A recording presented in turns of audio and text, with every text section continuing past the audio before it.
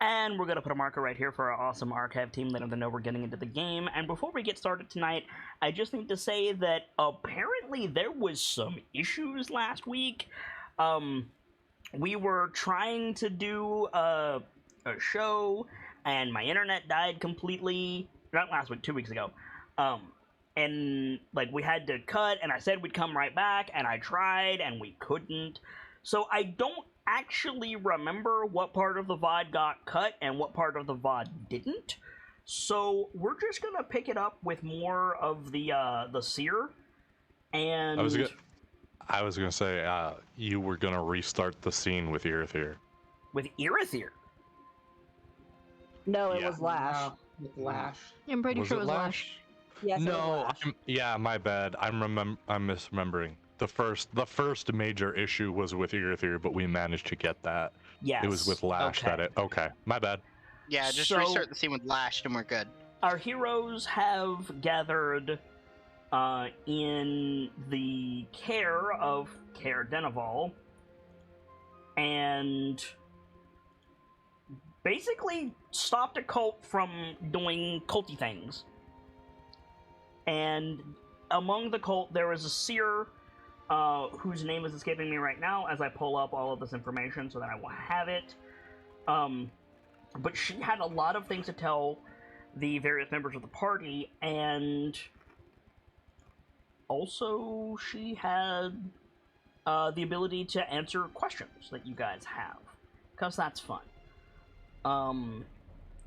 What was her name?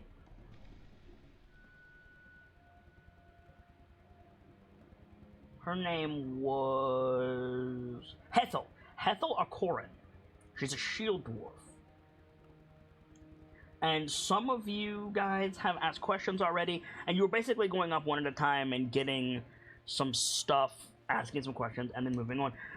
In the last episode, we got Keelio and Firga, who both got some major bombshells dropped on them, and then Irithyr got... Did you get bombshells? I know I told you some stuff, but I don't remember if it was inflammatory or not. Not really. Okay. So we're just basically going to pick it up right where we left off because we didn't end at a good point, so it makes the introduction kind of awkward. But Lash, you were going into, to Hethel's room next? Yes, I was. Sorry. I forgot that I was muted. So, the building that you're in is a stone keep used mostly to protect the people of Caer Dineval in times of hardship or blizzard taken over by this cult. Hethel's room is one of the bedrooms on the upper floor of the keep. It is drafty. There's a fire going in the hearth. The windows are closed but not shuttered. Hethel herself is a shield dwarf, a very old shield dwarf with amber cataracts over her eyes. She's wearing red robes and staring into the fire, rocking back and forth as you step inside. And all right. Yes, Lash, as you step in, you're greeted with War Chief. Lash will nod and click her helmet back to show her face, just as a sign of respect. I can't help but wonder what I could tell the likes of you. You're...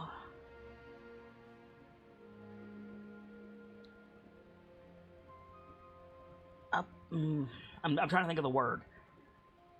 meteoric rise is worthy of song, but I wager you're having trouble keeping your feet.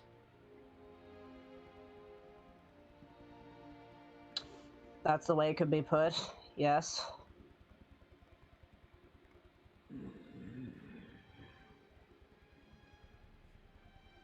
How do you find the darkened dale? Kind of exhales through her nose.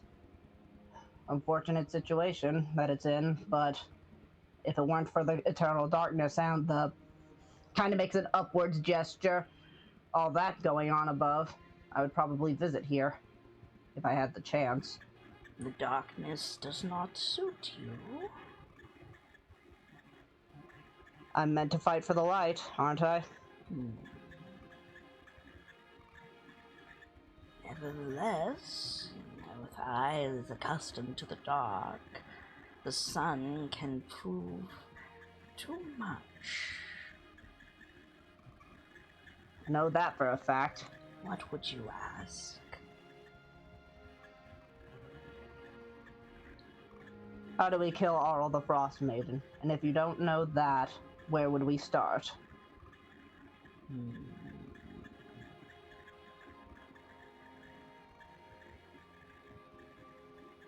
Even to those with sight, destroying that which grants the sight is often hidden.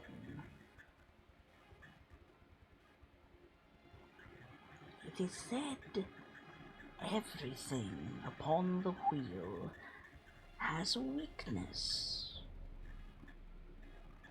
It is said Oros is vanity.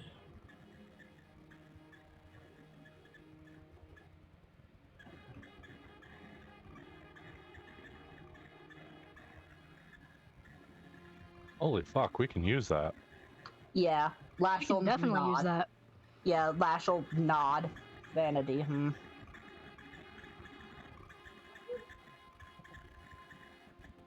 What happened to the Orcish High House's treasures?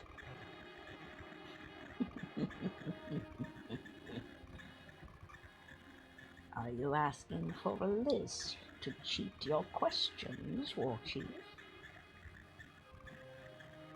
Sorry, can you repeat? Are you asking for a list to cheat your questions, War Chief? That was not the intent. I was just wondering what they'd be.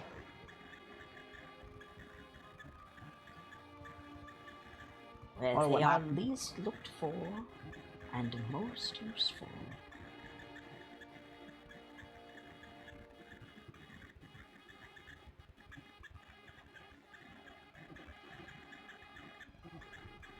Noted. And this is the part where I'm still angry that my document didn't save my third question. Fuck. Oh, you didn't want more from that one? Okay. I do. I'm just trying to think of how to ask it. Oh, I just had more for you. Is it all the treasures you seek, or dark drivers?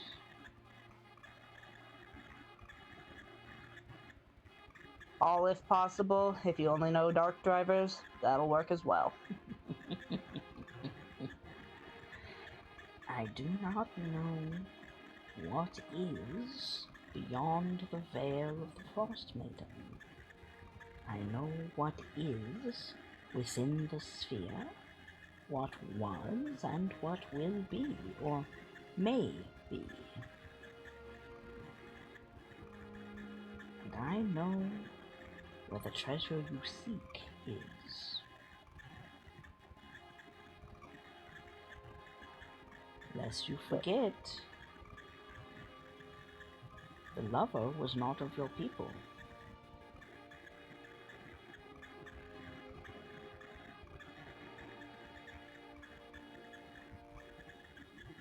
She turns away from the fire and smirks at you. Would Lash know that story because it's Yeah. Deep Shade? Yeah. Like then Lash's eyebrows kind of Is that Deep Shade? I thought that was Dark Driver.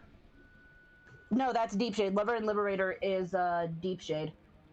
Well, still, yes, you'd know that the lover is not an orc. Yeah. I don't remember what the title of Dark Driver's champion first was. I thought it was the Liberator. That's what I have in my notes. I thought that was Deep Shade. I'm pretty sure that's what it is in my notes.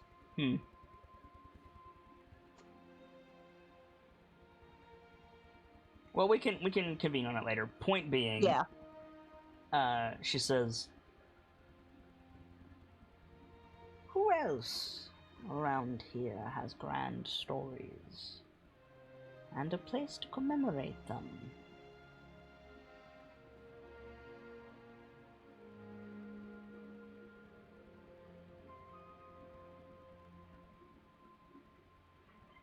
I'm trying to remember the orcs of Icewind Dale other than Deepshade. They're not orcs. Wait. Oh. Oh, I'm dumb. The Goliaths, right? Mm-hmm. Probably. I think Blash will take that of note then. The There's a better Goliath chance then. than not. Grawl is the Skald Storyteller. group, right? Storytellers. The Yeah. what? The what group? Sorry? For some reason I went Skald. But yeah, no, that's true. What's your third question, Lash? That was something I was struggling with, 'cause I can't remember what it initially was, and now I don't know what to ask. Well, now's a good time to think about it. That's what I'm trying to do. I just don't know what to ask. You can also ask your fellow players. Anyone have ideas?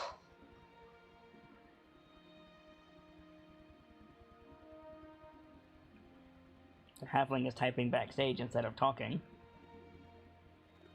That's because I was gonna make a snarky joke instead of actually being helpful. Ah, The first thing that comes to mind is how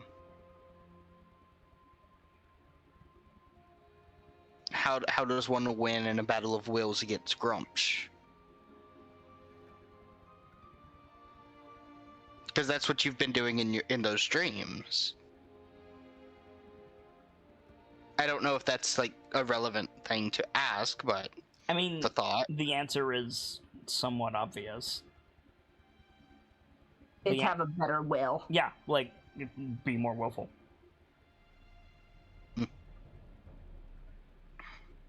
One of those things I don't think Kit would have wanted asked because it's like, you're gonna not like the answer. No. Yeah, that's fair. That's just the kind of thing that Sibs as a player has to war chief up and figure the fuck out. In the meantime, you can ask the seer about anything. Like, these are not designed to be difficult gotcha questions. These are just like, hey, what do you want to know?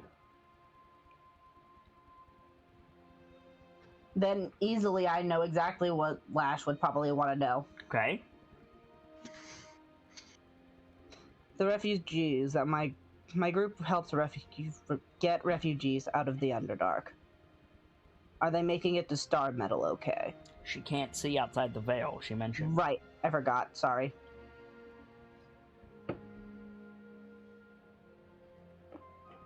Hey, ask me anything, except about this. You could ask, what will my numbers be when I reach my home again, and see if it lines up with the numbers that. Bold of you to assume you're reaching home again. Exactly. I mean, fair. Lash is fully What do you accepted at this. mean? What do you mean by numbers in this case? People. Lash is fully accepted that there is the high risk she may die doing this. She isn't happy about that fact, but there is the high risk that she might die and Dark Driver might need another war chief, or that Dark Driver may just vanish entirely. Why does she care about numbers? It's not even, she doesn't care about numbers. She just wants to know if they're gonna make it there, because it's her house. It's the people she promised to protect when she became war chief. And to help fight Grumsh as their leader, to an extent. Mm-hmm.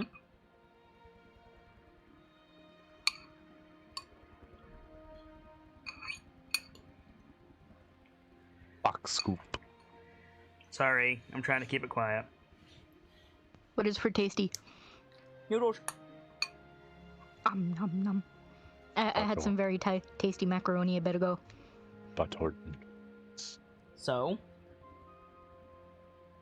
I'm sorry, I'm trying to think and nothing is coming to me. I'm so sorry.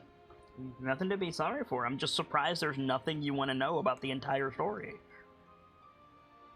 I'm trying to think, but it's mostly the fact that it's all so limited into the bubble. It's not. It's present things in the bubble. She You can could ask- see what was and what is within the boundaries, but And she can see what was outside of it. She can also see what will be What after the may bubble is be. gone. Yeah. What after the bubble is You, gone. you just can't ask her present tense questions beyond the bubble. For example, Kilio asked, "How is my Alma?" She was told, "I can't see within the confines of the bubble," but afterwards, She's waiting for you. she'll be waiting for you. Yeah. Which, funny thing about that is I don't know if that'll be in person or in Valor Homes. Yeah, That's you're something to funny about that. yeah. But as long as Keelio lives, Thola can't die by Goliath standards, so... You know what I mean? Yup. Thola's got a hell of a legend. Like, everybody knows her cooking. Yeah. I'm trying to And her care of the wolves as Yep. well. Go ahead, Sips. I'm trying to think of a way to word this question. Because, again, my brain comes back to the one, the only, the myth, the bitch, Toe. Because Lash wants to get Toe taken care of. Like, Mhm. taken out of the way, because she's dangerous to Dark Driver. And in general, she's a broken orc. Which I'm still pissed at myself for fucking that up. Anyways. I mean, like, I've got a real dumb question Mm-hmm. that you can ask. Oh boy, let's go for 3.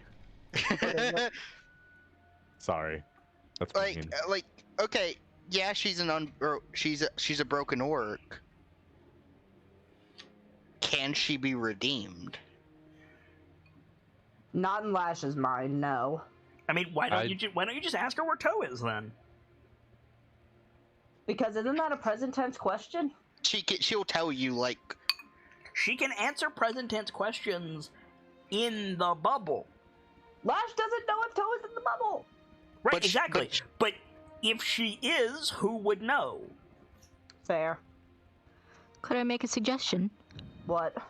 Where will Toe and I meet again? Alright, thanks, Gracie. There is a broken orc. One I considered closer than the others. Her name is Toe. Where will the broken orc Toe and I meet again? She turns back to the fire, kind of draws her big dwarvish brows together and stares into it for a bit. Do you seek her now?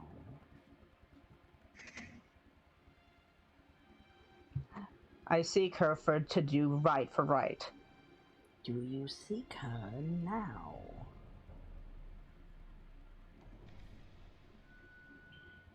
Yes. Hurry to the top of the world, where the metal men walk. She seeks the lover.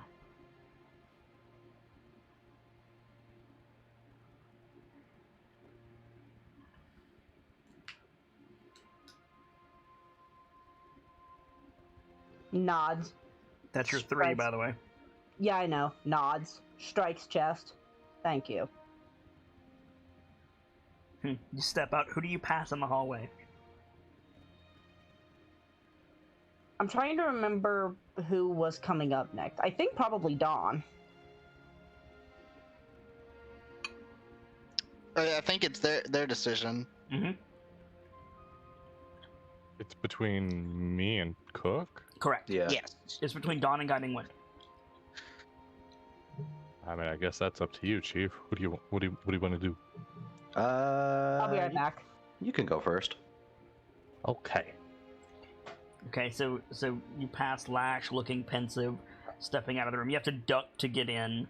Dawn, can you make a Mhm. Constitution saving throw for me, please? Yeah, one sec.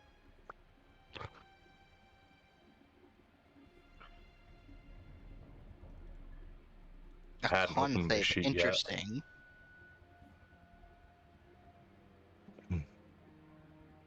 probably hot as hell in that room. It just occurs to me. Ooh, Dawn.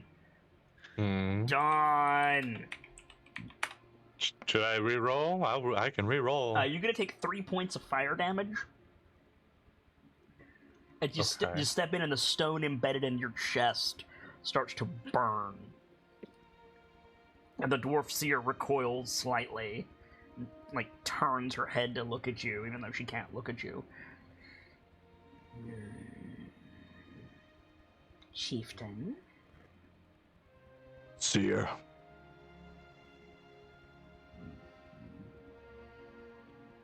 you intend to ask of your mother.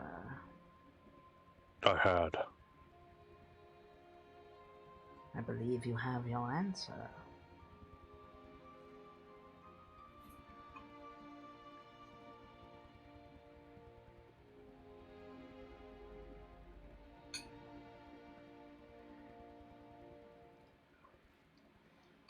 How do I find the power?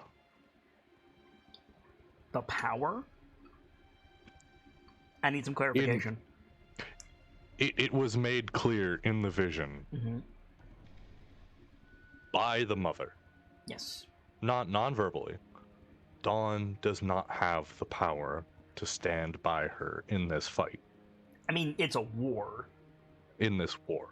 Yeah. Dawn doesn't know where to start. This is his best idea to getting a lead. That's fair. So, she nods at you very slowly. She says,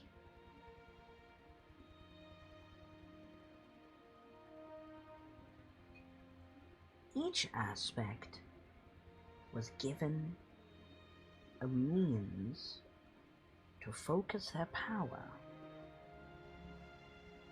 Each has been separated.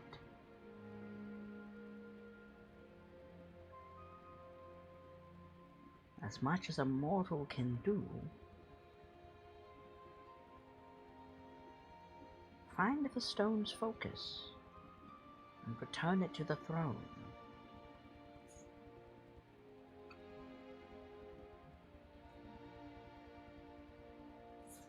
Return this to the door and find what I'm after. she shakes her head. Separately, you have seen one such focus already. The tide collar of the brother. She nods.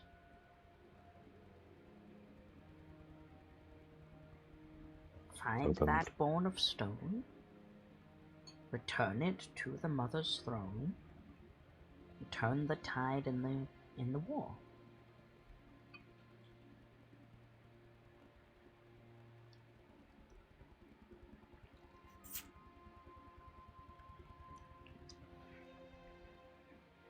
I think he's nodding. But be Well, he's warned, got a. chieftain. This will not aid your people. Hmm.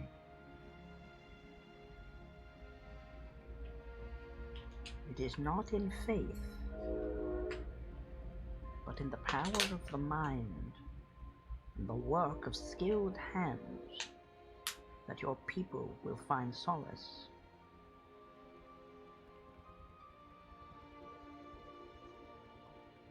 Where do I begin my search for such a thing? You have already begun.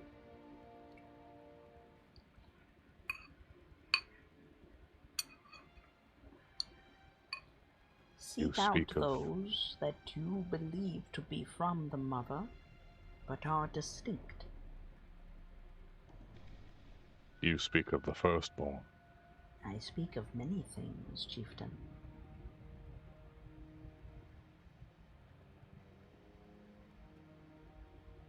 Hope is closer than you believe.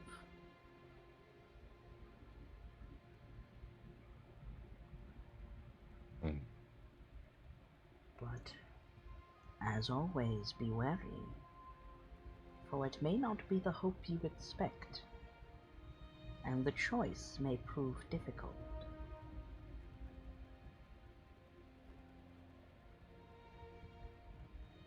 I am prepared for such a choice. We shall see.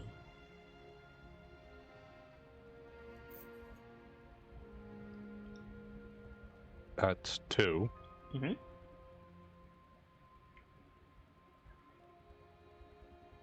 And now I'm having a Sibs problem. Hit. Yeah, it's one of those things where you don't want to waste the question, so you want to try and think of the best one you can, and then your brain goes like, ah!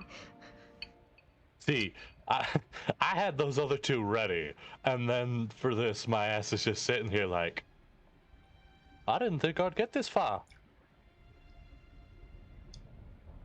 Well, what's something Don wants to know? Because again, this is just as much for me as it is for you. Right.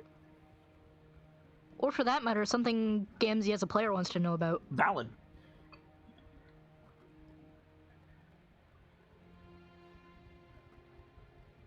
You don't have to ask about yourself if you want to follow someone else's quest line. True.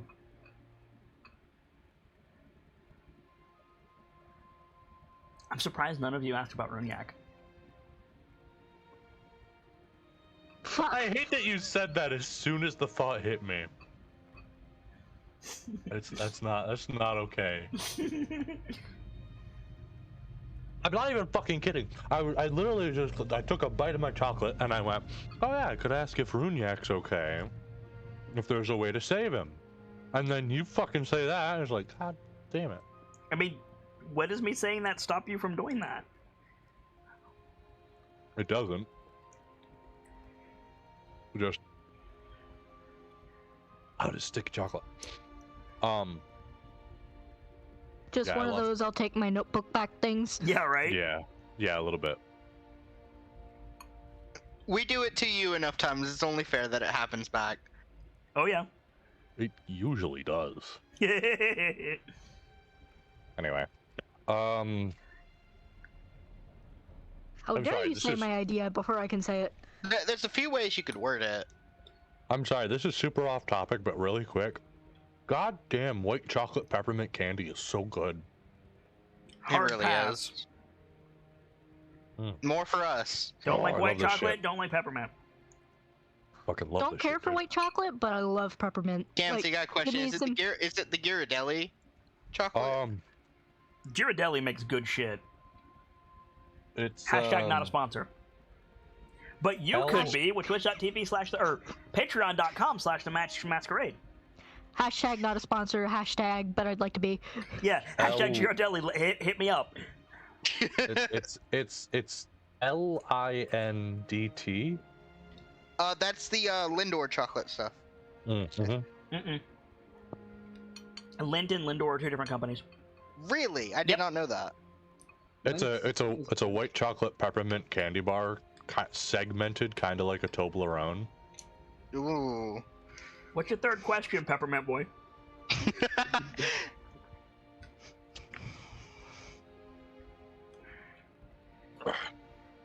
Okay, Your nickname is going to be Peppermint Patty after tonight. I'm going to choose this route. The fuck did I miss? Actually, let me grab name. Who name? Is there a way to save Runyak Eriksson? From what? The dragon that has claimed him.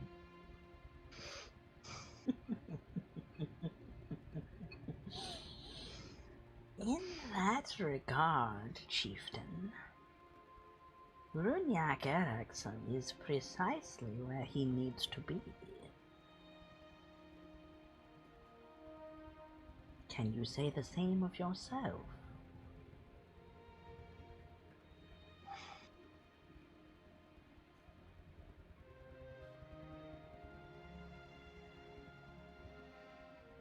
Ask yourself, Chieftain, if icing death is to return, would it not be prudent to have Eriksson in his ear?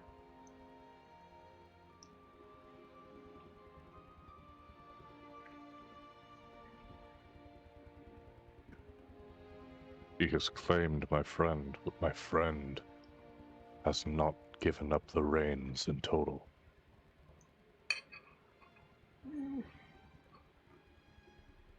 Neither body. part is true.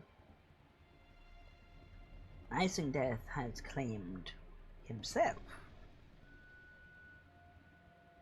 There are no reins to surrender, but it is true that Eragson fits rather nicely in the saddle.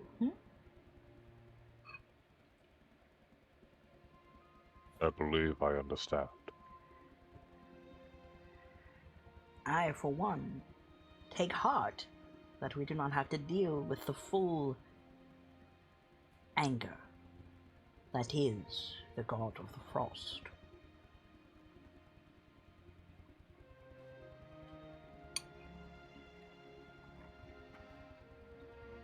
My brother is not gone. He's just anew.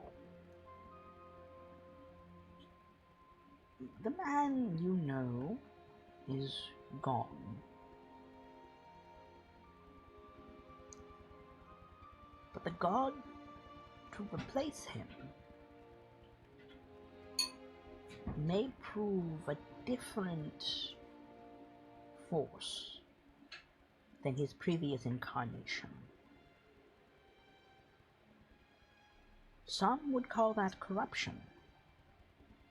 I think of it more as a blessing.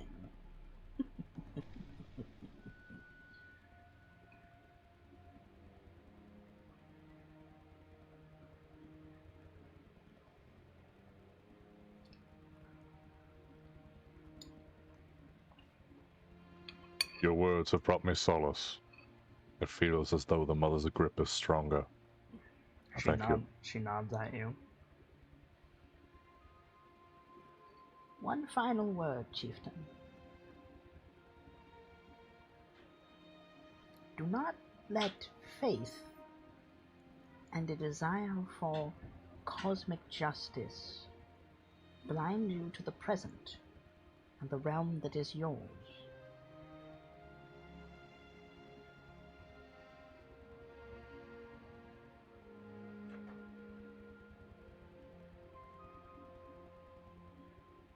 I believe I understand.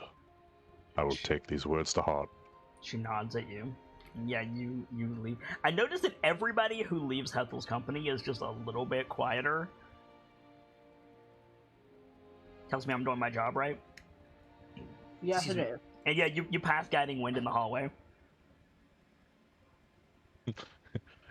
Dawn's expression is blank as fuck. Yep. There is many thought behind those eyes. Guiding Wind, you also have to duck your head to get into the room. Mm-hmm. The Song of Fire in here is battling with a Song of Shadow that is not quite emanating from the dwarf. It's like she's sitting on it.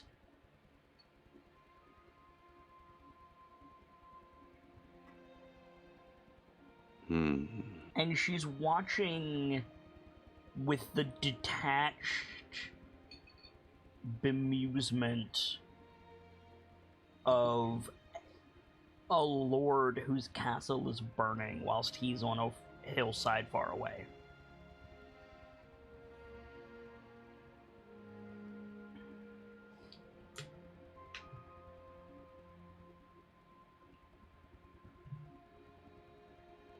You do not have much long, do you?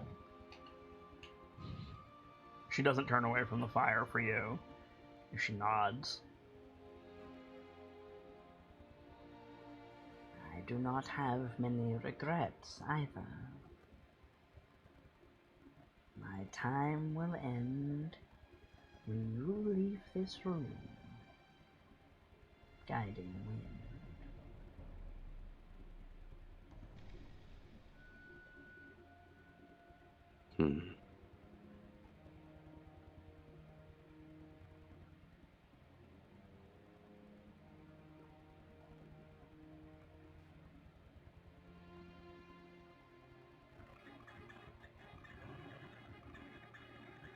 My companions say you dispense wisdom. I make a mockery of wisdom. I've spent my life leading those astray. But it is said that any arrangements with the Stygian Lord result in catastrophic failure. I suppose helping heroes on their way is my version of combustion.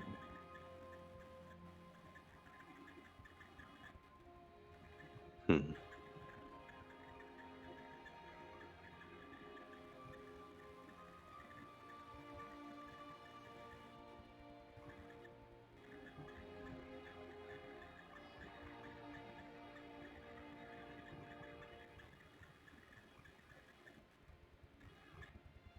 What would you ask?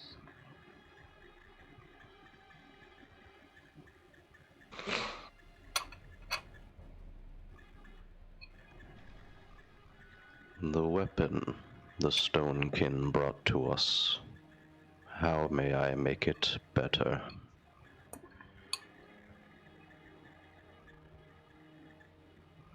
She's like starts when you say when you start to talk, and as you finish, she slowly turns to look at you, and the look on her face is confusion. And she says, she shakes her head a little bit, and she says, To what are you referring? I think he sets down his little burlap sack of holding, reaches in and pulls out the broken dragon lance. yeah, I understand. She doesn't react. She's blind, so she doesn't react.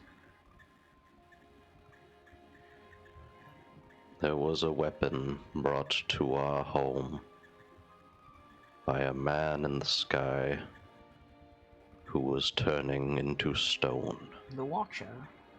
I know of him, but he carried nothing.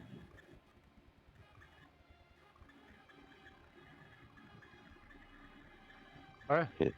Is that what you would see or what you would believe? She chuckles, still with that confused look on her face. She says, It is not a matter of belief. I do not have an opinion one way or the other, but nothing was shown to me.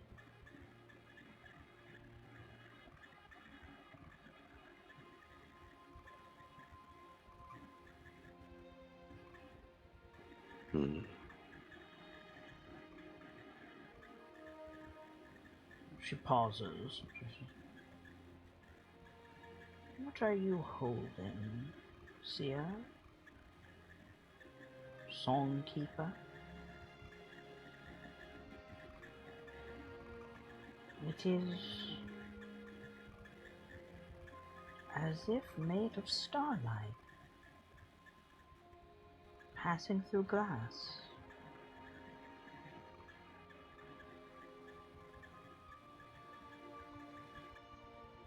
Its song seems to be of somewhere else, though where that is I do not know. She holds a hand out, towards you. I think he hands it over. Yeah, she takes it and starts at both the size and the weight. And she's gonna make a roll.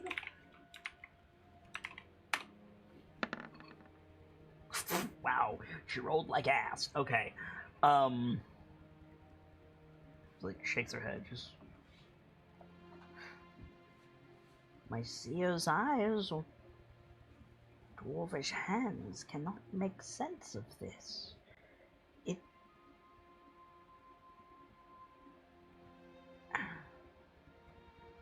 A spear or...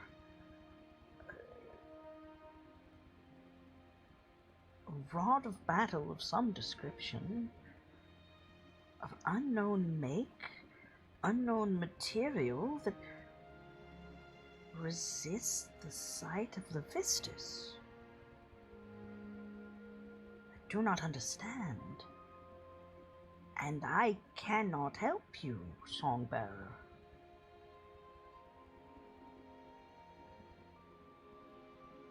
Then I shall find another way.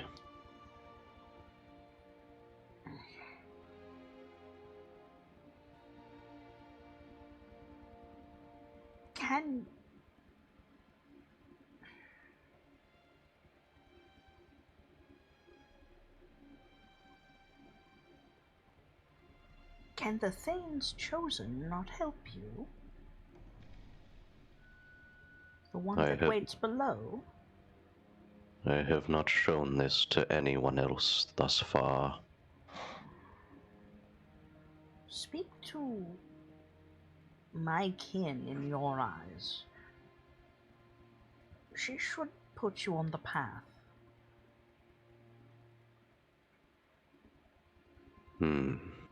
Thank you.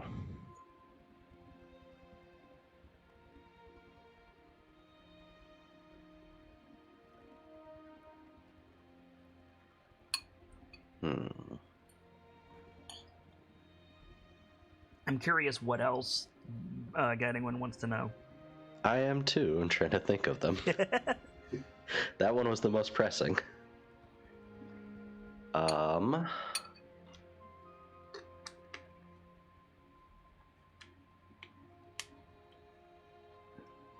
Honestly, I knew her ritual sight would not be able to help you, but I did not expect her to fucking fail that stone cunning roll. Oof. What'd she roll out of curiosity? A2. Jeez. Holy shit. With That the is a stone terrible cunning, roll. with stone cunning, that turns into like an 8. Yeah, it's not great. Yeah. At least she didn't roll in that one, but she got jack shit. She got jack shit. If she got a 1, would she have given you the wrong information? Probably. That sounds about right.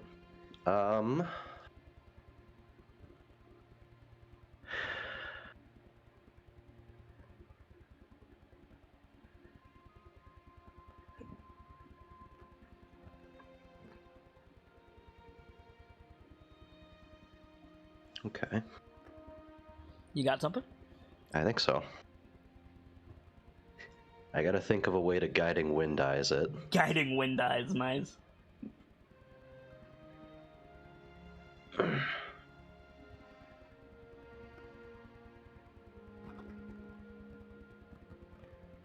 The bounty has been plunged into the depths below, but I and Iron Gate still stand strong. Can her people be reborn or rebuilt?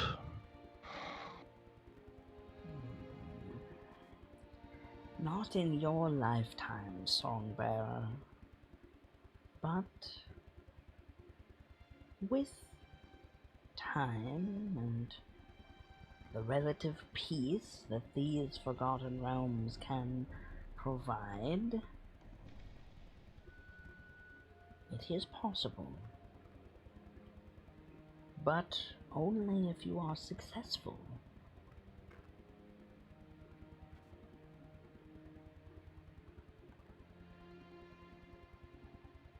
It will have a different name, though.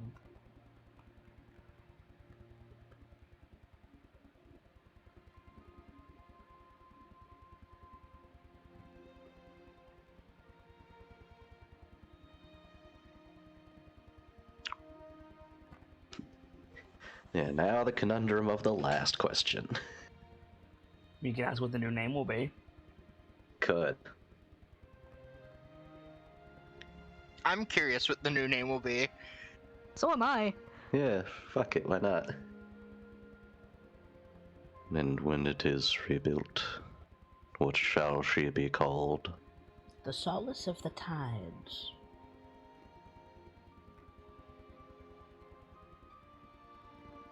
That shit do kind of hit though. Hell yeah. Right? That shit hit different. Shit's busted, respectfully.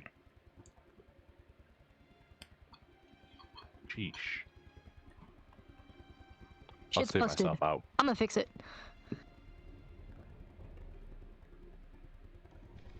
I do thank you with what you've provided. A warning, Songbearer. Hmm. If you make for Shander immediately, Iron Gate will not survive the assault. Tarry, and you will find more success.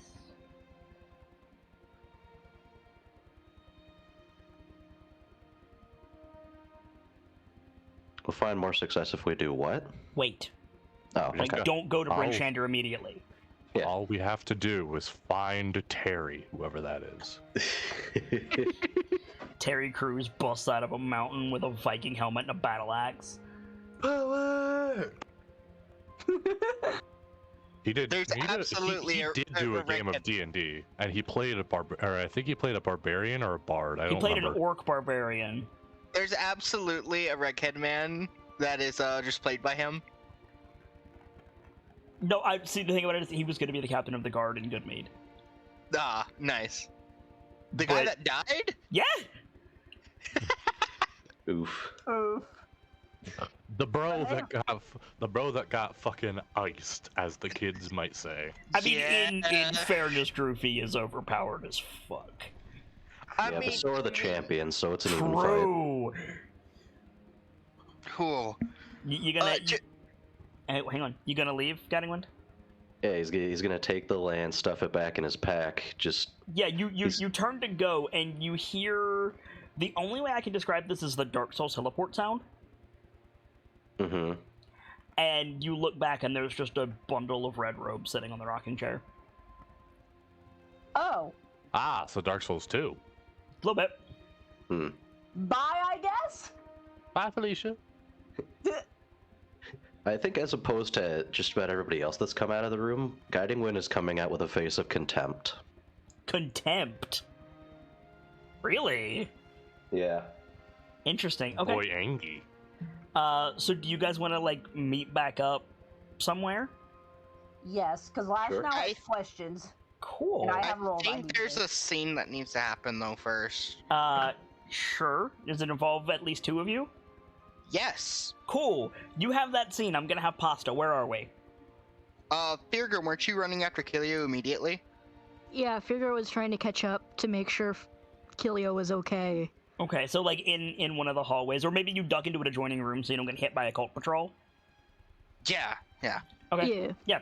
So Patrol. you just duck into like another empty bedroom somewhere. There's no fire. There's no light in here at all. Just close the door. You meet in the hall and then you duck in there because it's safer. And then yeah, the floor is yours, and I'm gonna finish my dinner. Hey, Wolffucker. You look like you saw a dragon. What happened?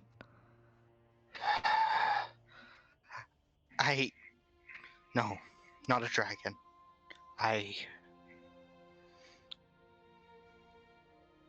When the dragon came to the moot, I felt no fear. I felt only resolve. In this moment, I feel more dread than 10 dragons at my back.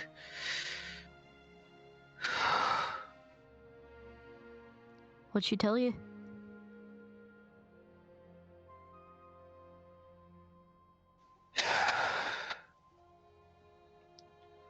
I asked when the devils will leave.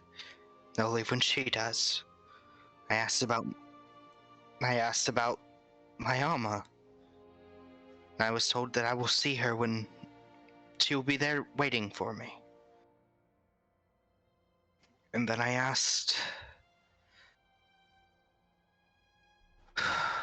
about the way the stars move.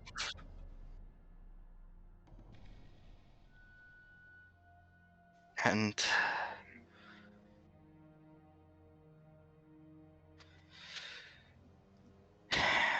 I was told that something I asked about it already happened, but it wasn't my biggest concern.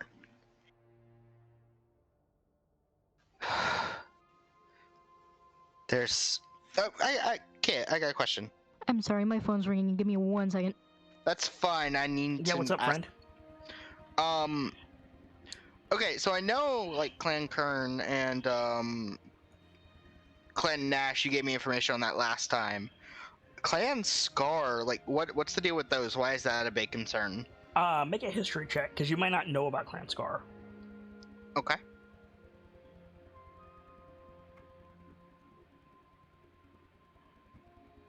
I want to do this right. I don't want to spout information I'm not supposed to have. Nope, absolutely. Also, real quick, I messed up. It was not contempt I was trying to say, it was gratification. Ah, So content rather than contentment. contempt. Yes. Let it okay. be known, this is not the first. Can't nor hear the you. second. Let it be known, this is not the first or second time Cookie has done that, but the fourth. Mm. That same mistake. Shut So- up, never known to talk, Mr. So, Bob. Kilio, keep in Not a mind. bad roll. Keep in mind you have 3 questions. Okay. Clan Scar is a clan that should not exist. You know, Clan Nash should not exist because they're bad. Clan Kern should not exist because they made an oath to be forgotten. Clan Scar is just not a thing. Clan Scar is almost as old as Clan Cry.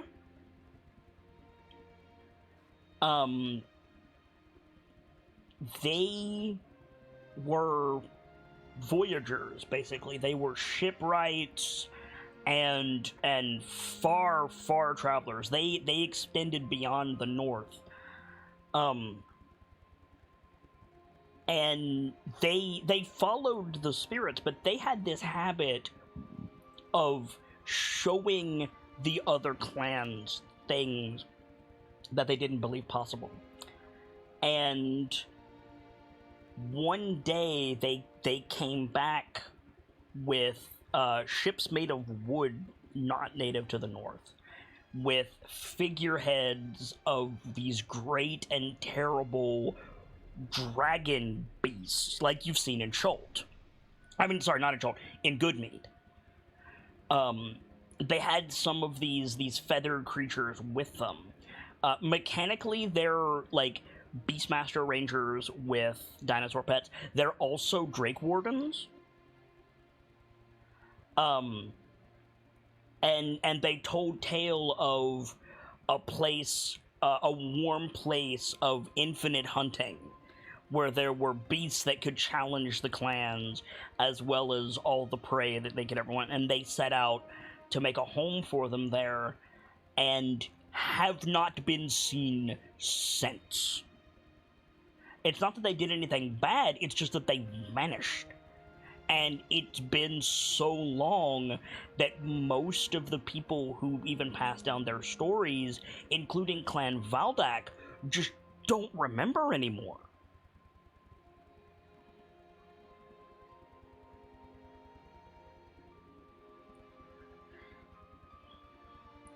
Clan Scar, the Navigators, the Explorers, the Wonder Finders, right? Clan Zok are the Wonder Makers, but Clan Scar were the Wonder Finders. Theirs is a tale of sadness, because they all leapt without thinking with these dragons among them, and they themselves did not have wings. Nobody knows what happened to them.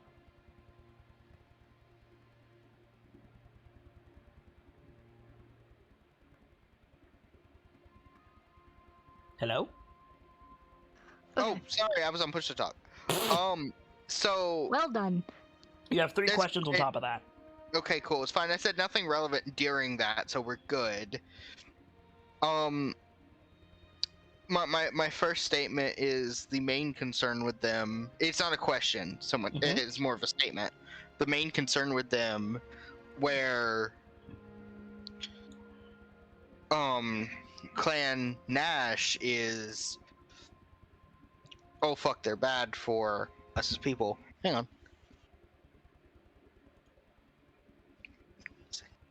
Give me just a second. Mm-hmm.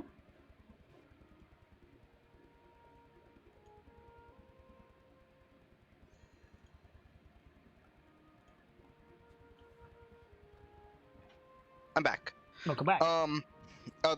It's the main concern with Clan Scar being back is uncertainty. Yeah. We just don't know enough about them to gauge what's gonna happen with that. Yeah, like it's been so long they could be allied with anyone. These dragons, these thunder lizards as they called them, that they carried on with, could be dangerous. They could bring disease with them. Like, we don't know. Oof. Okay. So my first question is this: do we know, like every clan has their statement, walk with the pack, stronger together. What was theirs? Theirs was, according to, like, you don't know what it could possibly be these days. Yeah. But, like, before, when they were part of the North and, you know, Clan Valdak has records of them, it was another step.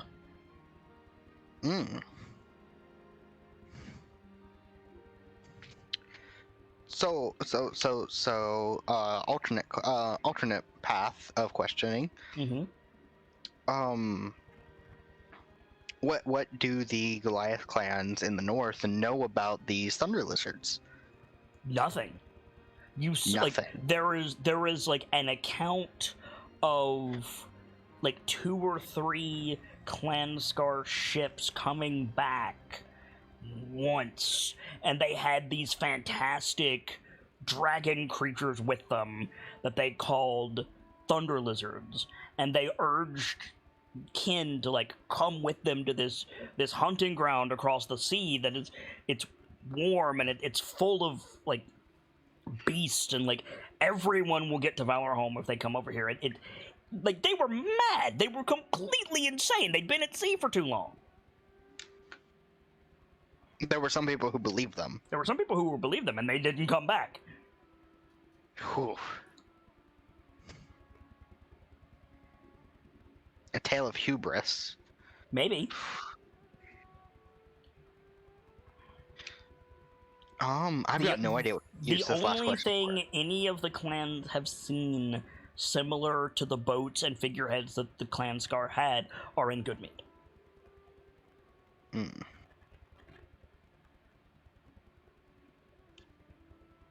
Yeah, the fact that there's so little information about them really strains my last question because I don't know what to ask. To clarify, are you talking about these guys specifically, or all the clans you got heard of when you were told about? Scar specifically. Scar specifically.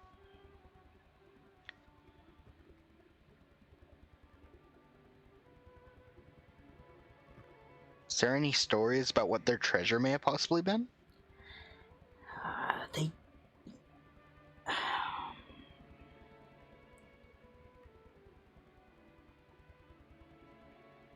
Yes, actually, because Clan Valdak has it. They gave it to Clan Valdak before they left. They don't need it anymore, they said.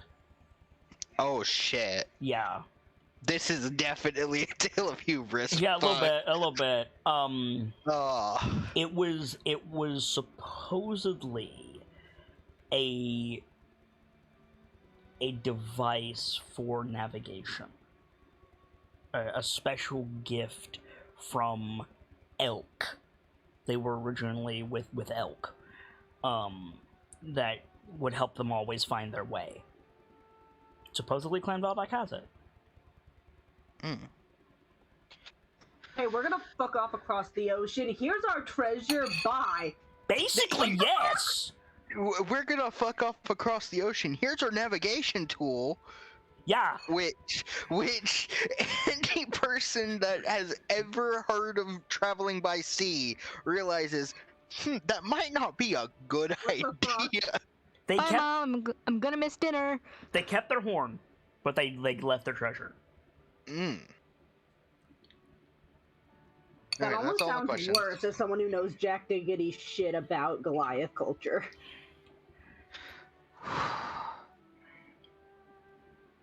She told me of 3 clans that shouldn't exist among my people. Clan Kern stirs. They sealed away a poison that can threaten the spirits that we follow. Clan Scar, I know almost nothing about. All I know is that they left and came back with a few ships and said they found a land across the sea full of incredible beasts, like dragons almost. They called them thunder lizards or something. The statues were kind of like what we saw in Goodmead. Those giant beastie things. Mm-hmm. Is Aerother around? He might be listening in. No, this is just Firga and Kelio. Okay. Sorry. Yeah, almost immediately after Firga left and you went in. So you're currently in the interrogation room.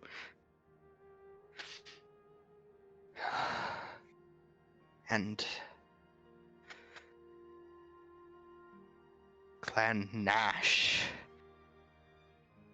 a clan of nothing but exiles and traitors, and there's gonna be war, Firga. People are gonna die, and I can't even do my part. I can't tell anybody we're trapped in this fucking bubble. Breathe, Wolfwalker. And Wolf's fucking teeth. she'll put her hands on his shoulders. Breathe.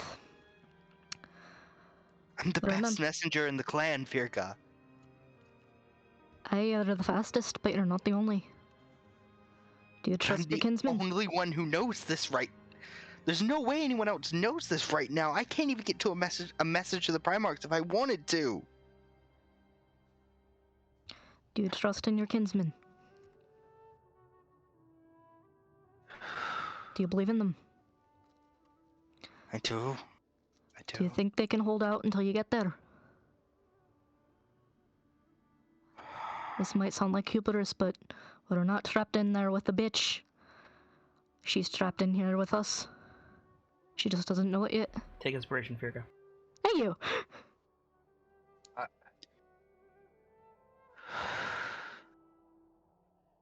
If I can, I've got a weird thought for your Nightfall. Eagle got them.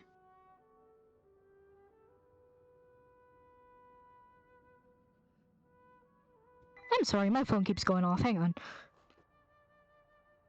I've got a thought for you, Nightfall. Okay. You cannot share the message. But for each mouth that speaks a name, there are 2 ears that listen. You are Jara. Or, people call you Jara. Think maybe you could try passing the message to Wolf and see if it gets anywhere? Sorry, I'm back. I've been doing a lot of thinking of that, Gamzee. I'm gonna be honest with you. The issue with that is, yes, Kilio, like, follows Wolf, like like all Goliaths, kind of spiritually, but in the same, she's not. I don't think she's in tune with it in the way that Sokam is. She's a ranger, not a skald or cleric or. It's a good idea, and I might explore that and see where it goes, but there's a difference there. I was just saying, to me, it would surprise me if she's been called Jara all her life, and this isn't the moment she tries to explore that. Maybe. I mean, just because Kilio decides to explore that doesn't mean it's going to help. No, and it, that sort of thing never does. But there's always the possibility.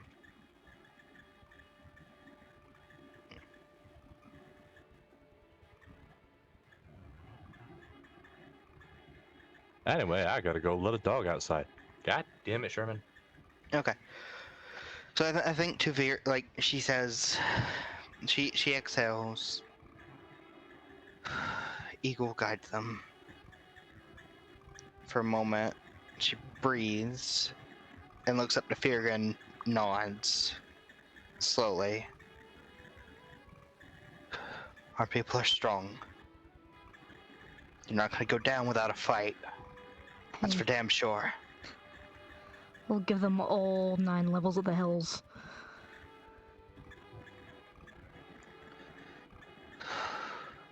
You just gotta remember, they're trying to get one place, but you gotta clear the road before you get there, eh? Focus on clearing the road.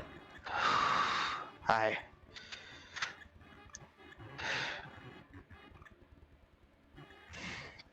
Yeah. What makes this better is you're having this conversation in a hostile fort. Right? Like, you guys are not anywhere safe right now.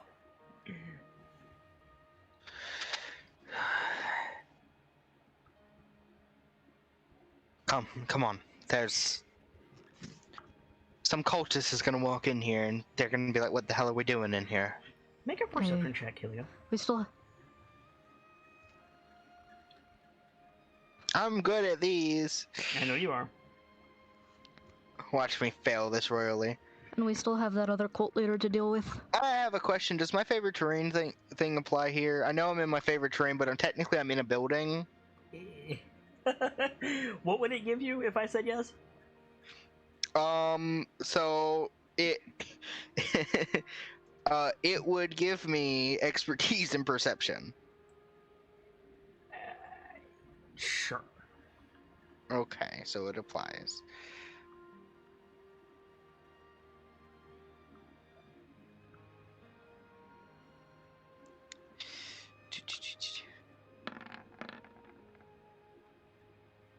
That is a natural 20 is what that is. Good. So, Nice. as luck would have it, the window in this room faces inland. Mm-hmm. And just as you're about to say, like, we should go, you notice something, Kilio. Okay. There are mountains in the Icewind Dale. Like, all over the Icewind Dale, there's a couple of big-ass mountains. When one of them that you can see from this window, we're talking days away, if not weeks. Okay. The top of the mountain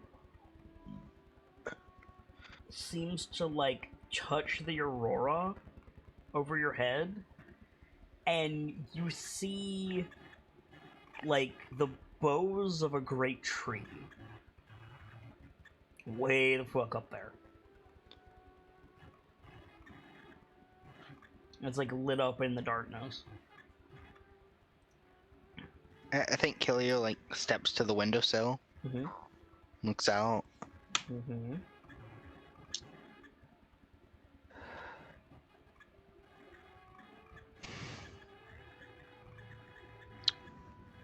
Connie's gonna peer out the window after her. Connie Like, is gonna peer out the window. sorry. Firga's gonna peer out the window after her, like, what's over there?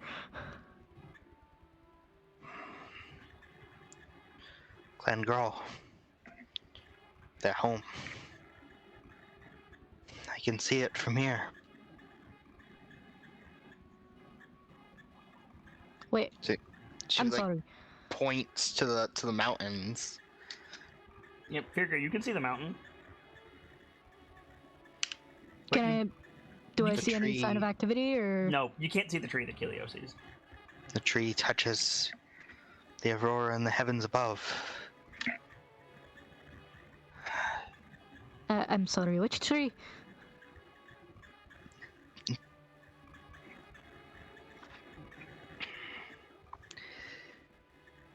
It's the massive tree in the middle there. It has a name, Kilio. Fuck, what was the name of the tree? I didn't tell you yet. Goliaths tend to name things very simply. Okay. It's called oak. Ah. Oak stands tall. What oak? There's nothing but conifers in this area. Trust me, it's a sight to behold when we get there.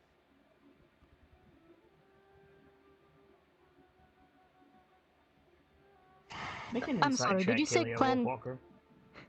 I'm sorry. Did you say Clan Girl was home? It's Clan Grawl's home. I rolled like ass. Do I have inspiration to reroll this? I think you do.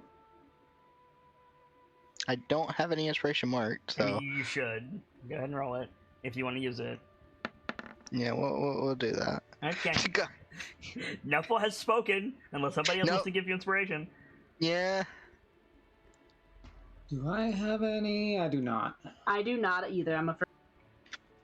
The only person I know that Lord. has it is Firga. Yeah, you want the one I just got? I mean, Sorry, I just realized I'm muted. I've said 3 times. Go ahead, use mine. no. My well, bad. So Firga's or Dawn's first, I guess. Whoever wants to offer it up. I Probably mean, Dawn, since Yeah, he Gamble said spoke it up 3 first. times. Okay. that's better. It's better. You want that to stand, or you want to try for more?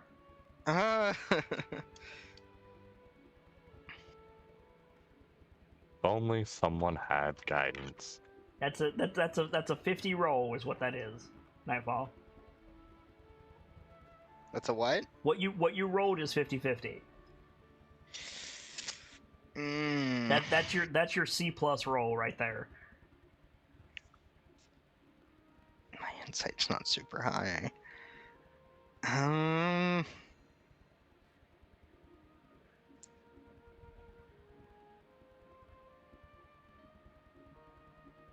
Oh, if you My insight's hadn't great if I can help somehow.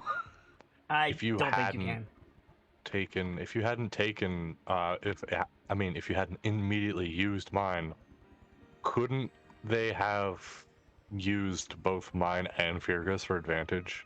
Could have, but now Nightfall has to decide whether or not to take Firgas and re-roll or let this stand. I mean, okay, wait. If I take Fears and reroll, it's the same thing as if I had advantage on the it's quote unquote same thing as I had advantage. No, you're rolling again. No. I'm rolling another die. Yeah, you are Also- rolling again. You're not getting that second roll. No, I know. To quick What? quick clarification though, is the tree in the bubble or way out there? It's in the bubble. It's in the bubble. It might be above the bubble, but like Eagle's area is in the bubble. Okay. Kilio. So go Right, ahead, Kilio. go ahead and mark off your inspiration as well, Firga, because Kilio took it. Kilio, Mm-hmm. that insight roll. What is Clan Grawl?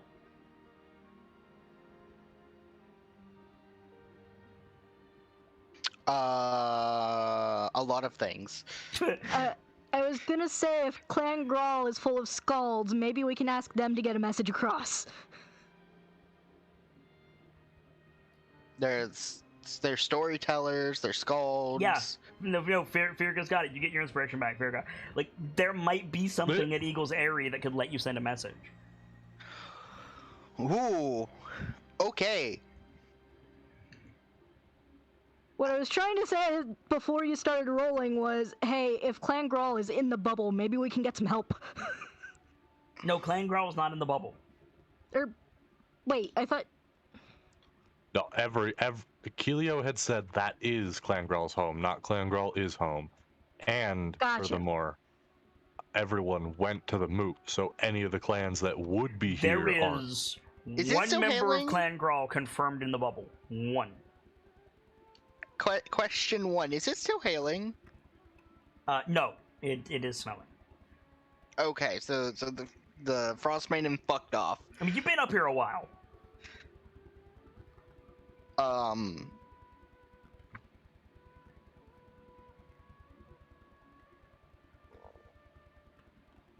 There might be something there that could help. Something I could use. Excuse me. Then it looks like we might have our next destination. I hope the group is fine with taking a detour.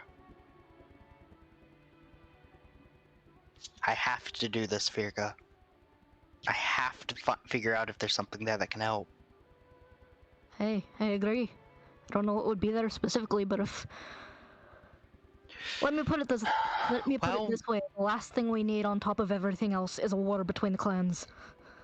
Maybe this might help convince you. Bragg said there was something eerily firstborn there. Not his exact words. That gets our attentions. I don't know any details, but he said there was something like what we fought at... Something made of the same thing we fought at the Broken Bridge. In their home. I didn't never really need seen it. convincing, but you definitely have my attention now. Let's go. Hey.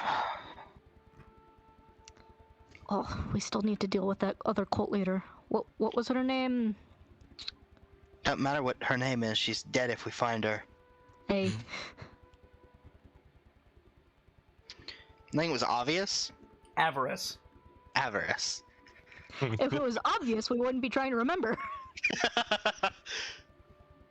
So, you guys all want to meet up downstairs? Yeah. Meet up, exchange information. Something bubble, something clans, something Gallic. The big angry not quite centaur thing, Valley. Gallic, thank you. I keep wanting to say Dalek, and that's not right. No, I I'm have a not going to Dallas, Texas. Alright, so you guys all meet up downstairs. Wait. Chloe had or Sibs. Oh, good one, Smee. It's fine. You had a- Gentlemen, Lash, you had a question. Yes.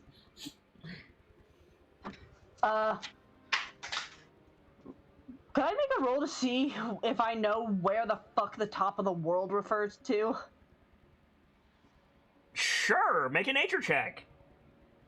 Oh yay, that thing I have nothing stacked in. We're going on top of the See, world, boys. Go get a boat, you stand at the bow and yell, "I'm at the top of the world!" and then Toe will appear. I mean, you get guidance, so... You do, however... That does not help. That does not help. The top of the world could refer to many things. The North Pole, the highest place around, the sky.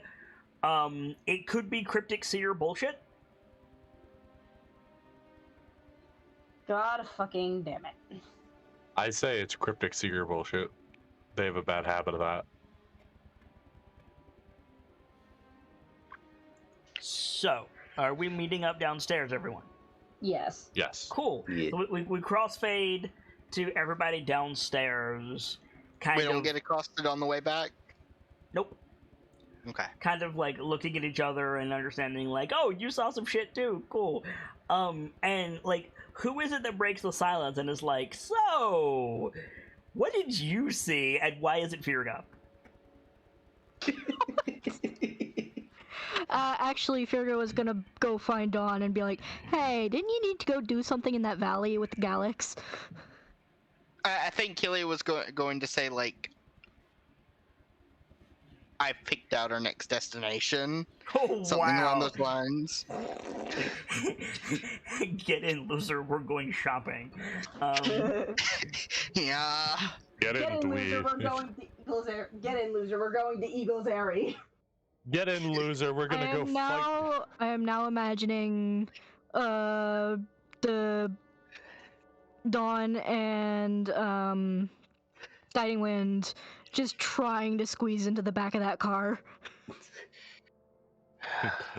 Dawn and fucking guiding Wind trying to get into the car, just fucking trying to get into the Malibu Stacy bright pink convertible. Get in the car, bitch. We are the car. Get in, bitches. We're It's gonna just go like Chogo in Heroes of the Storm. Yeah. Oh my god. Yeah, but no, Oh, you're not gonna let me explain, Nightwell? oh, go ahead. Go ahead. So, Trogal, in Here's the Storm, is an ogre. He's a big two-headed ogre dark shaman. He's huge. He's easily twice to 3 times as big as just about any other character, with the exception of, like, Diablo. And one of the things you can do in Heroes of the Storm, which is a MOBA, by the way, is you can summon a horse to ride out into your lane faster. Chogo also summons a horse. He picks it up and runs faster. Holy shit. Why can't I do that? What the fuck? You haven't tried yet. Because naturally, when you summon a horse, you go faster. Well, you can. It's called plage running. You fuck. No, It doesn't make me faster. Why can't you do it, Gamzee? Because you haven't tried yet. Yeah, right, exactly. When was the last shit. time Don picked up a horse and just used plains running? That is some 40k orc nonsense. Yeah, it is. You're right. It's great. I do this not because it is possible, but because I think it will work. Yes. So anyway, Gather around, pensive silence. Gather around the campfire. well, it's not pensive silence because Fear is going up to Dawn and being like, "So, I heard you were full of shit." No, she was gonna be like, so, I hear there's some nonsense in the valley full of Golics, and there's gonna be a bastard there I gotta go kill. Well, go on, do that then. Hey, so I got here, you gotta go to the Valley of Galax. There's a bastard there I'm gonna have to kill. No, she wouldn't phrase it exactly like that, but... Hey, Dawn.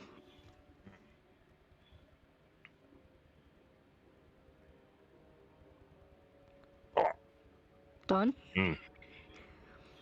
Gamzee is choking on chocolate. I can't remember what we call. Is that what they call it now? What's the matter, Gamzee? Nothing. Everything's cool. Everything's figured. Can't Okay. remember what we call what. Nothing. Don't worry about it. Dwarves. He can't remember the name for dwarves. Shh. Which is Little Father, but anyway. Yes. So, it's come to my attention, just upstairs, that there's, a problem in the, Valley of Galax. That You've is got the... not the location you were told. Is it not? It's not the Valley of Galax. It's the Galax Skull Valley. Sorry. The Galax Skull Valley? Ping the charge of find the location and point in its direction. Yes, over there. So, it turns out that there's an ancient enemy of the dwarves, mustering their forces, and I'm gonna have to go there to kick one of them asses. Kilio, you can hear this. It wouldn't happen to be the stone giants, would? No, it's the, and she hesitates to say it because fuck those bastards. She's, and also because out of character I'm blanking on them. They're not the Darrow, they're the, Dwergar. Dwergar, thank you. The Dwergar? One in particular? I'm missing why you said I could hear this.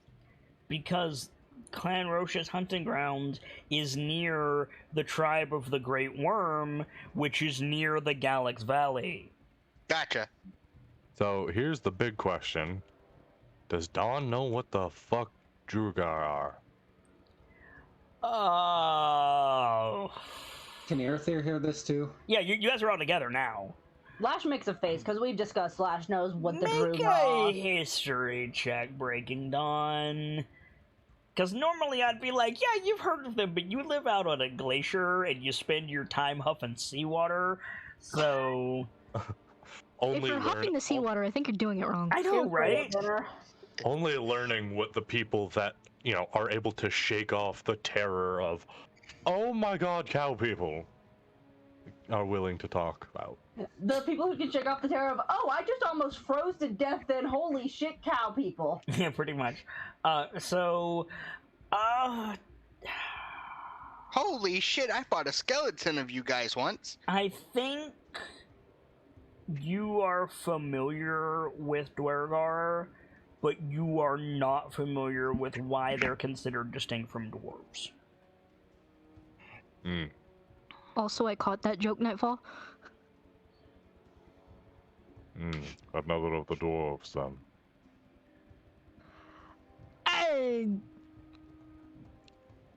She makes a face like she's gonna snap at you for a moment, and she like, nope, he doesn't know. I think Aerother speaks up. To call them the same as dwarves is to call drow the same as other elves. Breaking Dawn. Are they not? I was just going to say, forgive me, but is that not the case? Does Kilio know the difference between a drow and an elf?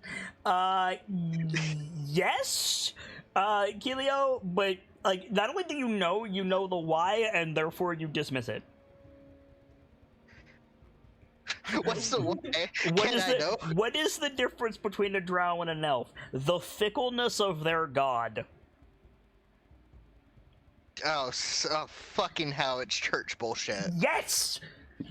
Ugh. Time to hear the good word of a wolf. Or Elistray. Listen, one's a bitch and one's a bigger bitch. Take your pick. I mean, you're not wrong. Corellian is part of the problem. It's the difference. One lives in a hole. Could be. Well, the thing about it is, Corellian is everywhere and whatever the fuck they want to be at any given second. So Corellian could also be a spider in a hole. I am just saying. When it comes to drow, your choice in god is pretty limited. Either you get spider or you get the moon.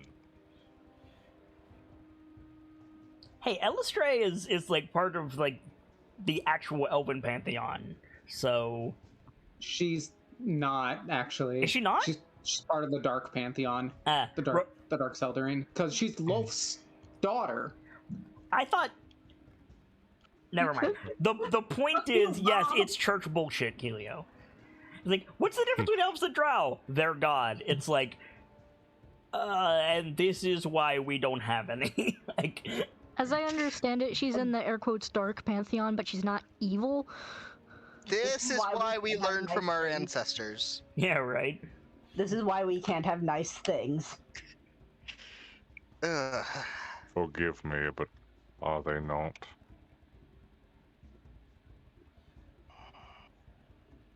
I have never encountered a drow. You are the Not on a surface level. But that's all it is a surface comparison. I thought the only difference was the drow lived in a hole. They live in the Underdark. If it helps at all, do you not get at all exasperated when someone says you're a cow person? Well, compares you to the beasts of the labyrinths.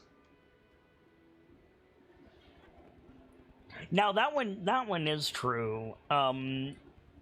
You are passingly familiar with the demon lord Baphomet and the beast that he makes that looks vaguely like you. But how anybody could get those confused is alien to you. You will never, like, you know how humans can see a zombie with their back turned and be like, Jim, like, you never have that issue with a Baphomet demon. You go Divine Strike, die. I do not follow. The beasts of Baphomet are easy to spot.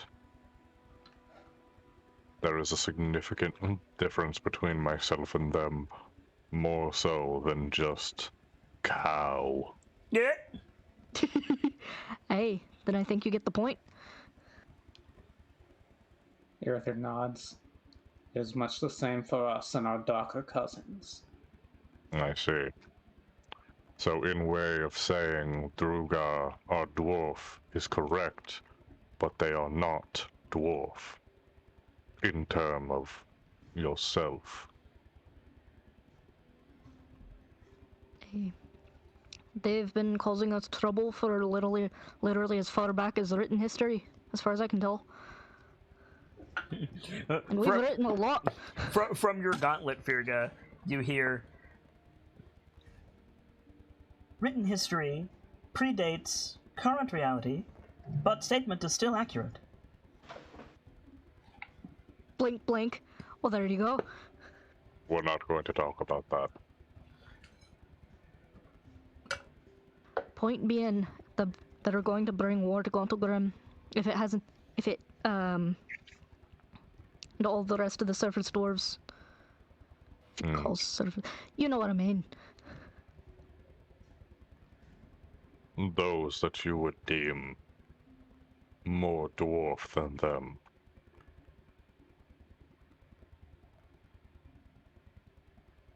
I apologize. I am still trying to understand the concept. It doesn't help the fact at all that there's a halfling Goliath standing at your feet. Right? When it comes to situations such as this, I'm reminded of Wolfwalker. She looks up. She got lost in thought again. There is no doubt that you are halfling, but there is no arguing that you are with certainty Goliath. And to hear that there are dwarves that are not dwarves, but are dwarves. To understand where the border lies on being a dwarf without being a dwarf, or being an elf without being an elf. Or being an orc and not being an orc. Being an orc without being an orc eludes me. I can assure you that the difference between me being quote-unquote, she does the finger quotes, halfling, and Goliath doesn't do the quotes. What are the Faerunian air quotes? If it helps you at all, Dawn, Wolfwalker is Goliath in the ways that matter. Durgar are not the same for dwarves.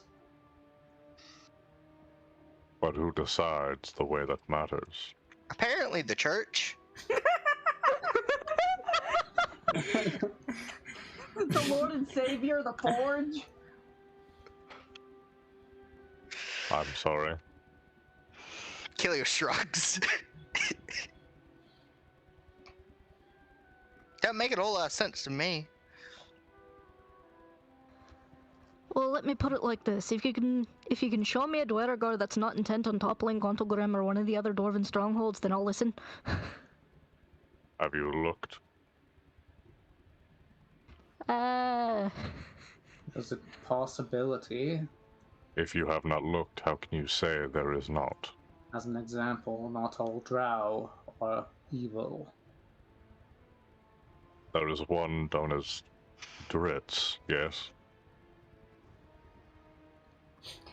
Is fucking what's his name still in this room with you guys? What's the kid's name? Ham or some shit? Absolutely God. His name was absolutely not Ham. Was it not Ham? Was it not Ham? What was his name? Ham, how you doing, boy? His name wasn't Ham, it was Prosciutto. Okay, hang on. What's his name? Or did he smell of ham? He did not smell of ham. Shuar, which is not any better than Ham, realistically. He was human. He's actually 3 kobolds in a trench coat. No, I'm sorry. no. Already encountered. It would have killed him off screen. We've I'm already sorry. encountered It's human. spelled Shuar, but it's pronounced cheddar.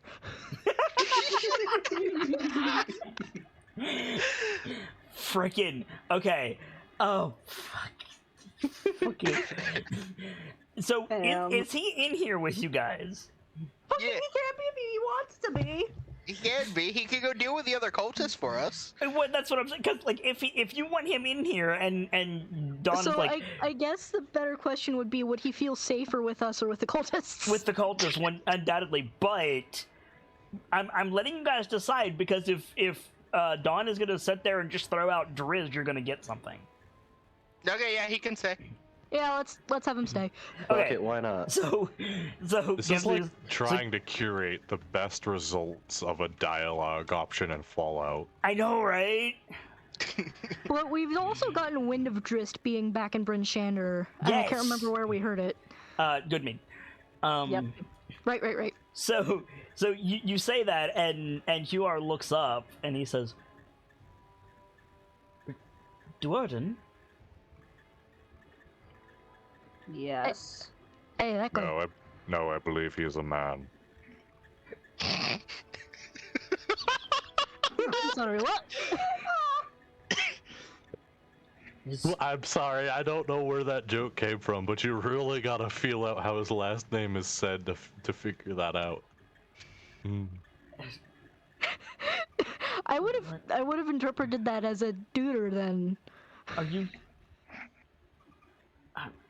It's not my place, but are the 6 of you telling me that Duerden is alive? Supposedly. That's the rumor. We haven't seen him in person. Well, speaking as you are, that's wonderful. Speaking as a cultist of Levistus, former cultist of Levistus, less wonderful. Do you know where he is, so that I know where to avoid? Bryn Shander. Supposedly. Nod. Are you certain? Supposedly. No. That's last we No. heard. If not there itself, then probably headed there. Right. Are we certain? No. Yeah, Well, again, this is mostly a rumor. I won't be going to Bryn Shander anytime soon, then. Is it true Was what true? that he carries a dragon soul in each hand? Flash just kind of Blink, shrugs, blink. looks at Earthir. Continue talking. What have I heard of Drizzt? Make a history check with advantage, because the answer is a lot. Yeah. What, Banner? What is Dawn heard about Drizzt? He's a drow. Okay, so with Goblin 24, Drizzt Duerden is arguably one of the most famous people in all the realm. He's also arguably one of the most infamous in all the realm. He's Mad Max, basically, in that there is no way in hell Drizzt Do'Urden could do everything that he's accredited with. Like, he's credited with things that happened at the same time. There's no way. He's added to stories... To make books sell. Yeah, to make books sell, or to give a main character. I'm just saying, a Frostpunkified Mad Max story for a one-shot would be awesome. I know, right? That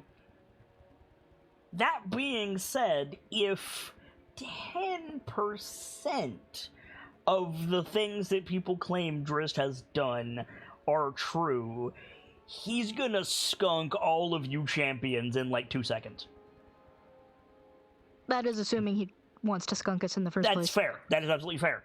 Heard he once went to a carnival and smoked a target shooting competition. Yeah, exactly. Like, He once went to a carnival and walked away with every single prize. he freaking ways to tell Birchmeal hasn't seen Crown of Fangs. I got that joke. He's I haven't because I'm way behind on it. he's like an adventurer incarnate, but also he spends a lot of his time either in the Underdark or on a different plane. He helped kill Icing-Death the first time. Uh-huh. He helped Brunor find his adopted daughter, like, the first time. He responsible for killing Tiamat at least once. The first time. Driz is a big deal, but also he's a celebrity and he knows he's a celebrity. Are you Dritz Duerden? I stopped doing autographs after people started forging the Well, signature. remember, he's an elf. So, he's larger than life for most people. For Irithyr, he's just, like, Paul McCartney. Like, he's just a dude. Yeah. I don't know why, but when you started to say he's just like, my brain immediately filled in Tony Hawk. A little bit, actually, yeah. Oh my god, that's perfect. Also, Except he doesn't have the recognition problem because he's a dark elf. Also, I cannot believe that you were telling me that Irithyr looks at... I cannot believe you're telling me that Irithyr looks at fucking Dritz Duerden the same way someone like fucking... I'm gonna abandon that analogy there because I don't know any famous people. Okay, hang on, Virga. First of all, yes, he does. Without his famous sword. Oh my God, a drow picks up sword. It's Driz. A little bit, yeah, actually. That is very fair. That is very fair, actually. By the fucking way, I saw fucking... Are you about to say you saw Tony Hawk? No, I saw at a store in our on our local mall. Tony Hawk. They were selling. They were selling Tony Hawk. Oh no, that sounds like a crime. I know exactly They were selling Icing-Death and Twinkle. Oh yeah, Treasure Hoard was selling those too. Huh? Yeah, they're They were selling selling the replicas of his swords. Well, a particular artist's idea of them, since there's no consistent look. I still want those. His offhand sword is called Twinkle. Yes. Gygax! I actually think that's his main hand sword now. That's worse. So what I'm hearing is Blizzard Duerden is favorite and Tony he Hawk. puts a twinkle in some people's eye. I'm pretty sure kill part of myself the, now? I'm pretty sure part of the lore for that sword is, quote, it twinkles as the stars that it was forged from. Could we move on, please? Yeah. Uh-huh. I'm just saying, $190, I might buy those. And then mail them to me immediately. How did this name get so far? Alright, motherfucker, you give me the money for it. I will, and then give it back to me on Patreon. Yeah, anyway. That'll probably happen, actually. Moving right along. I'm sorry, I've completely lost the plot. What were we saying? He said, is it true that Driz carries a dragon soul in each hand?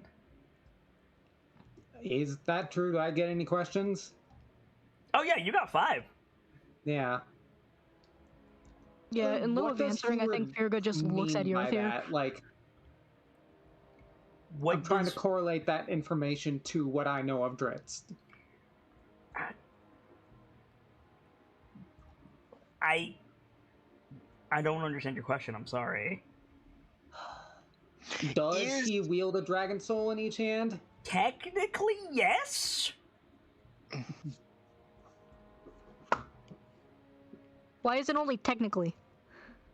Because it's allegorical.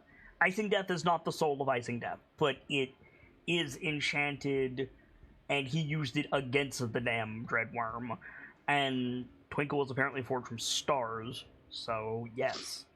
I'm pretty sure that's right. I'm gonna go confirm that before I find out I put my foot in my mouth.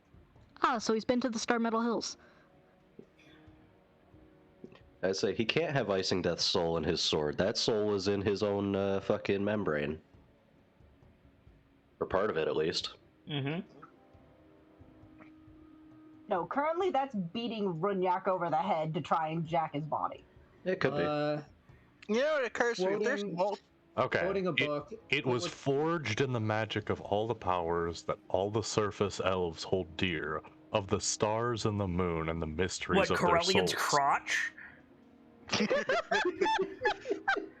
Corellian's crotch. That is a new shop opening up in Troll School Alley. That is absolutely not a shop Basement opening up at Troll floor. Skull Alley. What That's I the just basement read. floor to Corellian's crown. What I just read is apparently a quote from someone named Malcor Harple. Oh, the leader of the Harples. Yeah. I hate you. I hate you. I hate you. Moving on. Dishonor on your entire flock. You're part of that flock. Yes. Moving on. Yeah, go on, Vader. Geez. Lots of questions. Remember, there's always an option to not use them. Yeah. Yeah. I think I'll bank him for now. Okay. So what do you say to UR? Not in the literal sense.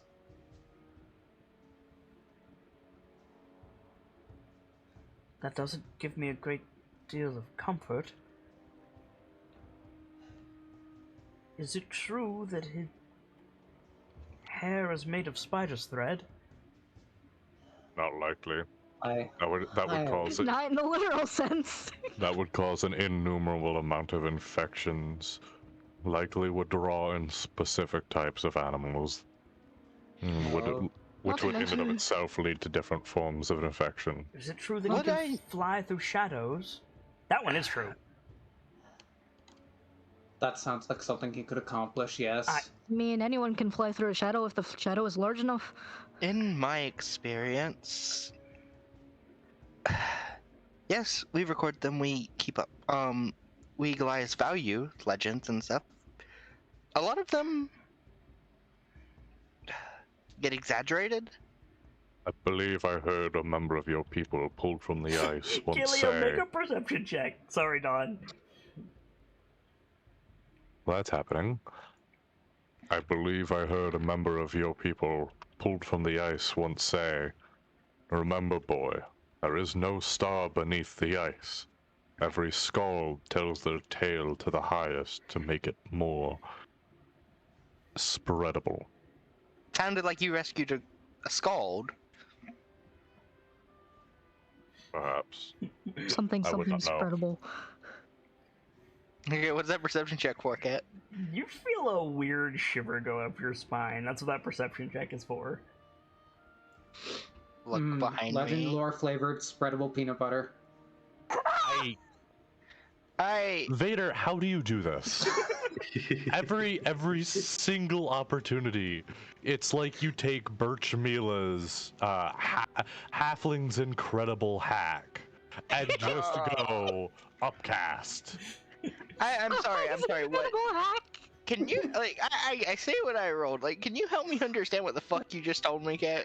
Yeah, you basically said Trista's full of shit, and then you felt the shiver run up your spine. you said that man's full of shit, and Dritz somewhere in the world went, I feel a disturbance in my ego. Like, Also, excuse me, Gamzee, it would be Halfling's half-assed hack. no, it would be Halfling's heretical hack. Heretical? Yeah,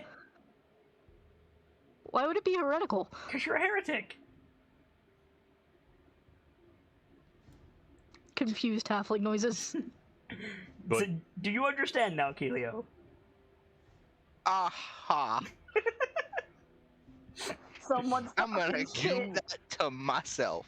You spoke smack, and that motherfucker went, I sense a disturbance in my ego. Who's dying?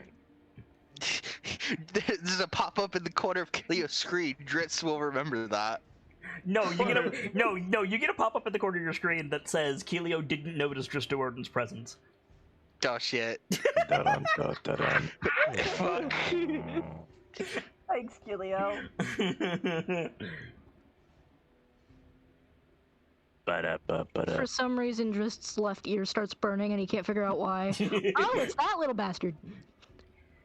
So anyway, God, we are all over the place tonight, and nowhere of it is productive. No. Sometimes it's like that. So, is there any other conversations or scenes you guys want to have? Do you want to tell them about the tree? Yeah.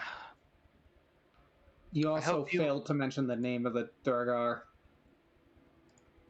That's mostly because my notes are across the room and there's a cat in my lap. I've got his name in my own notes. It's just that Irithir doesn't have the context. I want to say Sunblight? Sunfury. Sunfury. No Sunblight. Sunblight, okay. Then I have it copied down wrong. Let me double check to make sure. It's Yeah. Sunblight. Don't remember the Sunblight. first name, Sunblight.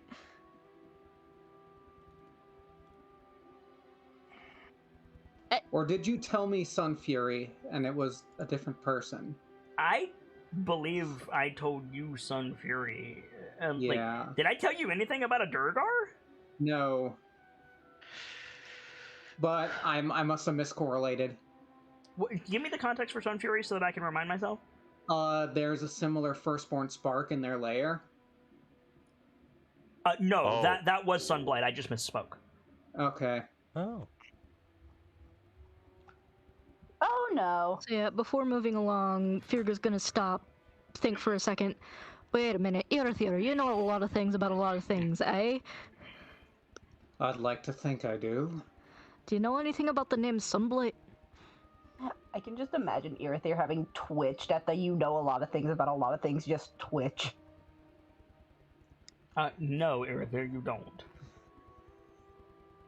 Not from my own research, but that name. The seer spoke it to me as well. That gets her interest. I don't know anything except they have another firstborn spark. Her eyes go wide, like, oh. The exact Oh, wording was something no. similar, not exactly firstborn. Something less powerful was the wording, I believe. Less powerful. Less powerful than the spark your own people carry. Less powerful than the one that we know to be in the High Ice, but Oh, that's just lovely. Alright. Definitely gonna have to go deal with him. Not that there was any doubt in that, but even more so. Anything equal to us. Anything comparable to the Star Spark is something of progress. If we can return that to the Maker's engine, we will have the full force of the Firstborn at our back. Or at least part of it. I don't know if it'd be able to power the whole thing. I'm sorry, Maker's engine, Firstborn. What do you speak of? You will learn. It cannot be quantified with words. Speaking of firstborn, I hope you all don't mind. I've picked out our next destination. Oh, well, thank you for telling us first. I don't have a Hi, choice. Z. How are you? I don't have a choice. Either we all go or I go on my own. Fuck, was that really Z? Yeah. Oh. We're going to Clan Grall's semi-permanent home where the Sanctuary. oak stay. The word is sanctuary. Gotcha, thank you. To Clan Grall's sanctuary. The oak that touches the aurora. I mean you no disrespect, Wolfwalker. I do not believe a tree can save us.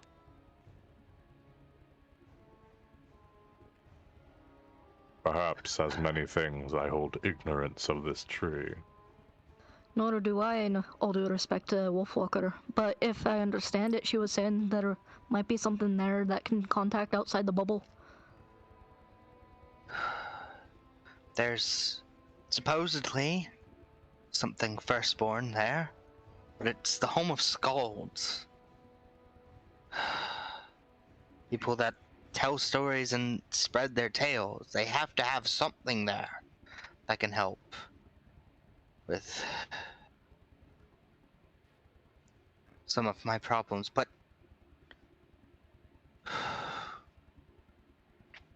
there's something firstborn there, apparently.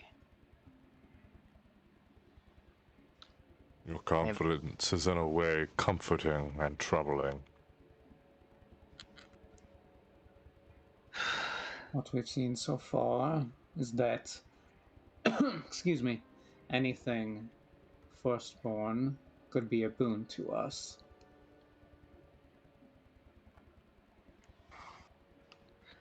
War threatens my people, and I have to find a way to tell someone. Me too. As I said to Kilio earlier, the last thing we need is the Goliath clan going to war with each other. The Goliath clans are going to war. It was my understanding there was a relative and understood peace among them. Not among them, but from outside them. A clan of exiles.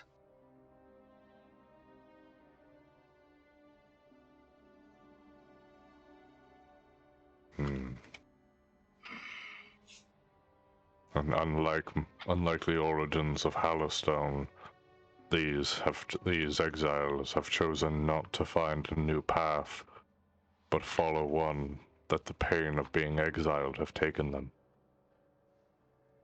You know how we follow the spirits of animals? Wolf, eagle, bear, hare, elk, etc.? Yes. Supposedly, these exiles follow something akin to a dragon. I don't know much about it. Do I know anything about the nature of this dragon at all? Make a history check. Figure I should ask that before running my mouth. Good plan. Warbanner, please. Ladies and gentlemen, he's learning. Okay. You have 2 questions, Kilio. Make them count.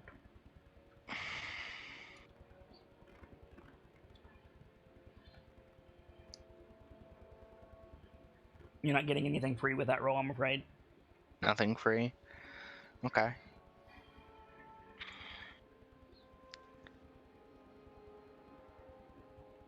I know an easy one for you if you want it.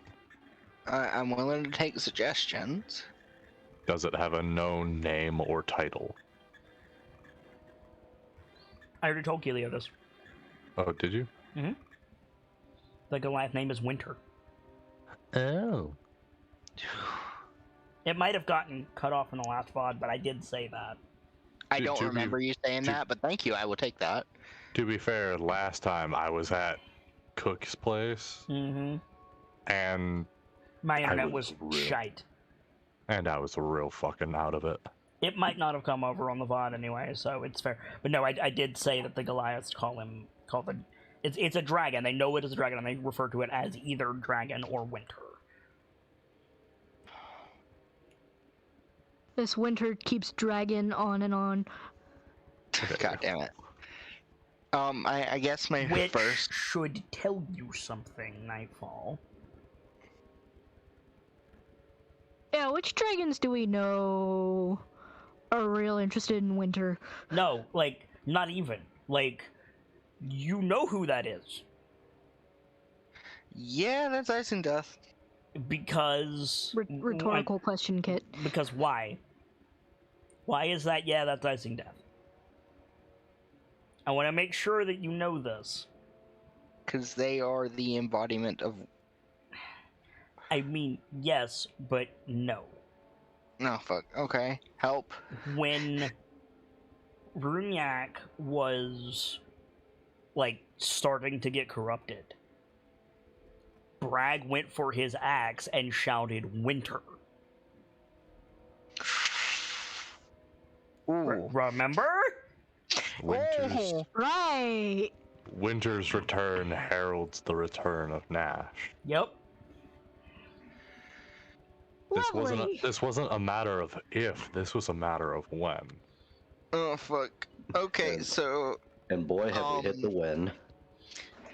So... Fuck. Okay, I haven't burned any questions yet, so that's good. I'm getting information for free. I'm learning. You're learning. Now you just gotta learn to hit the head without bending it. Yep. Yeah. Before anyone gets weird with that, that's a carpentry analogy. That's an analogy I have used on DA before. Anyway, go on, Nightfall. I'm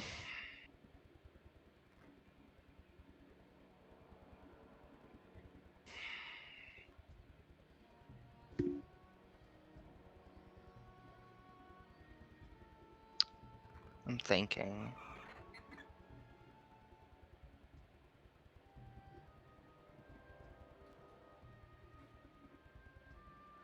I'm sorry, what was the question I asked that sparked the history check? What do I know of the spirit they follow? Yes.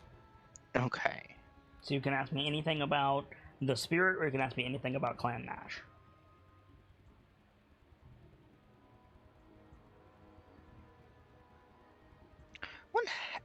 What supposedly happens to exiles when they die? Because if they're not forgotten, they continue to live on elsewhere. That's how it's supposed to be. Yeah, no, you're exactly right. Is Where the thing that Snorri told Sokkum about evil things, like, is that just a known thing amongst Goliaths? Which thing specifically are you referring to? You never want to forget the evil because then it chooses to come back worse. Yep. That is another thing I'm glad. To answer your question, Jara, there is... Wait, then why would Kern intentionally be forgotten if the thing's gonna come back worse? Because Kern is not evil. It's Diryak that's been corrupted and has become a form of evil. No, Right, Diryak is right. not evil. Diryak is sick. Clan Kern wants Diryak to come back, but Diryak has to be forgotten in its current form first, so the corruption goes away. That's not a bad plan. I feel bad for ruining that now. You were told outright! Boy! I mean, it was over from the moment we walked in. I mean, you're right, but you In were our told... defense, you handed us a big red button that says "Do not push." Yeah, well, you pushed it. The point being is, like... No, the point is, like, yes, Diryak, like, bring back Diryak, but let it fade away first. And also, we're not talking about Clan Kern, we're talking about Clan Nash. Yeah. To answer your question, Kilio, they go to Valor Home. There is a place at Valor Home, like, you are not a theologian, right? No. But there is this part of... I have beginner's level information on Valor. There's this part of Valor Home that's basically the Elephant Graveyard, if that makes sense. Like the part of the Pride Lands that you don't go to. The Mammoth Graveyard, if you will. It's called the Dark Fang Glacier. Dark Fang Glacier. And it's a big, like, glacier. It's not like it's not like Clan Nash and the other exiles and the other traders, like, go there and they're stranded on this glacier. No, they get put in the glacier. Ooh. And they're held there by the collective memory of the Goliaths. They Naughty Goliaths get go out in the if they're glacier. forgotten. And they can jaunt back to the material plane the same way the heroes can. Naughty Goliaths go in the punishment glacier. Now stay there and think about what you did. They can Ooh. go back like the hero. That's either terrifying or if someone decides they want to redeem themselves, fucking rad. Yeah. Welcome to Goliath's, friend. Oh What? God, How that do means you the do base. this? Oh, There is a heartbeat of time, basically, between when you're forgotten before you go away completely, that the exiles, the stronger exiles, have learned to warp back to the material plane, like in that span of time. that means if there is mass death among the Goliaths, they are forgotten in the material plane and can go back in this. It gets worse and worse and worse. Yep. Oh fuck. Positive feedback loop. Though also now I want to roll up an NPC or a character that is one of those escaped dudes trying to redeem themselves. Oh, I have a couple of stat blocks if you want them. Eyes? For some reason, I Eyes don't dot like that. colon. Like if you wanna have that conversation when I kill Firga in the next couple of episodes, that's fine. Yo! Fuck you, but yo! Firga won't die. We have a life cleric. Oh shit. Don't jinx it! All they have to do is kill the life cleric. Yeah, good luck with that. Okay, cool. Mr. went down to the Rhineborn in one turn. Hey, fuck you. You admitted to making that rigged. I did not admit to making that rig. What happened was you got harder than I expected. Yeah. You made it rigged. But Anyway, it's proof that they can do it. You made it rigged, you just didn't mean to make it rigged. Kilio, what's your other question? Oh. We are just not staying with that. We have moved the plot forward about 2 inches tonight. Good grief. Oh shit. To be fair, we've gotten some great roleplay so far. Yes, we have, but we're also memeing to hell.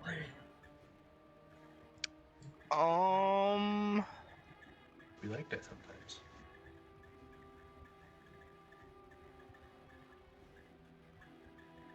Oh. I want to answer this to that, but if I do, I'll continue to meme to hell.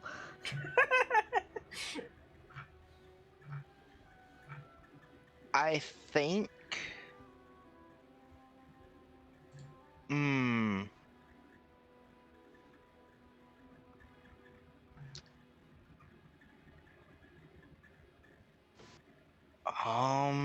Nightfall cannot think of another Clan Nash question.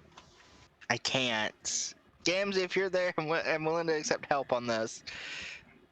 Okay, so there's a couple of good angles that you can look at that you haven't. For one thing, it's the possible information of what their rallying treasure is, if they possess such a thing. There's what their creed is. That can give us a lot of information on them and how they view and approach the world writ large. You could also ask about theoretics on where their home base is.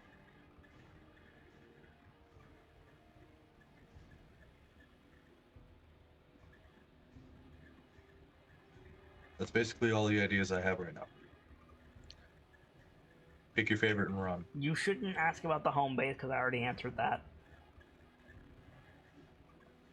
Well, there you go. I apparently don't pay attention. I apologize. This one was very brief. You could be forgiven for not catching it. Nightfall, on the other hand. It's in my notes somewhere. I think my next question. I gave you 2 words about Clan Nash's home base. I said Tyrannid rules. Oh, no. I'm sorry, say that again? I did not parse what you said. Tyrannid rules, meaning insurgents, gene stealers, and cultists. Ah. They are a destabilizing force. Why am I reminded of the way the Drugar do things? Maybe I did say it regarding the Drugar, but it's true here as well. Sappers of society, not just structures. Yes.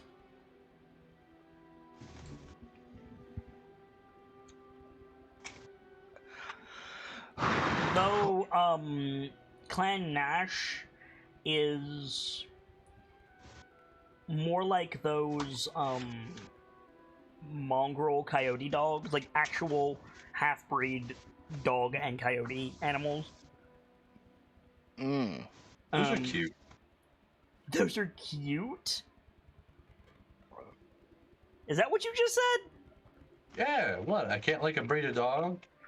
I'm not talking about a breed of dog, I'm talking about a thing that actually eats people.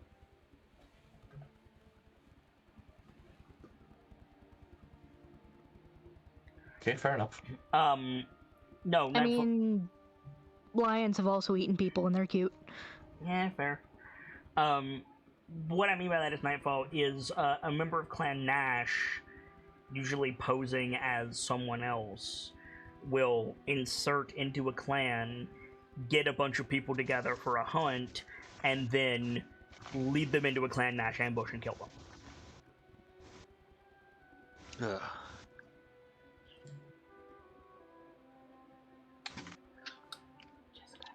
Aside from the obvious thing of being exiled,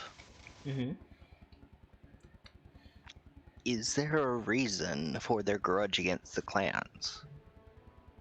Like something deep-seated back in time? Well, no, because Clan Nash doesn't exist. Somebody mentioned earlier, like, what's Clan Nash's structure? They don't have one. They're not a clan. It's They take the idea and bastardize it because they were exiled from their clan. it's a bunch of like hatred. Like family is most everything to a Goliath. Like, and you're sitting here telling me like exile isn't enough? Oh, excuse me. No. I was just wondering if there was something different. Like, if that was it. I'm fine. I like that.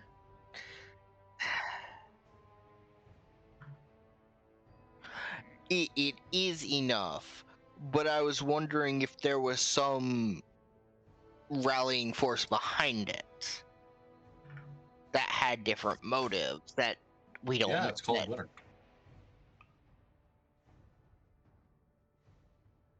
Kids on the phone. Yeah. So in the meantime, something memes. Yeah,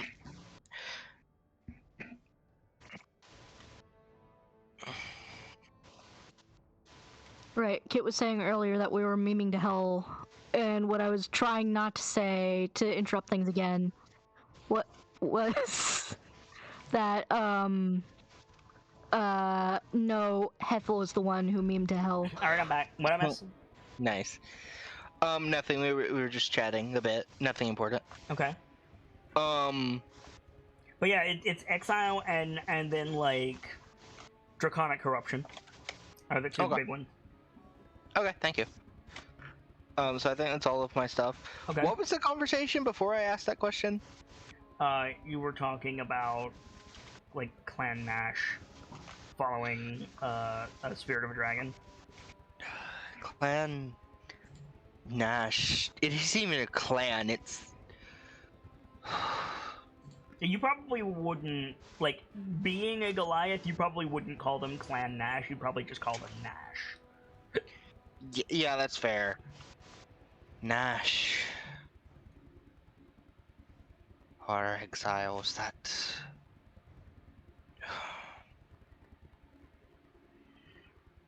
When they die and are forgotten, come back. They follow a dragon. The Goliaths call it winter. Looks to the group. Aye.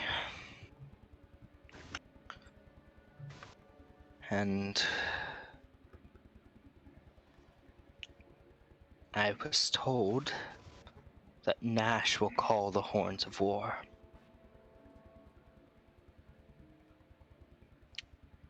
Dot dot dot. No, wait. That's right. No, I think I figured out something different. Visual ellipses. It's not going to be Nash against the clans.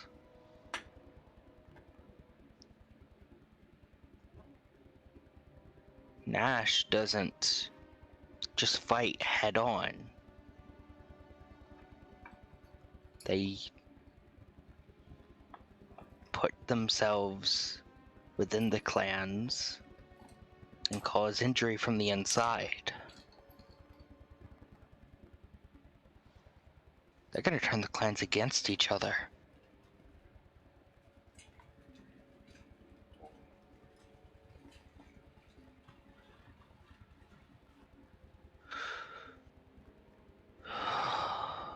Paranoia can do quite a bit to damage a society.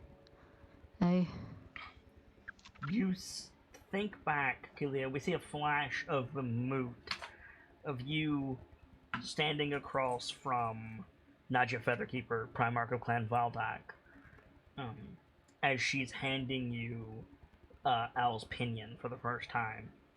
And we see on her the same, like, mental stress that we see on Inatha trying to get Primarch. We see Solvi with Runyak and how he keeps taking him away from the moot, and he keeps looking out over the tundra around the moot. We see Bulgraf talking to Kilio about Torvald and Jara as he's like standing in the tent among his people, and he keeps looking out over the edge of the tents. And then we flash back to the present.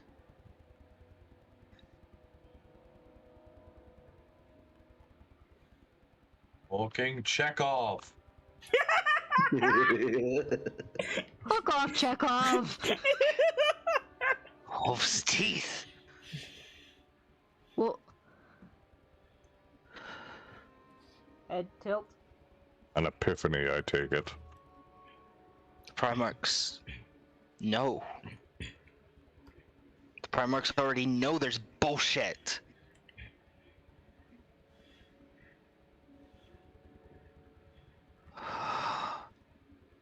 Those in charge usually bear wisdom, not granted but learned. It is a strength that I lack. for the moment, maybe.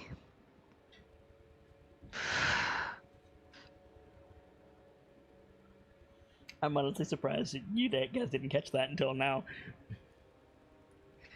I'm gonna be honest, I thought they were just being paranoid because we were in the middle of the fucking plains and the wolves and shit could just appear out of the aether like they tend to do.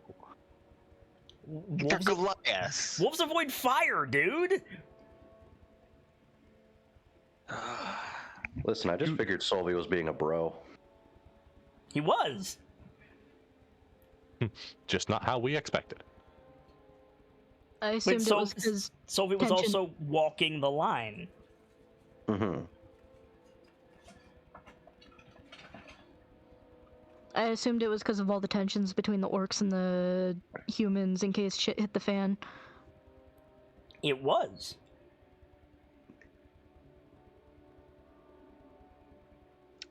The Nash are the motherfuckers who would go and piss off the orcs so the Goliaths have to deal with it. That's the type of shit they would do. Undermine the Goliaths. Yup. My question now, Wolfwalker. And it stands to reason then that the Primarchs didn't say anything about Nash, because if there's one way to freak people out, it's to tell them there's a problem and that someone somewhere is gonna fuck everything up. And then not tell them who. I also point out that everyone was looking at Nadja when Nadja stepped into the ring.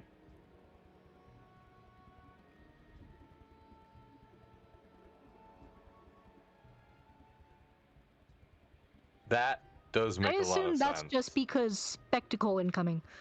I mean, it is, but also... But think about it like this. A group known for their infiltration and now done suddenly for the someone's being sake. called Jara by the whole clan. She's got to test that for herself. Like, that, but also, think about it, right? Like, Clan Grawl was supposed to give the treasure for the moot, and they didn't have one to give. The horn was gone. So then all the other clans were like, we'll do this, we'll do this, we'll do this.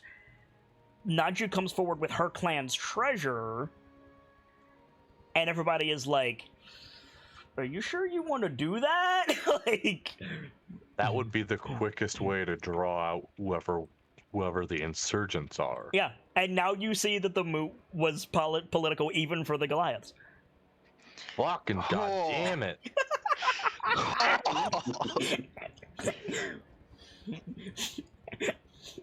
And I was the first one in the ring, so they didn't get to do any of that. Ha. I'm just saying, like, you stopped, like, because you won, you stopped a bad timeline. Good. Hell yeah. How Good. many bad timelines have we fucking avoided? Currently, 7.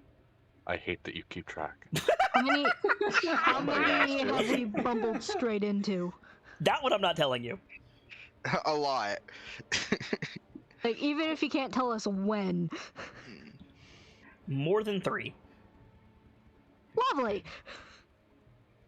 Perfect. I can guess one is Runyak turning into Icing Death. That could have been a lot worse. Now we have a man. Now we have someone with a moral let me ask you compass. something. What is worse, Runyak turning into Icing Death, or Runyak being corrupted by Icing Death and in the hands of the Draconians? Hmm. I'm just saying. Let's not. Yeah, okay. Anyway.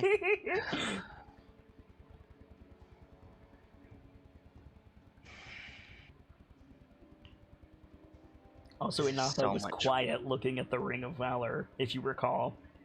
Yeah. That's why she was wanting to stand guard by the treasure.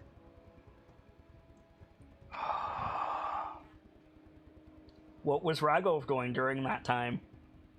Hunting. Pulling the Goliaths away. Ragov was hunting. What is Ragov? What have we since learned that Ragov is?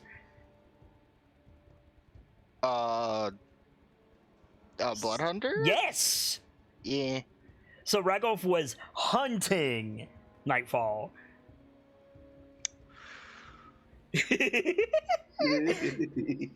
What does that mean for one blessed by Gar? I'm reminded of the village murder Yep. from a little adventure. Mm-hmm. Dragged out into the woods and no one ever sees you again. Nope. Rar chomp chomp. But, I'm not gonna say whether or not they found anything. Cool. It also makes sense why all the clans went.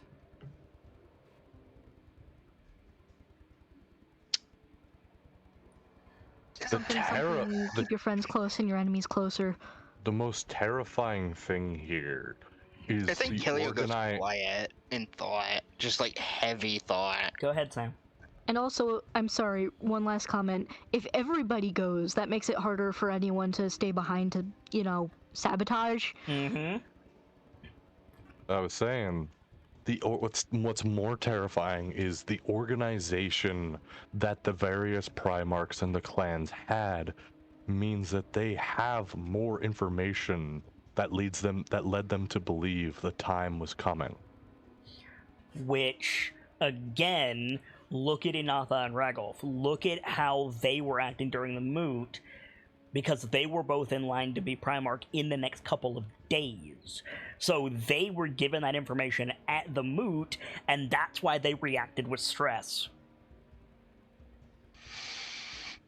Cool. Kabang. That makes that conversation Kelly had with the Naltha at what before the hunt much more heavy. Yeah, it does. Ha! Hi, Nightfall. Welcome to Chekhov.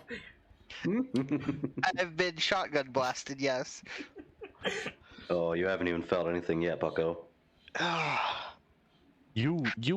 This is only a taste, Nightfall. It gets so much worse. Just wait till you find the And Chekhov better. sniper nest. Worse That's or my- better? That's my favorite VR game, Escape from Chekhov. There ain't no escaping this train. Escape from Chekhov is just a game where Kit's persona just chases after you with the DMG, telling you about a campaign setting. I'm sorry. I know it's way too late for the New Year's game, but I'm just saying Metro one-shot Escape from Chekhov. I've Anyway. thought about doing a Metro story. Anyway. I do. After... Oh, go ahead. I do have a question for you, Wolfwalker. If there is something there, who do you intend to tell? If I've understood you correctly thus far, there is no one capable of acting upon this information.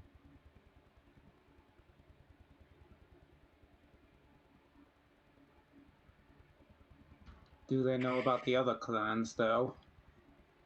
That's the question. Others that you have mentioned. Who is capable enough? That doesn't know already. That's not the question you should be asking.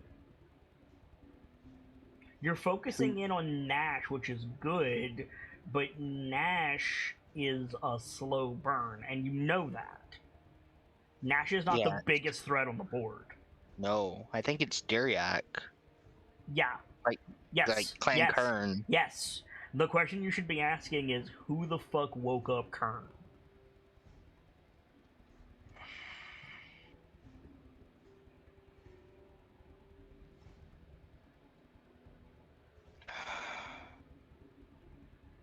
The last thing you need is somebody trying to revive the Wall of the North and empowering Diriak.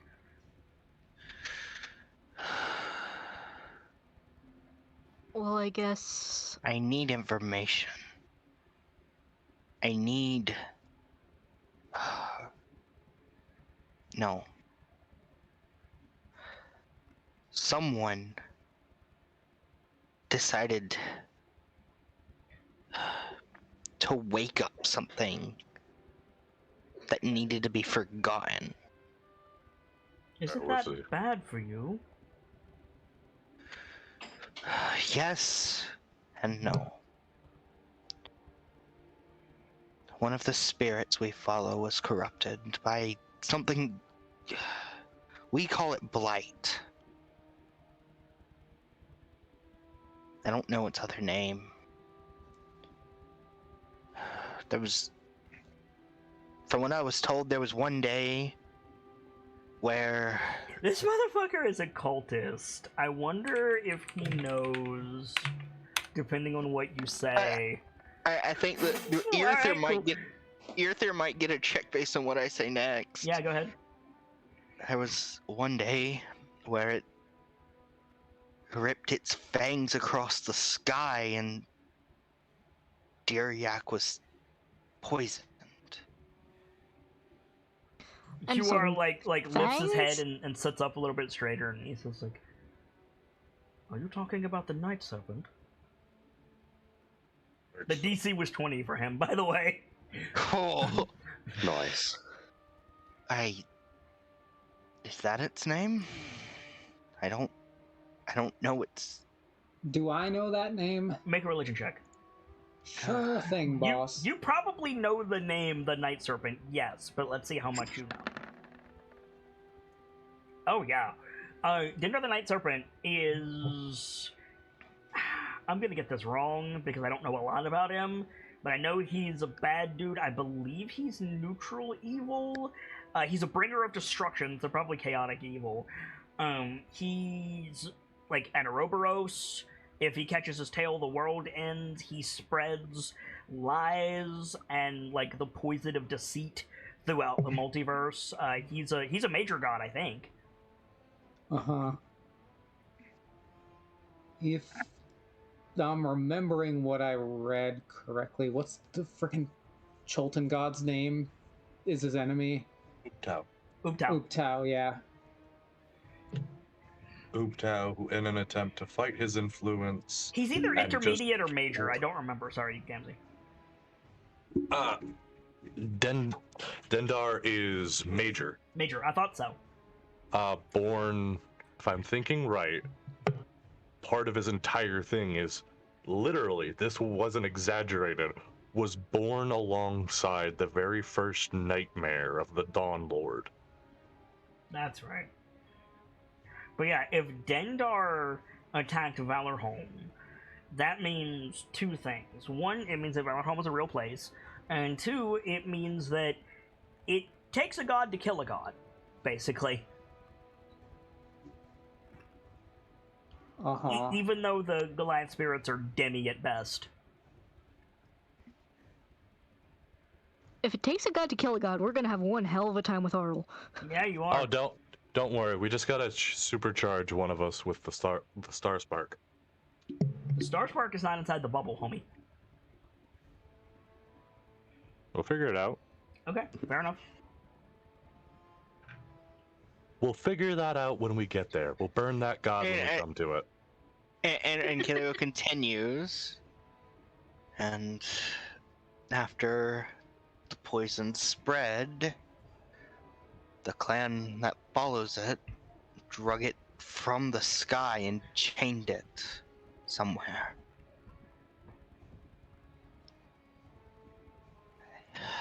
Are you sure you're not an orc? That sounds like something an orc would do.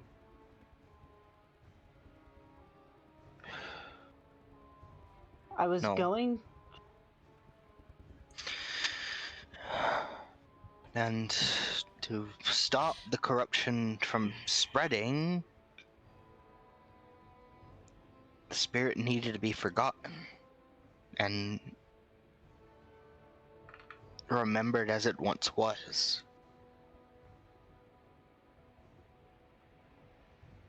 Can't do that if some... You think new blood could have found it? Decided forgetting was wrong. New blood. New blood. Make an insight check. I see where you're going. To my understanding, it is always. I'm not going to follow this line of thought at all if I fail this. Okay, feel free to follow your line of thought. This will be funny. God. My understanding. Oh, sorry. Go ahead. That's not even what I would say. To my understanding, it is always the ideals of the youth that change history. Yeah, Killia, I might help you out. The thought pops into your head. It's the fucking betrayer Scald.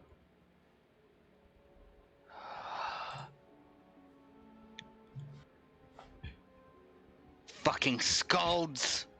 I thought we already went over this. Dwarf face. What? I'm sorry, what?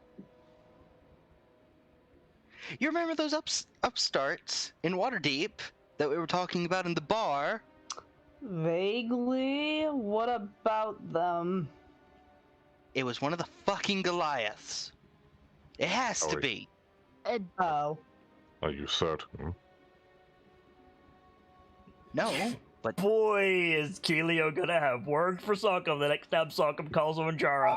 Oh boy! I'm sorry, you think that some nobody kid from Waterdeep has found your ancient secret thing? Of course, he wouldn't know not to touch it. You know what? That makes sense. Perhaps there is another angle to look at. Actually, no, he would, and he did it anyway, because the spirits would have fucking told him. Because the spirits would have told him, yeah. No, like, I love it, like, Sokka, like, I need help, Jara, give me more guidance. Fucking Kelio jumps up on a table. Listen here, motherfucker! What are you thinking? Solomon is powering in the back of Danzy's head right now. Solomon You're is right. powering. I'm sorry. What are you thinking? No, Sokkum is trying to get out and be like, no, listen, okay, forgetting this is the wrong idea. We just fix it ourselves. It's possible, it's doable, I can do it, I will do it. We had it fixed! It was already done. You just had to wait like 200 years. Forgetting evil begets worse evil. It wasn't evil! Oh, that's gonna be great. That's gonna be great. I cannot wait for this conversation. Just quick, I need guidance. Alright, here's your guidance. I'll put the shield back. It's like, Jara, I need your guidance. Kelio appearing from a cloud of mist. Put the fucking shield back! By the will of Rebirth, you're all insane. There you go, Raider, yes! Put that thing back where it came from, or so help me. Yes. See, now it's just Nightfall who is Chekhov. Where it came from, so help me! Oh god. Because Kimsey's gonna forget about this, and he's gonna call Ojara at the worst time possible, and I'm just gonna go, hey Nightfall, you remember that thing Kelio knows? And Nightfall's gonna be like, I've been practicing in the shower. Like, It's gonna be wonderful. Knowing Nightfall, there's also about a 20% chance. Hey, Nightfall, weren't you going to tell him something? Sorry, which thing? yeah, it's fair. I swear to God, Sokkum is gonna hit y'all with the fucking, by the will of Rebirth, you're all insane in the north. Summons Jar. Hey Jar, before we start, look at this cool shield I found. Screaming. I know what you're gonna say. Where's that Asuras Wrath gift? Because that's just gonna be Kelio. Oh, I have that on lock. I love that. So good. I was right! Also, fuck you! Also, put it back! But it's shiny! Oh. It's shiny and your friend took my ass. Holy cat! Okay, we have thoroughly derailed this session. Oh. That's okay. I'm gonna kill him. You need one of these every once in a while. We do, you're right. I'm going to kill him. Perhaps before unprovoked murder, find out why. Last time I gave him 10 seconds, he went and found a bloody shield. You have a propensity. You have a propensity from desiring to commit murder, Wolfwalker. I suggest you not curb murder. I suggest you curb this habit before it causes you trouble. Sorry, quick clarification out of character before I say it dumb. Oh, where were we when Kelio got the dream? In the woods right after Runyak turned, I think. Mm-hmm. Okay, Yeah. so this wasn't in the bubble already? Yeah, it was. We've been was in the bubble for a while. Okay, so, it occurred to me, that's one way to get a message outside the bubble, if you can wait for the dumbass to contact you again. I've got a better idea. Oh no. I need to find the doctor when we're done here. But also, what does it say about, Sock, that he can get a message through this stupid bubble? Yeah, well, It says a lot, but also, I'm just going to tell the doctor, to tell her friend, to let Sock know, because he's also in Waterdeep. To just have Sockum give me a call. I just want to talk to him. I just want to talk to him. Just have Sockham give me a call. Oh boy. Oh I boy. just want to talk to him. That is powerful. Oh my god, that is powerful. Paging the Soul Forager to Principal Jara's office. You know what, Nightfall? You know what, Nightfall? Because you're just such an absolute pal. I'm definitely not buying time with all this stuttering. Shut up. Because He didn't say it, you did. Because you're such a pal, and I actually have this fucking prepared. Uh-huh. Are you going to cast Sending Breaking Dawn? Are you going to roleplay with yourself for the next 10 minutes, Breaking Dawn? We established that you can't. Sending doesn't work through the bubble. Then why are you bringing it up? I'm gonna sending the doctor. Oh. That's Are you actually gonna a pretty Turned out it was a lot more choice. simpler than Kit was making it out to be. Yeah, that's Are you actually gonna a pretty roleplay with reasonable yourself for 10 minutes? No, I'm Is that not what they call gonna it now? monologue. That's the DM's job. First of all, I have done a dialogue where I played every character. Yes, it's called GMing. We know. Yeah, Also, fair. does it still count as a monologue if it's more than one character? So what do you say? No, it's sending with myself. for Sending fuck- with myself. I'm gonna give you inspiration, and then I'm gonna take it away again. You are a monster, Vader. You cannot be allowed to keep getting away with this. That one actually got me. Usually I get there slightly before Vader does, but that time he blinded me with science. You heard the fox. Vader got him 100 XP to chat. What chat? The YouTube chat, obviously. Hi, YouTube chat. So what are you saying to the doctor, Breaking Dawn? Doctor, Wolfwalker has a request that you contact your Waterdeep contact and request that he ask a Sockham to call them. I'm gonna give you it's a two-way radio, basically. It's a two-way radio, and you just hear from the doctor, hold on a minute, and then a gurgling roar. Oh boy. Dawn humming cliche like elevator music. Yeah, so, like, I don't know, couple seconds go by, and then you hear the doctor come in and say, you're going to have to be more specific. Waterdeep is big. There is a Goliath. His name is Sockham. Tell her that the message she needs to get is... This is mental.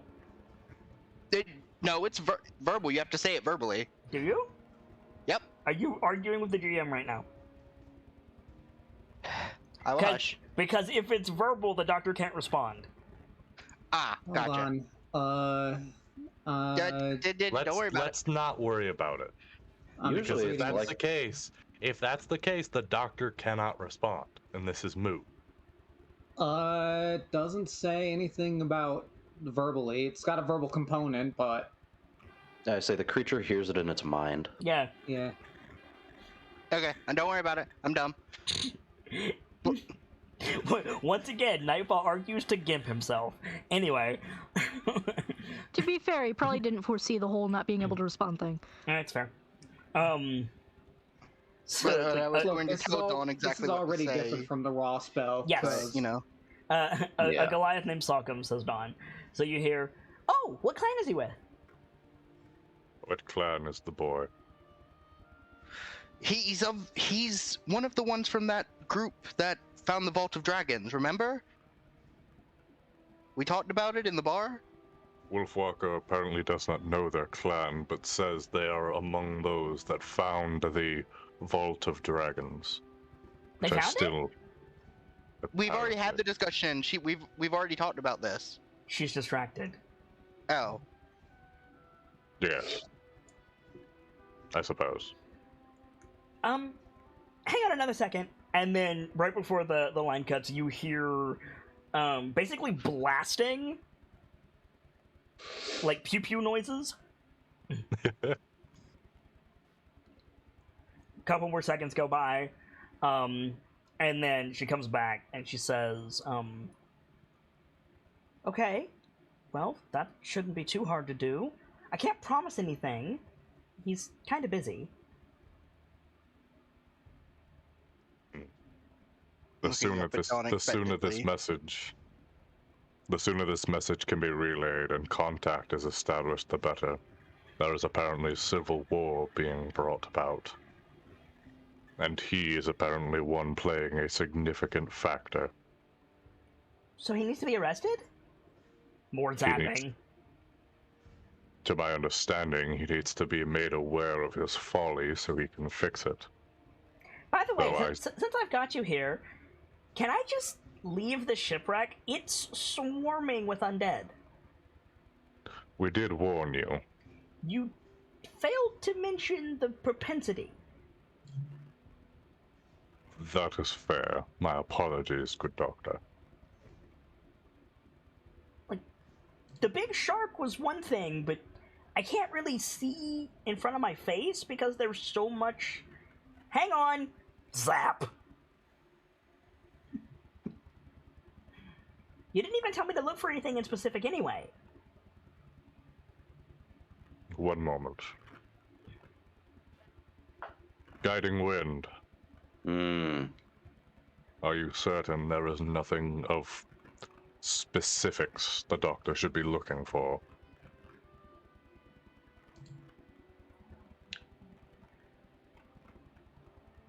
That's actually a good question. Because I had a small list of things. You did. Would I know of anything more important than what was on that list? More important? No. Okay. Well, let me pull up that note real quick. What about culturally important things, even if it's not immediately helpful?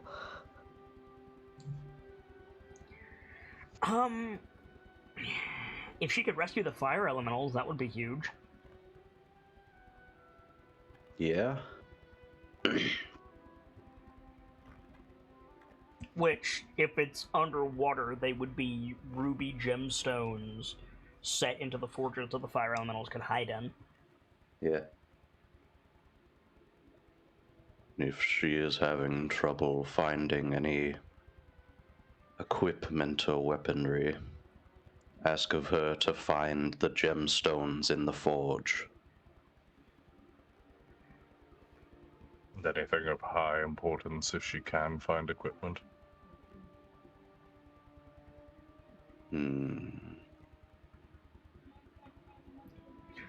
Done, you hear, "Okay, those are tentacles, hurry up, please!"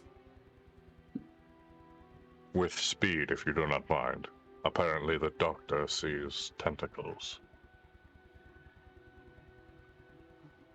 She does not sound pleased.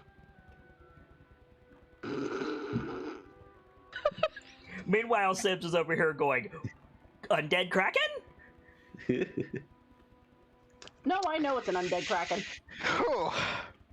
Kit's probably got stats for the bitch. If she is able to procure the oath bow or the unbreaking arrows, that would be great. Hold on. Nightfall. I have variants. Go fuck yourself. Why do you have variants? Why do you think? Because So- fuck you and fuck us quietly. Why would you need a variant? Because you always need variants of everything, Nightfall. Fuck off. I have variants of shadows. Do you want to fight a shadow mound? I can give Kit the stat block I made. How many? You can get a variant by a shadow just by casting different shapes with your hands. How many shadow variants do you have? Because I probably have more. As of right now, I have 8. I also have 8. We should compare notes. Watch, find out it's the same notes. No, you bastards. No, silence. Anyway. Oh, I'm sure they have a variant of silence too. Don't worry. Anyway. Crazy. Anyway, the rubies in the forage, an oath bow, or the unbreakable arrows. Okay. To the doctor then. In some of the forges, there are rubies that contain fire elementals. If you can save those, it would mean a lot. As well as something known as an oath bow and unbreakable arrows. The rupees take priority, if you please. Can do. Right. Let me just sound of blasting. Oh, that didn't work. New plan. Sound of rushing water. Is everything all right, Doctor? I'm surrounded by an army of the undead. There's a giant, I assume, undead tentacle thing. That's an eye. That's an eye. I'm swimming this way. Very brief interruption. Sound of rushing water is either a kenku or a tabaxi. The answer is yes. With the highest respects, is this much different than your journeys in Chult as you described them? Yes. I thought she said that she didn't have to worry about anything in the water. Yeah, that's what she said. Apparently she thought wrong. Apparently these don't count as aqua creatures, because that's what the spear would allow the doctor to get around. Well, Doctor. But May what the about the awakened aquatic? spear? Fair. May the brother guide you. I wish you the highest of luck. Apparently I have his weapon, so I probably don't want his attention on top of everything else. Do you mind? Zap! I guess that depends entirely whether or not you think he would like you. Right. Rubies, forges, rubies. Ah, those look like forges, and that's okay. I have to call you back. Bye. Click. Goodbye. He says the goodbye out loud.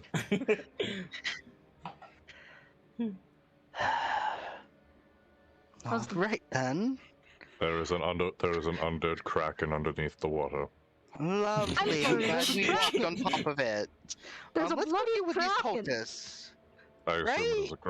I assume it was a kraken. The doctor mentioned tentacles and a giant eye.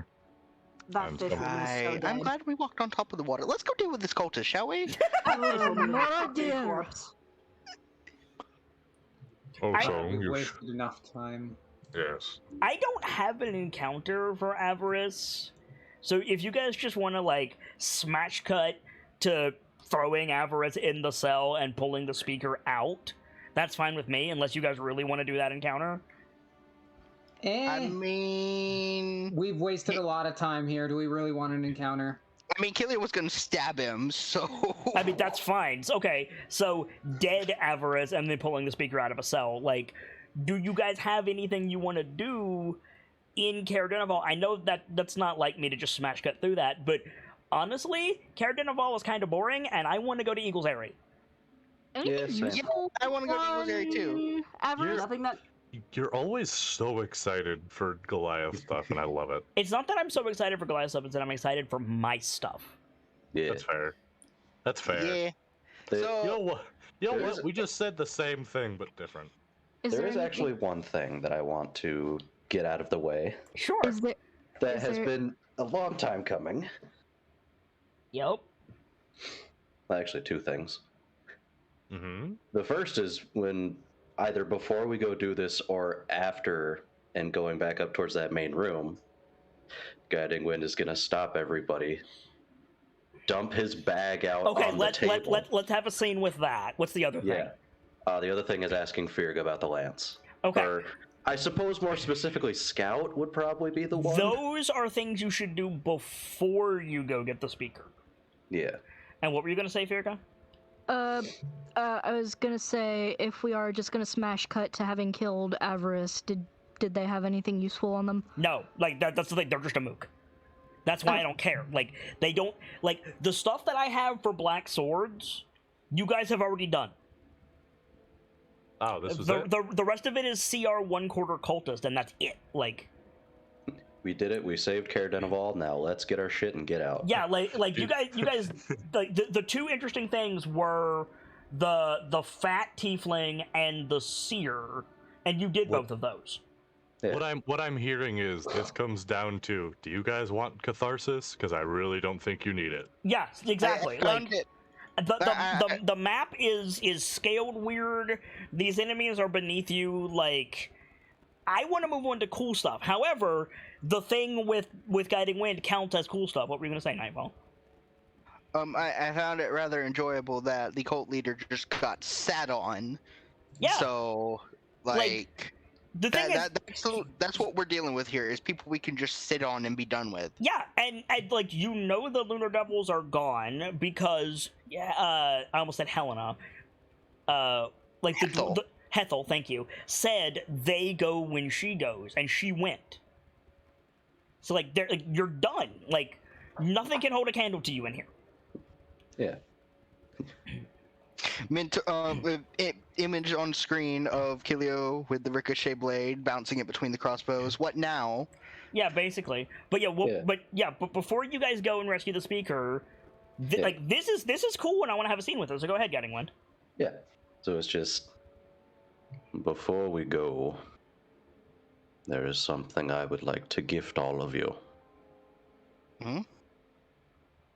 He's gonna, stand up at a table, pull off his knapsack, and start pulling out each of the weapons that he procured. So he reaches into the sack, and the first time he reaches into the sack and pulls something out, you realize that it is a big ass bag of holding, like the biggest bag of holding you've ever seen. That's larger than you. Yeah, actually. I was gonna say the haversack, but yes. Yeah, it is. What do you pull out, Guiding Wind? So I'm gonna go from the bottom of the list up to the top. Okay. The first thing we pull out is an axe of the Dwarf Lords. Oh boy. The next thing we pull out is a +2 tower shield. Ooh. The next thing is a javelin of lightning. Interesting. A nightfall pearl. Nightfall, why are you in that pearl? I was about to say, Nightfall, apparently there's pearl specifically for you. I got trapped in that pearl once for pushing a red button. We have a flame tongue. Uh-huh. There is a two-handed maul giant slayer. Yo. And a battle axe giant slayer. Neat. That is some cool shit. Put all that stuff in chat, please. Mm-hmm. That's... So Firga's trading in her fucking anti-werewolf axis for the Dwarf Lord thing, right? She can have both. Por qué no las dos? While fair, Which one I use is probably going to depend with who I'm fighting. that's fair. That's fair. These are rather large weapons. Well, I imagine they were designed for Kodians.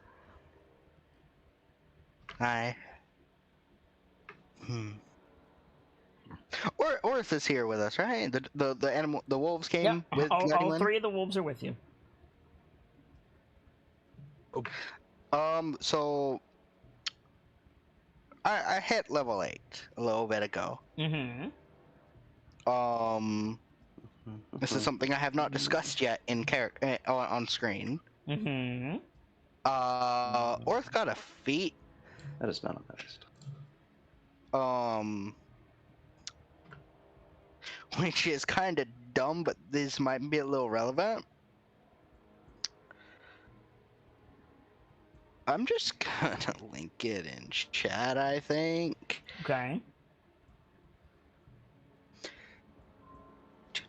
It It is up to you who gets what, Guiding Wind. Like, I'm not gonna gonna say, like, take what you want, guys. Like, Yeah. it's I your, mean, like, your items. Yeah, but if somebody shows a particular interest towards an item, So about that dwarfy axe. The Axe of the Dwarf Lords. Oh, goody. I have a dumb question about that. We know I have a problem with reading about items. Since the Codion made this one, does it carry the same curse that it No, usually does? It does not. Oh my god, that is so much more worth it. I'm sorry, curse? Don't worry Yeah, about it. the usual one has a curse. It's not important. It's a curse that smells like ham. Yeah. Would you like the dwarfy axe, Berkmila? Yes, please. So the axe of the dwarf lords is a +3 weapon. It functions as a belt of dwarven kind, a dwarven thrower, and a sword of sharpness.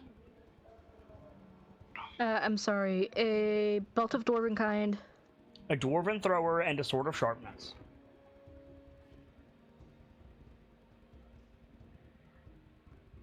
If you are already a dwarf and you attune to the axe, you gain the following benefits.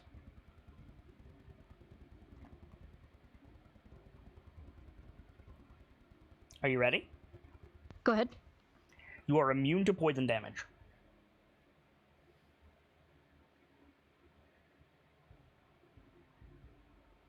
The range of your dark vision doubles. Okay. And you gain proficiency in one artisan's tool of your choice.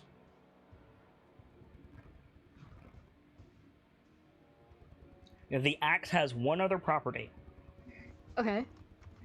The Deep Roads map. I'm sorry, there's a what now? You use You your... can- bah. I was gonna say, I'm just what? You use an action to touch the axe to a fixed piece of dwarven stonework and cast the spell Teleport through the axe. Your intended destination must be underground or in the Underdark and of dwarven make. I'm gonna have to ask you to repeat that in a moment. I'll post it in chat. Thank you. That's so fucking intense. listen, man, we don't fuck around when it comes to magic items around here. No, but no. Here you go, Gracie.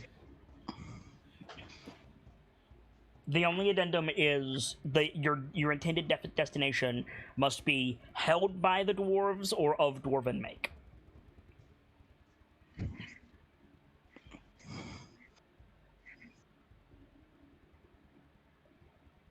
You do not get the curse, you do not get the random properties, and you do not get the conjure earth elemental property of this version of the axe.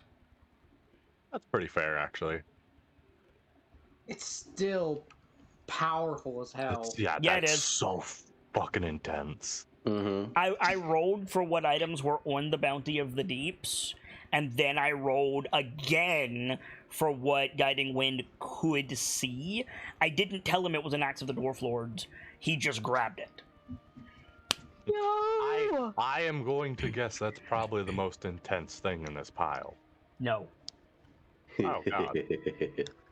But I'm just saying. Were it so easy. But I'm just saying, I'm looking at that shield, bro.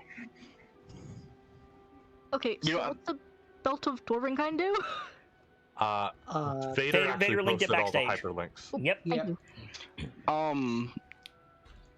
So I linked the feat that Orith has Yes, now. Weapon Master. I increase his strength or These dex three by magic items are absurd as well, and you get all of their effects. Jesus. Well, I haven't extensively looked at those three, so I might nerf them a little bit. Sword of Sharpness allows max damage, so... Yeah, okay, you're not getting that. That's on a crit, though. No, it's just max damage. You're not getting that. You're not getting that. Okay. But Belt of Dwarven Kind and Dwarven Thrower, I think, are reasonable.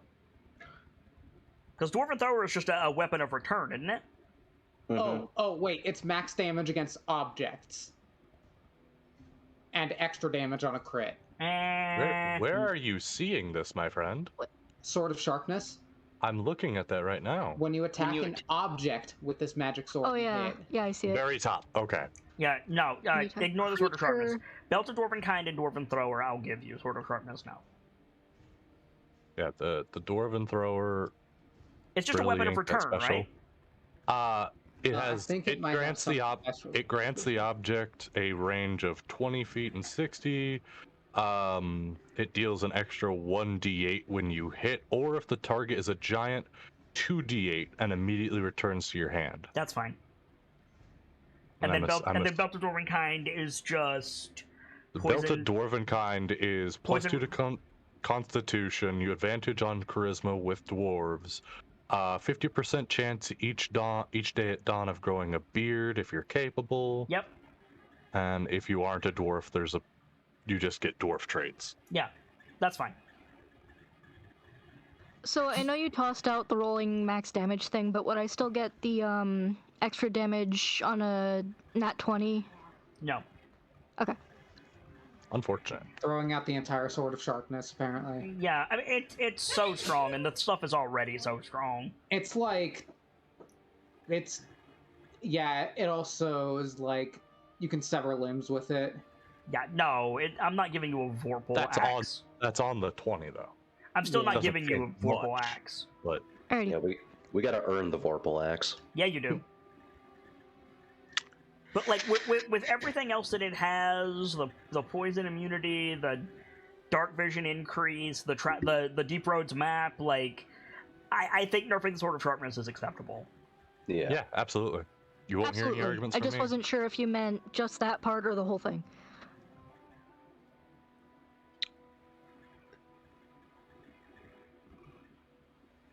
Yeah, that shield's looking mighty nice. You want that shield, Dawn? A bit. What all was put down? The Axe of the Dwarf Lords, a Giant Slayer Battle Axe, a Javelin of Lightning, a Flame Tongue, a Giant Slayer Maul, a Nightfall Pearl, and the +2 Tower Shield. What does a night pearl do, by the way? It makes it night. Pretty much, yeah, it just makes it nighttime, which That makes sense. real helpful for actually. It's real helpful for Lash. I guess it would be. Magical darkness can't penetrate dark vision. No, it's not magical darkness. It makes it nighttime. Oh. Yeah. Yoink. Well, to be fair, Lash doesn't know what a... Will Lash know what that is? Because I don't think she does. No, but Guiding Wind does.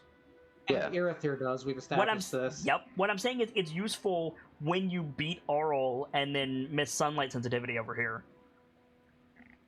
We also have yet to discuss Virga handing over the goggles to Lash, which we keep forgetting to do. True. Right. I'm gonna pass those to you right now before I forget. So anyway, Nightfall, you're very patient. Yes. Orith has the Weapon Master feat, giving him technically proficiency with great axes, great swords, mauls, and crossbows. For those of you following along at home, Orith is a giant black wolf. Yeah. So did you want something in that set? Yeah, I noticed there was a great axe. There's a battle axe. Is it not? Oh Nope. no, there's a two-handed maul though. There is. There's also a flame tongue. It's also a javelin. Respectfully, don't give Orith a flame tongue. Coward. Yep. Come on, we gotta give the flame tongue to Irithyr. Can I've got some elf weapons I can use. Longsword is one of them. I don't know if that's I was gonna say longsword. we give the flame tongue to Lash. The flame tongue is any of the 3 swords, depending on proficiency, by the way. Huh. Do you rule that a weapon can be that shows its classification as any of X weapon once attuned just becomes whatever fits your proficiency or preference? No, not always. Okay. But in this case, yes. Interesting. But yeah, I think Lash should be the one that has the flame tongue. Miss smite with the power of no god and the will to kill god. Does Lash need it? I'm reading what a flame tongue does right now. And it says it has to be attached to. What's a javelin of lightning do? Have you ever seen the opening cutscene to Dark Souls? I'm gonna be honest and say no. Here, Nightfall. Yeah, just link him the gif of Gwen. This. Yeah. But if I think right, you gotta go get it. You if throw you can. your awesome item, and now I gotta go pick it up. God damn it! It's like chasing after Nerf darts. Kinda, yeah. Yeah.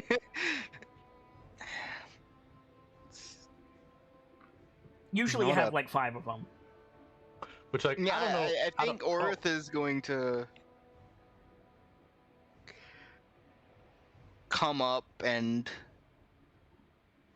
I guess lift up the maul by the handle. So he just with like his mouth? bites down on the handle of the maul. He'll have to attune to it. God, someone fucking draw that, please. Just a giant black wolf holding a maul. Like a shopping mall, or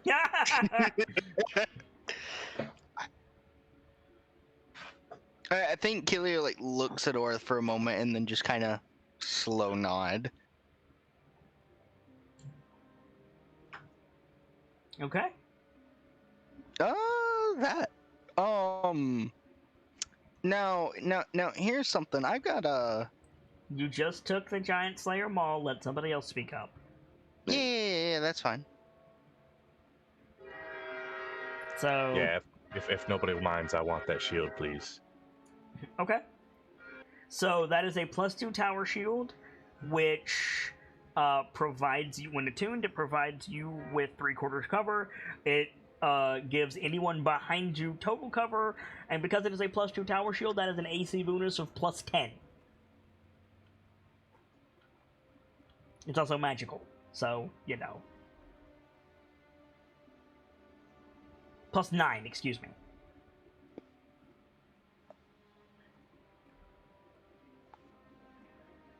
Oh, that's not a bad AC. I can work with that. What's your AC? 25. Nice. nice. Anybody else want to speak up? Nothing Aerithir needs, really. Like, he's not a marshal, so...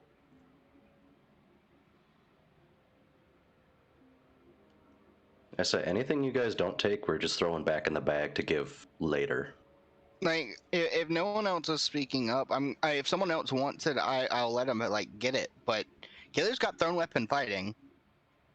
Take the javelin, I say. Yeah, take it. I can draw a weapon as part of the thrown attack, so.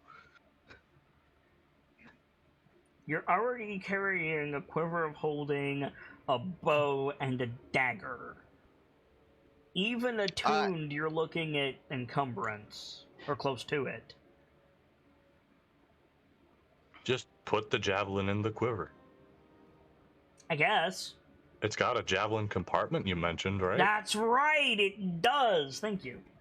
Oh yeah. See, I have this bad habit of I remember the stupid details. Is there Okay. a place to mark damage immunities on the sheet? No. No. Darn. You just make a mark of it in your I'd put it sheet. in the abilities. Yeah. Yeah. If you really wanted to, you could put it in proficiencies, but that'd be a little weird.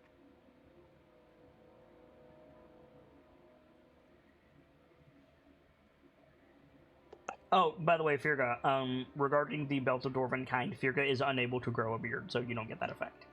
Naturally. Anybody want that flame tongue? Or that battle axe? Or that Or pearl? that pearl. Like, guiding wind, why don't you take the battle axe, homie? I mean, I'm letting them get the pick of the litter first. Fair. I ain't gonna lie. The flame tongue is like my shtick, but I took the shield. So You've also got. Lash, you with us? Great. You haven't said. I haven't heard anything from Lash. I haven't heard anything from Lash either. Yeah, it I'm might here. be I'm a just push talk. thinking. You're Yeah, just I'm wa- here. I'm just thinking. Okay. Mm-hmm. I'm just saying, fancy ass whip on one hand, dagger in the other. Not a dagger. I'm just saying, like, the Nightfall Pearl seems like the odd duck there, but it can be enchanted. Hmm. How do you enchant that? Isn't it already magic? Yeah. Yeah. Also, what Isn't would you it- enchant it is- with? Isn't it based one-time use? Base, yes. What would you enchant it with? It's about 4 steps from Sphere of Annihilation. Which means it's only like 6 or 7 from an orb of potential.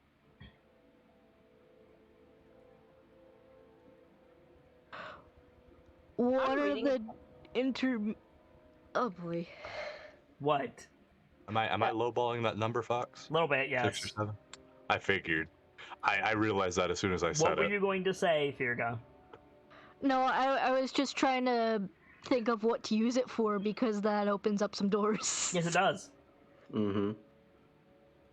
Behold, Arl, a mirror. It is our gift to you and our request of forgiveness. Perhaps grant me the mirror. It's about nuclear bomb. It's also about 4 steps from an orb of Shadow Dragon. Oh God. Oh God, Jesus. the one illusion spell that even gods fear. I'm not talking about the spell. You're not talking about the what?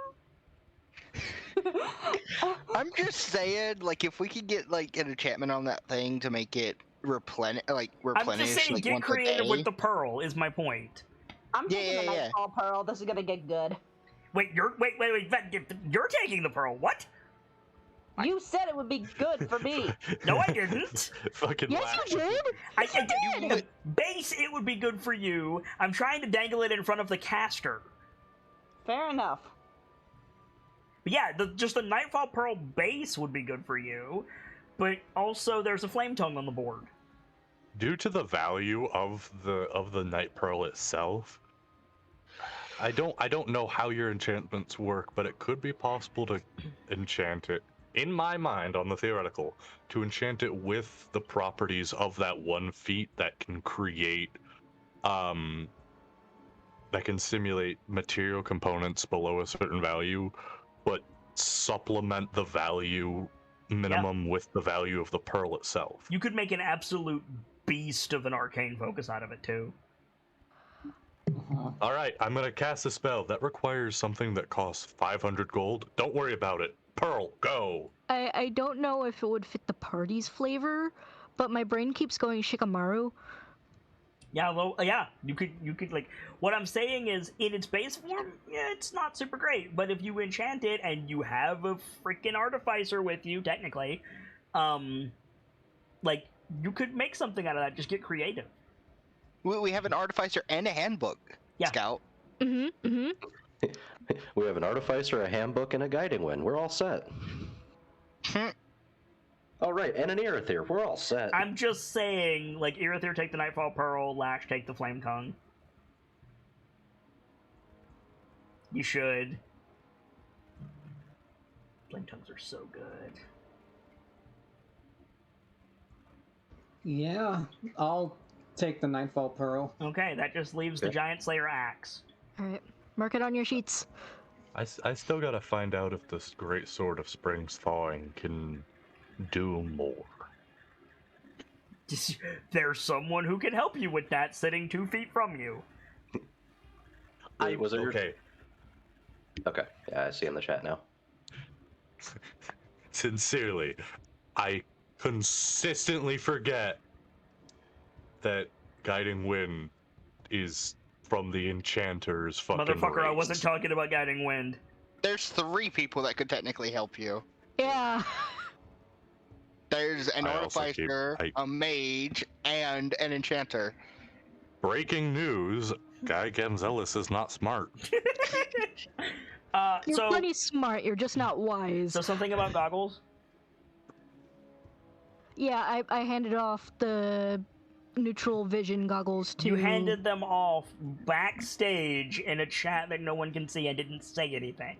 So I repeat myself. So something about goggles?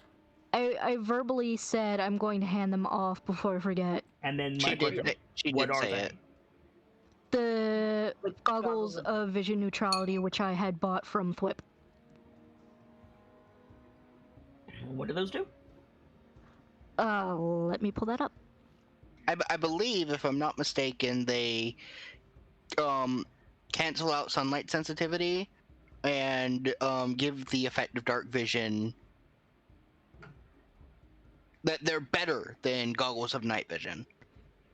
Basically, if you can't see in the daylight, you can now, and if you can't see in the darkness, you can now. Cool. Yeah, Flame Tongue is a sword. Can you not find the page for it? Lash? Use your words, please. The people watching this cannot see that. Sorry, no. I can't. Okay. What's wrong?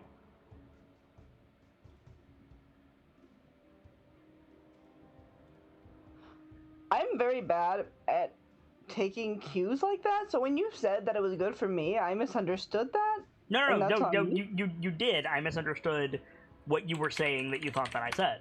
You were right. Yeah, you're absolutely fine, Sibs. Yeah, you were right.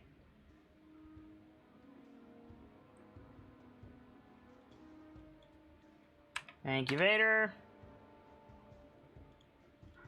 Let me just make sure this is what I want to give you.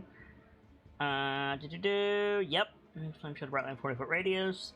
Yeah, and additional 40 feet when the sword is ablaze. Does an extra 2d6 fire damage to any target it hits. Yes. The only thing that this will not say is that the sword has a +2 modifier.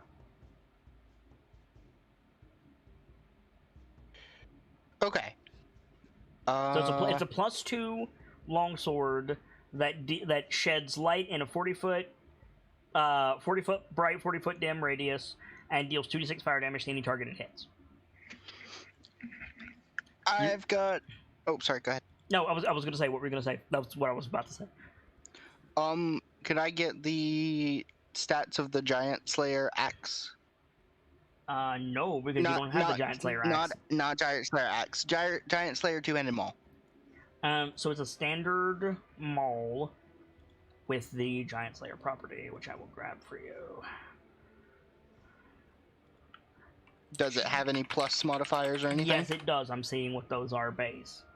It has to. Any magic item will have a plus modifier. What's going on? We're looking for Giant Slayer. I got it. But yes. It's +1 damage and attack. You deal extra 2d6 of the weapon damage when you hit a giant, and they make a DC 15 strength check or fall prone. Yep.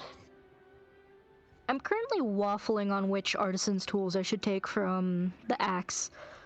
So it's a +1 weapon, Helio. If you hit a giant, the giant takes an additional 2d6 weapon damage and must succeed on a DC 15 strength saving throw or be knocked prone. And as long as the creature is a giant, it suffers this. So ogres, ettins, trolls. I'll post it backstage for you. Yeah. Okay, cool. I'm a little bit hesitant to post it wholesale, just because I want to make sure the bonus is acceptable. But yeah, that's fine.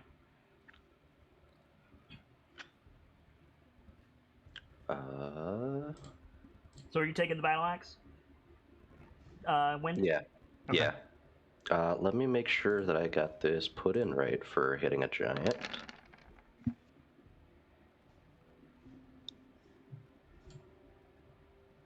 That did the attack. Wow, that was a shitty damage roll. But yeah, that looks put in right. Oh, wait, that's right. Oh, God. What? One of Kilio's traits adds her proficiency bonus to the wolf's damage. Yeah, and this scales up because it's a large maul, so it actually does It's 2d6 base, so 3d6 plus the damage of the maul goes up one step. So d8s. Yep. A maul is only a d6? What? Yeah, it's 2d6. No. That's the bonus damage, Nightfall. No, a maul is 2d6 two-handed. Oh. Okay, then yeah. Then it would be 2d8 for that plus 3d6 for the giant bane. So it's just 2d8. 2d8 plus Kelio's proficiency plus Orith's strength plus 3d6 versus giants. Would mine also bump up to 3d6? Yep, Or, okay. because it's large. Would it not? Okay, I see what you're saying. So it only increases the damage, the number of dice on the giant Slayer property. Correct. And it Correct. moves the base damage up 1 step. Gotcha. So the giant damage is d8s or d6s? D6s. Okay. So let me go through it again. The base damage of a maul is 2d6. Yes? Yes. The Giant Slayer property adds 2d6 V giants, correct? I believe so.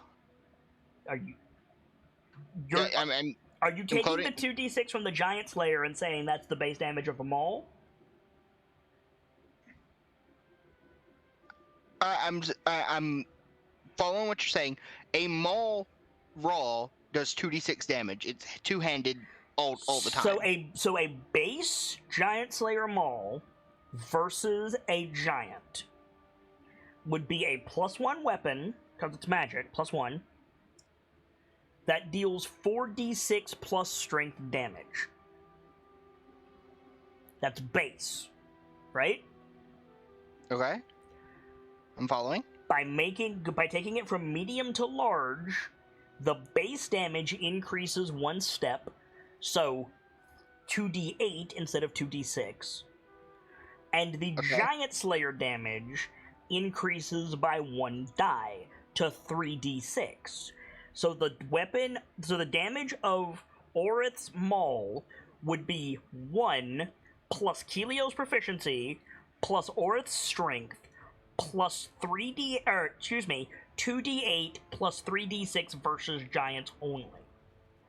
So what type of damage is the giant slaying damage? The same as the weapon, so bludgeoning. Yeah.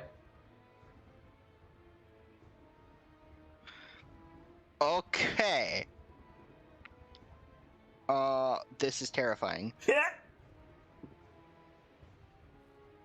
So I'm just gonna roll this to see what number it gives me. I was gonna say, it also adds on the fact that they make strength saves or else they fall prone from it. Yup. Oh. Yeah. Bonk! Oh, +2 from the rage, don't forget. Yep, that's in there. Yep. I've got a clarification question when you're done. Remember, Lash, that longswords can be one-handed or two-handed, and the damage die changes. So you'll want to input it twice. Go ahead, Firda. So you said that the axe conveys both the effects of Belt of Dwarvenkind and also 60 more feet of dark vision. No, it's a Belt of Dwarvenkind plus a Dwarven Thrower, and then if you are a dwarf, it confers extra stuff. Right. This maul would have to be masterwork, correct? It's enchanted, so like enchanting overrides the masterwork bonus. It would not be +2 to hit. No. I'm saying like weight-wise. It's half weight? Correct. So 5 pounds. Jesus. When attuned. Go ahead, Firda. The clarification is that the bonus, if you're already a dwarf, is it doubles my dark vision proficiency. But the Belt of Dwarvenkind says I gain an extra 60 feet of dark vision. So does the double happen before or after that?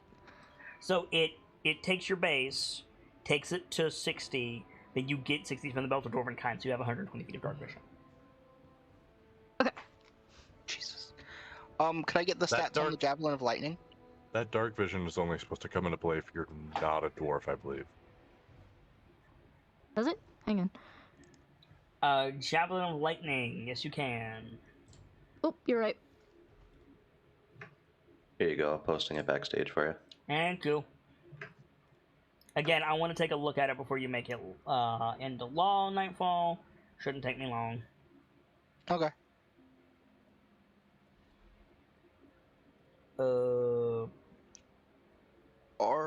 these versatile? I don't know if they are not. Or what versatile? Javelins. No, they're ranged weapons.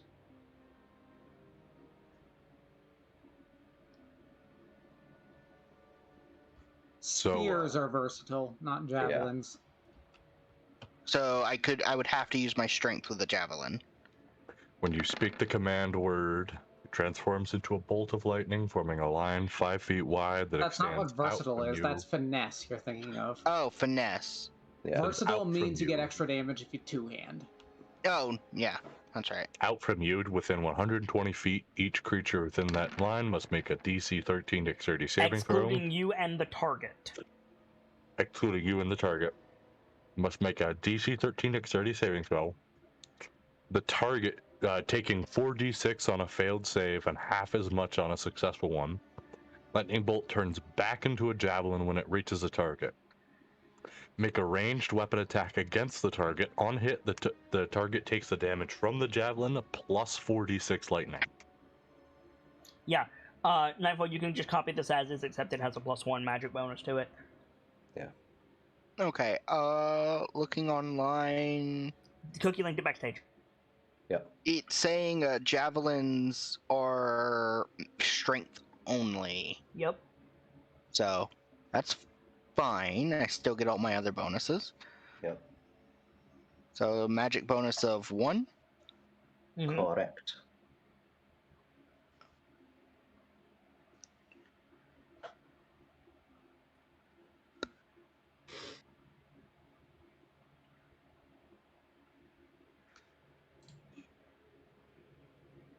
Lash now has 3 auras. Lash has the light aura, Lash has the aura of resolve, and Lash has the Warbanner aura. If you cast Spirit Guardians, I will literally cry. I don't have that, so Dawn, quick, we need to give her Spirit Guardians. Yes, that's a cleric spell, not a paladin spell, I Oh, believe. thank God. Alright, we gotta make a spell scroll of Spirit Guardians. And give I it to can do- Lash. We can do that. We can pull that off. It's just another one of cleric's ridiculous bullshit spells. It really is. Yeah. Guys, we can win D&D. We can make the DM cry. I can't get through that without laughing. I don't think anything we can do would legitimately make Kit cry. I mean, if you all told me you always hated my stories and unanimously got it from my table, I'd probably cry. Kit, we love your stories. You're a Well- fantastic story brewer. Luckily for you, there's absolutely no reason that There's no reason for the samurai Well to done. introduce himself. For those of you who may not have realized what the hell just happened, Gamsey started to say something really nice and then he disconnected. Hi! Hi! You get samurai, boy. That was the shortest samurai attack ever. They tend to be pretty quick, in the span of a heartbeat. So, the person that gets hit with the javelin is taking the full lightning damage if they get hit. Plus but the everyone javelin damage. Plus the javelin. Everyone in the middle is taking Just Lightning. the lightning. Just lightning on a deck a save. deck save or lightning. Yes, I'm getting all that put in. They've got a pretty good chance of getting out of the way. Yeah. DC 13 and all. Is it half damage or no damage on the No save? damage. On here it says half. We No changing that? damage. Gotcha. Because, we gotta balance things somehow.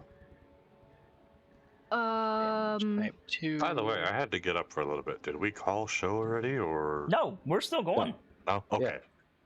So, Just had to make sure. I've got other bonuses to add on. Hang on. the Dwarf Lord Axe will put me over my attunement max. Yes, it So, will. does anyone want my Hand Axe of Returning? You might just hold on to it and sell it when you get the chance. Or hold on to it and attune as you need. Or hold on to it. You've got a dwarven thrower. Why do you need it? 2-hand. That's what I'm saying. Or- Does anyone want it? Or hold on to it and have the property have our enchanter and you as an artificer just put the property on your super poison axes. Is that possible? No. Oh. What? That bites ass. At least not Though in that the is way. a very cool idea. At least not in the way that Gamzee was describing it. Like, Where's maybe it close would be quarters possible to put it on the poison axes, but it probably couldn't transfer them. Not without a lot of time and effort. Because otherwise, you could just take one sword and just stack all the enchantments ever on it. That too. I guess it is limited by how big a bonus it is on your thing is. Mm-hmm. Rolled like ass, but let's see what the damage is.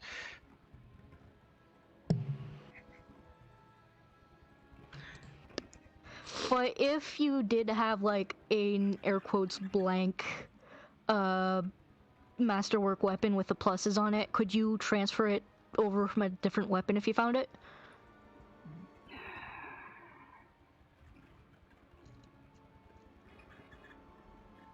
Okay. Not to be the asshole GM in the room, but let me answer your question in a riddling kind of way. My favorite. Do you want my villains to be able to do that?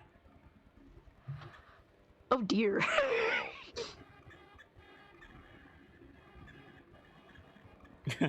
Like, do you want Lord Karamdan to be able to do that? No, I don't think so. I mean, it'd be hilarious. Yeah. Not really, in which case it would probably be more effective for me to ask, have any of them already done that? I'm not answering that. Yeah.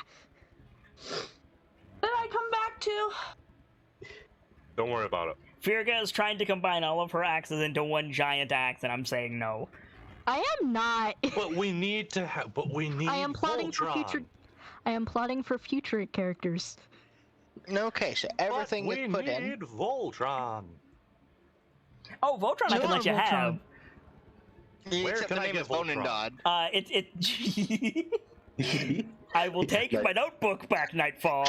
Nightfall said the magic Look, word. I've been saying that since like session fucking 6, okay? Yeah, and you were right. Anyway, who's ready to go to Oak? Let's go. Let's go. I am. So, spinning champion symbol, is there anything Montage, you go. guys want to do before you leave Karadenival? It doesn't have to be done before. It can be done during the traveling, but Lash has a question for Keelio. Why did my dumbass almost say training montage? What is wrong with me? By all means, Lash, go ahead. Probably like as we're packing up, Lash will like walk over to Keelio.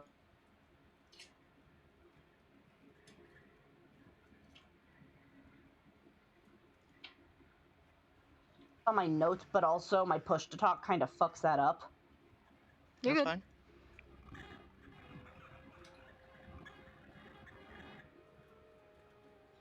By all Your means. people. Your people. You have your stories that you believe, as long as they are told, live on in the stars, correct? Aye. Here's a question for you. By any chance, do you have any stories of any race, any that you know of, that had a lover who was an orc? Make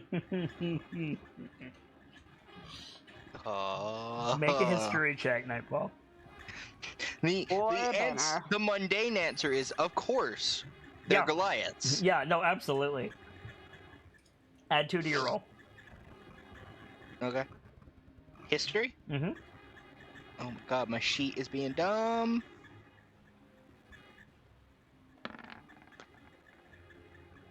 Cool. Oh, Cool. So bank your 6 questions, have those ready. okay.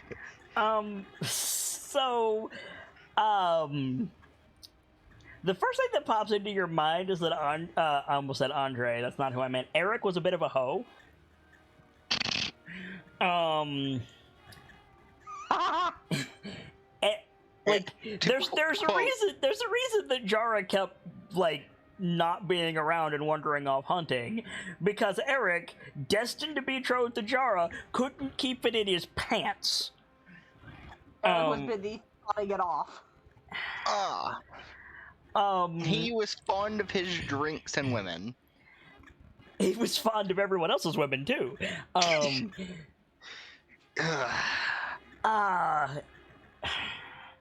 On top of that, like, yeah, that like it.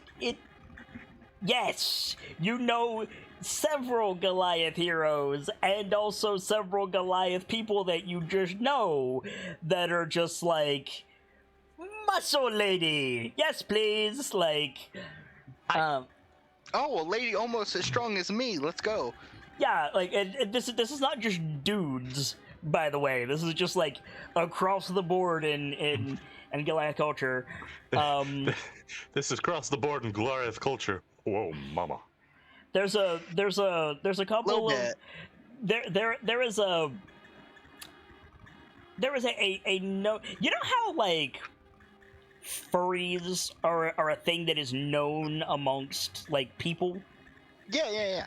There's like a thing among Goliaths that have a thing for dwarves. Like that's a thing. Oh dear. No. Like, enjoy your 6 questions, but yeah, Lash comes up. What Lash basically said was like, so, Goliaths, do they ever go to like Jamaica for reasons? Like, that's basically what Lash said. Like, the answer is yes. Listen, I'm just saying, to God, me, that sounds like, are you coming on to me? A little. I was about to say that. The first thought that probably pops into Kilio's head is like, why? Because when I went to speak to the seer, she mentioned... Hold on, Lash. That was mental. Before we jump back to the scene, Kilio has questions.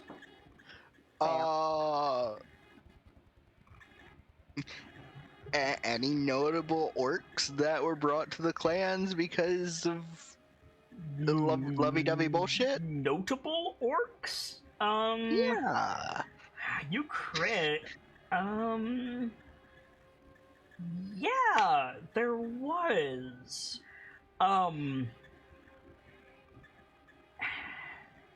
So, like, make of this what you will. There was a Goliath whose name I have to get when my internet behaves, so bear with me. Who it was a dude. He was a skald. And he was basically like William Shakespeare. Like, he was like a playwright. Like, his job was to take the stories and like choreograph them and shit, right? Mm-hmm. He had a run-in with some, or this is like ancient history. This is like this dude palled around with Eric. Leaf. Yeah. His name is Leaf. Leif. Leaf. Did he happen to go on to run a bar in Waterdeep? No, that was a human. I thought you said half-elf. Was he a half-elf? This is a Goliath. And, wait. I'm a dumbass. I apologize, Nightfall. Mm-hmm. His name is Fife. Spelled the same way, but with an F. Ah. Thank you guys for catching that. My bad. And Fife had a run-in with some orcs. Got, like, pulled into a cave. And people were like, well, he ain't gonna be in Rush Hour 3. And then he comes back with a bunch of orcs. And is just like, have you guys met my husband? Like, that's a thing. My mans came back for Rush Hour 3. Yeah, yes. So yeah. Fife Songbow, Songbow, and what? Nothing. What? Gibbs, you was singing the campfire song earlier, and you went SONG. Oh, for fuck's sake. Fife Songbow and an orc by the name of this is hard for me to pronounce and I apologize. It's BRARLG. Bralg. BRAR LG. LG. Bralg. Yeah, basically. Bralg. Yeah. Yes. Who went on to be Bralg of the Deep Shade. And that became High House Deep Shade. That's cool. You're welcome. I'm gonna ask other questions, because that's not exactly where Kilio's mind goes. Okay. Okay, so, Where does Kilio's mind go? trying to figure that out. Nightfall's over here trying to figure out if Kilio has a muscle mommy fetish. We all know the answer is yes. Yeah, I mean, Let's yeah, move of on. course. There's nothing better than strong women. Agreed. That was a good Hank Hill. Were you trying to do that? No, I was not. What else you got? Fuck. No, not yet. My I'll be brain's right gone out the back. window. I'll be right. Mine is 2. Oh my god. So I'm just gonna go back to Kilio's head. Okay. Coward. Why? I didn't peg you for the type, Lash. I think Lash had to get up. Yeah. Oh. Do do do do do do do do. Good one, Nightfall. But yeah, the Galath Mans was in fact in Rush Hour 3. Well, he's not coming back for Rush Hour 3. No, Holy but- shit, guys! He's back for Rush Hour 3! Okay, there's Lash. Go ahead, Kilio. Okay. So Kilio goes, why? I didn't peg you as the type, Lash. I'm not gonna make the joke. No, I'm not gonna make the because- joke. I'm gonna get away from my mic so I don't make the We can hear you, hon. Don't worry, Gans, I'm on the same page as you. Anyways, because when I was talking to the seer, I asked. Lash, about- no hesitation to keep going. Yeah, It's I asked great. about 2 things: where the treasures of the Orcish High houses were, and where I would run into someone named Toe. I found out that I've known this for a long time. The Lover and the Liberator story is Deepshade's origin story, and the Lover was not of our people. So she told me who else has grand place to commemorate the dead and the forgotten, and the answer is your people, the Goliaths. I was asking if any of the stories might overlap. Huh.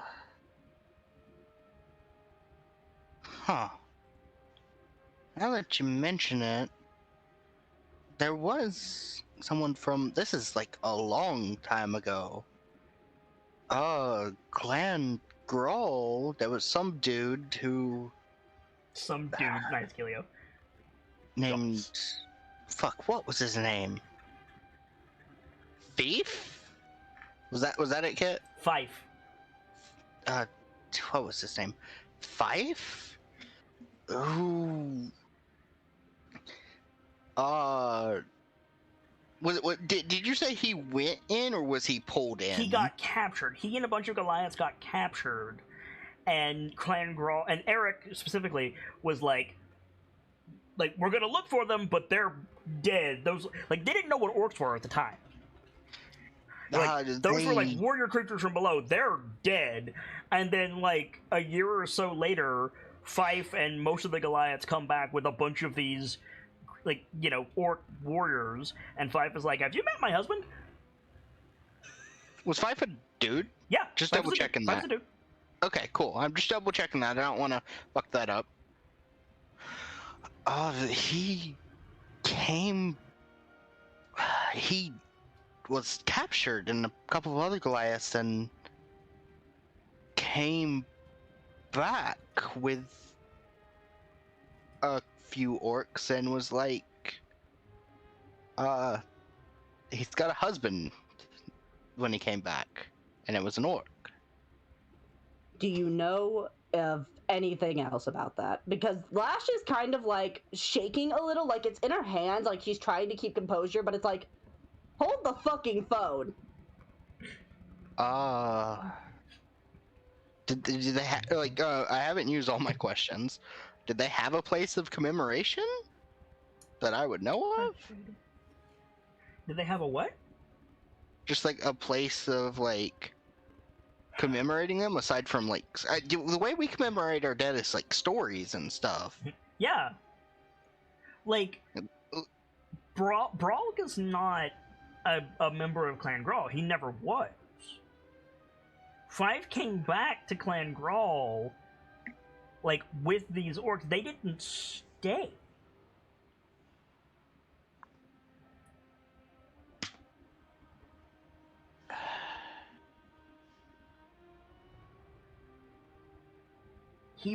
Five became, like, the go-between between Clan Grawl and the House of Deepshade. Has she mentioned the term Deep Shade yet? No, he has not. No, I haven't mentioned that yet.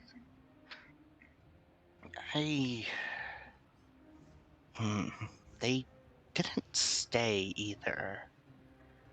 I think Brog went on to make one of the surface orc tribes Deepshade. That's our lover. That's the Liberator's lover. Oh no.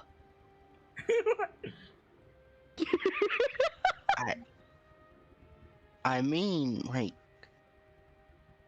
I don't know where their resting place would be. Grawl especially commemorates their dead by stories, not so much a grave. That's Clan Vare. Do you know what happened to Five? Clan Vare takes the graves of all Goliaths. Yeah, like that's like, there wouldn't be a place of commemoration here. No. Not like that. Do you know what happened to Five? At all? Anything? Do I know what happened to Fife? Do I know how he met his end? Make a history check. Fuck. Okay, this is a separate history check. Got it. You have advantage on this one. Okay, Warbanner, please. Warbanner. Yeah. Sorry. Sorry? What? You're fine? Okay. Five. I got my dates a little bit hecked up. That's my bad. It wasn't Eric exactly. It was like the reincarnation of Eric. But circling back, Five isn't dead.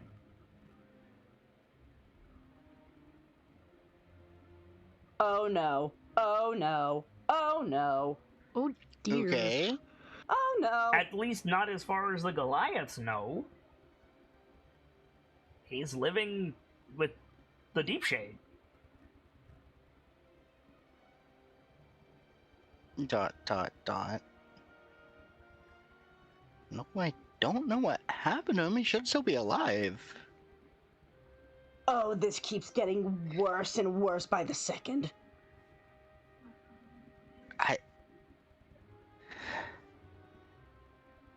Why? You remember that orc in the black armor I fought for war chief position? Toe? Yeah, the bitch. She's looking for the lover. She's looking for Five. Why would a broken orc look for the lover, if not to cause problems? Where are we supposed to find Toe? Top of the world, but I have no idea what that could refer to. It could be the top of a mountain. It could be this oak we're going to. It could be And Lash is like noticeably. I'm pretty sure the oak is taller than all of the mountains around it. Oh dear God. No, wait. Correction. Oh, sweet discipline. Resolve, give me strength. Right. Double time then. Double time, absolutely. Thank you, Wolfwalker. Everyone packed up? Oh, I lost my voice for a second there. Probably. Real quick, do we have time for a scene for Irithyr? We absolutely have time for a scene for Irithyr. Because the seer mentioned something rather cryptic to Irithyr. Yep. Of course she did. She's a seer. Mm-hmm.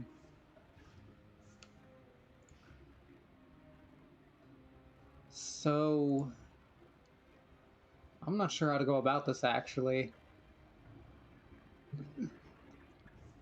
As everyone's packing up, Irithyr is just eyeing the archive.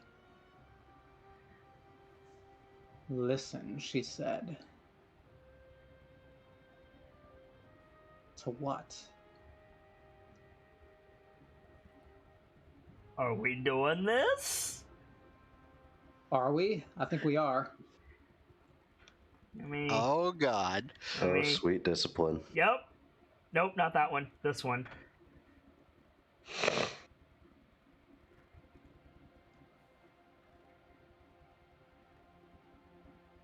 The archive, I think, is just calmly spinning in place like it always does.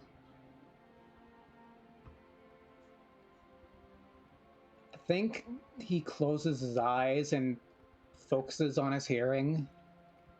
Can you make a nature check for me, please? Nature. Yes. I'm pretty good at those. It took me a second to figure out which check I wanted you to make. I apologize for that. You are in range of the war banner, so... Ooh. Add 2 to it because of the war banner.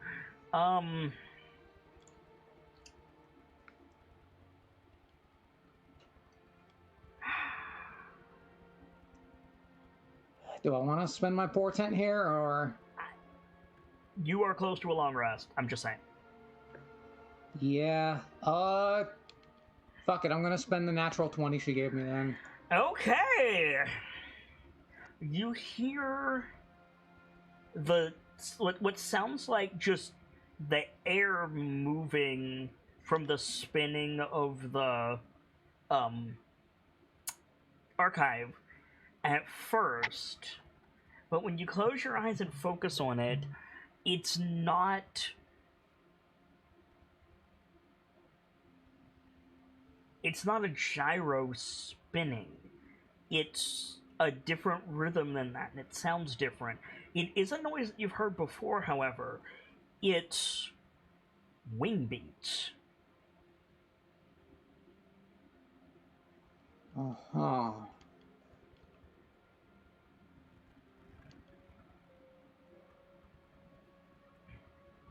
Those...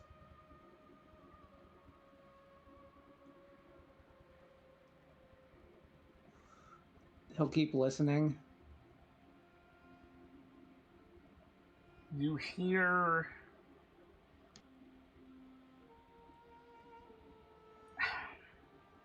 How do I describe a color out of space? How do I describe a sound that doesn't exist? You hear... Infrasound? Yeah. Like the positive version of infrasound. Like, you hear a sound that does not exist, but it's... Well, rather, that you can't discern, but it gives you feelings of calm and empathy as opposed to dread and anxiety. Uh-huh. It's reverse dragon fear. I'll take my notebook back, Nightfall. Oh shit, sorry. Fuck. I'm leaving. You hear the sound. God. I literally don't have any other way to describe this. I'm sorry for the bad metaphor. You hear the sound of Yoda communing with the cosmic force. I don't have any other way to describe that. Yeah.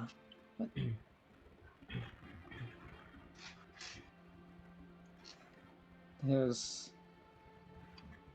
You hear the sound of, like, planets spinning. Uh-huh. There's something in you, isn't there?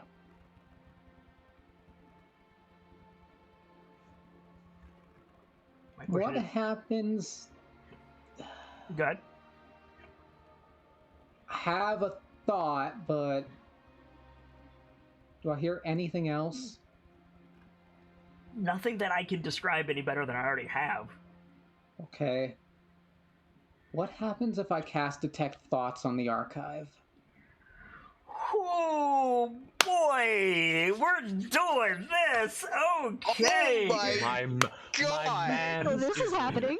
Oh my god, my guy is really going for it. We're doing it, Peter. We're doing I cannot believe we are doing this tonight. Do you guys mind if I finish this scene? It's gonna take a little bit. Yeah, go Fucking ahead. Go for it. Make a charisma saving throw. Okay. You can always choose to fail. When you put it like that, yeah, I will choose to fail, I guess. You cast Detect Thoughts, and suddenly you are where you are in the vision. You are in a library, but the library has no walls. It's floating through a nebula. You see the archive, larger than life, turned into a throne upon which a sphinx is resting. And in front of the Sphinx, there are two braziers. One is out, and the other one is lit with a silver flame. And the Sphinx, has, different galaxies for eyes, and it stares at you. And you're in this library that you know so well, but also that you've never been to before. And it speaks with the voice of your mentor. And it says, I wondered when I would find you here.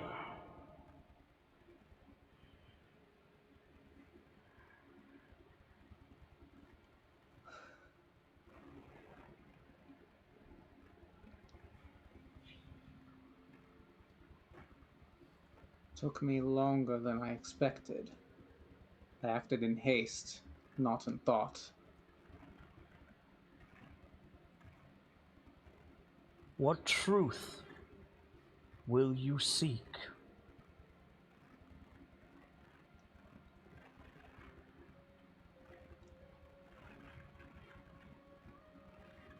What truth will I seek? Ooh.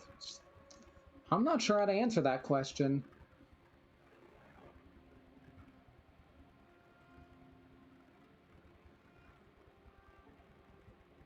Before, you chose curiosity, imagination, and thought. Will you choose so again, or will you look to faith?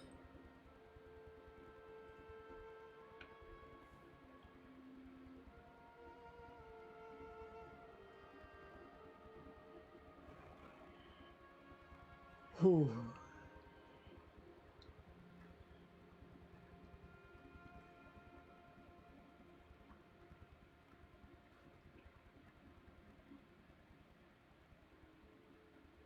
Man, I'm faced with the same dilemma again.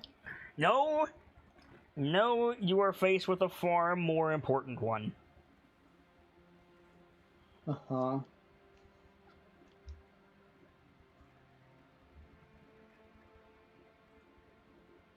Do not for a second think this is a second chance. Okay.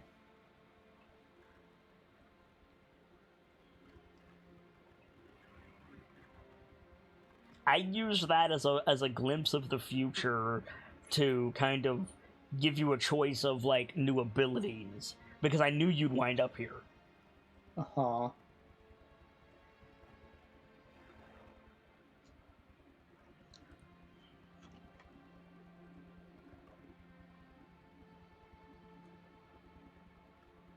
Let's use curiosity again or faith.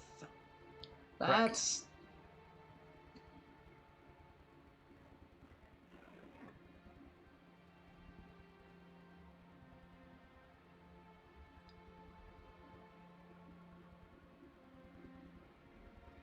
Oh boy. If I remember right, this is meant to be faith in your mentor and the truth he wanted to show you.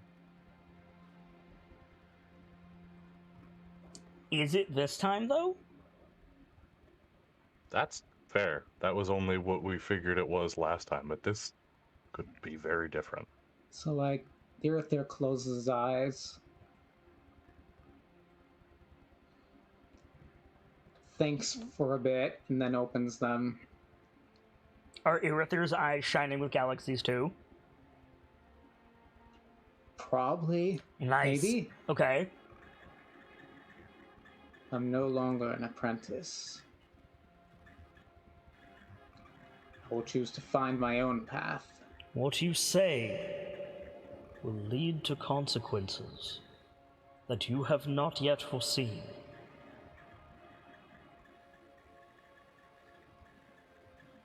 There is comfort in faith.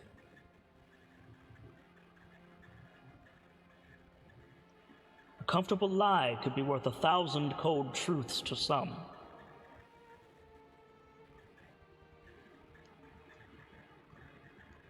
And yet, I would have the cold truth as it is.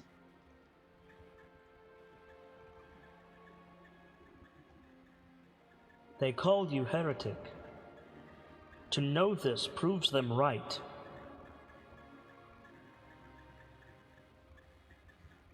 There will be no going home. Not as you are in this moment.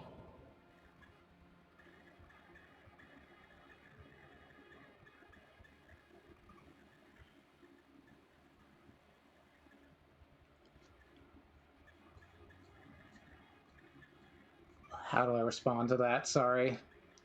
I'm thinking.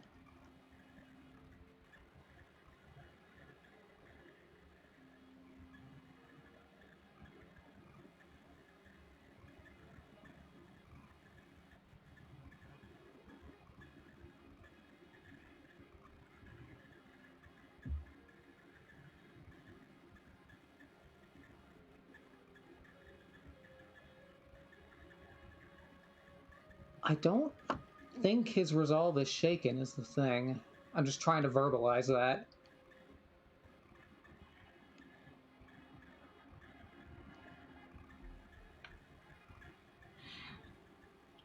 It's up for you to decide.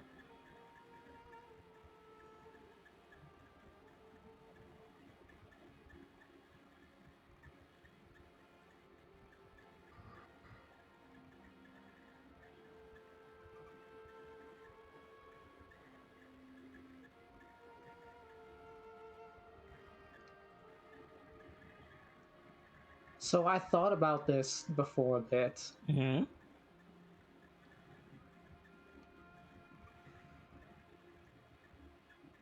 Truth and knowledge, two sides of the same coin. One can't exist without the other. The Sphinx looks at the Sphinx looks at the extinguished brazier when you say that. Knowledge without truth is nothing more than falsities. Truth without knowledge, nothing more than happy ignorance. So the Sphinx's eyes begin to glow white from the inside. A silvery white, not the gold white you would expect from like a paladin or something. And you hear, "High Diviner, no more. Divine, and your whole world gets blasted with the same silver white light. And when it fades, you're looking upon a grim scene. You see a dragon larger than life with a halo of equal parts deific energy and precious metals floating above it, slumped in defeat, bleeding silver white liquid out of a gaping hole in its chest as basically the Duke, as you know him, is having his heart carted away by members of House Karamdan. You see others descend upon this great dragon and carve off claws and teeth and eyes. You see around them on the lances that you know as defenders of the high ice, speared not white dragons, but silver dragons, gem dragons. You see the lie being told to your people of the aggression of the white dragons, and how there will come a time of peace, but now there is war that will shake the very heavens. All the while the Duke has this heart locked away beneath the Palace of Ice. You see mortals coming to this battlefield, clad in silver robes, bearing insignia of the silhouette of a winged dragon against the sun, and falling to their knees in abject horror. You see these same mortals going to other mortals, clad in all colors of the rainbow, with strange draconic hounds at their feet, entreating them silently for aid.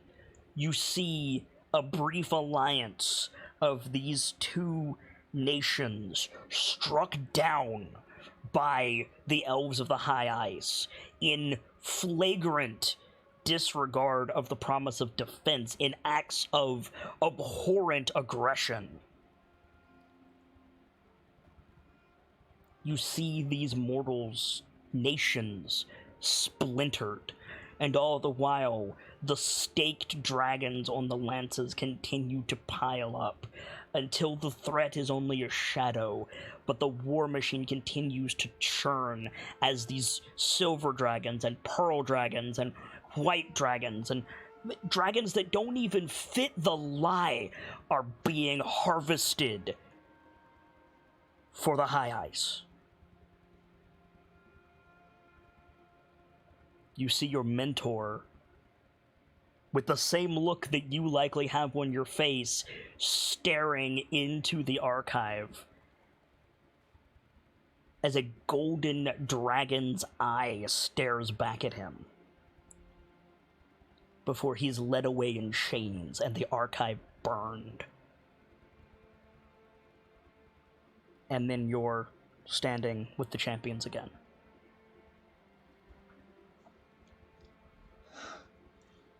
I think he, lets out a breath.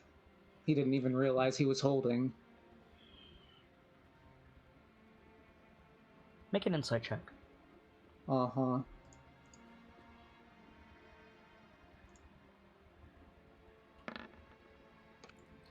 You know what the Celestial Archive contains. You know what the Firstborn Allspark Power Spark is. Star Spark is. You know the power House Karamdan either has or covets.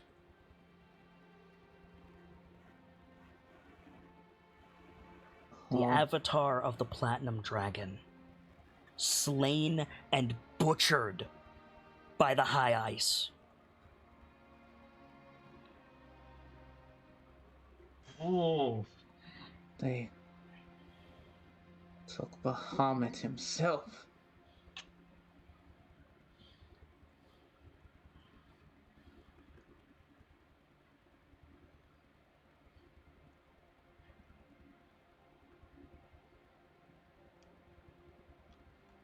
He says that out loud, by the way, without even realizing. Mm-hmm. Era there? What? Looks around, not even realizing that he's Not back. even realize he's out of the vision, yeah. Yeah, right? Yeah.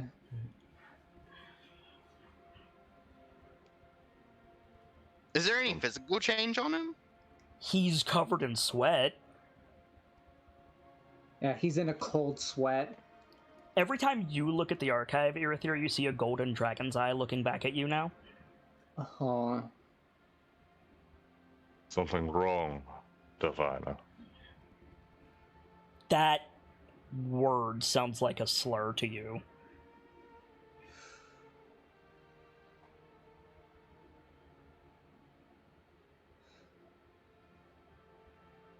High Diviner no longer. What? Oh, are we Simply- allowed to use your name now?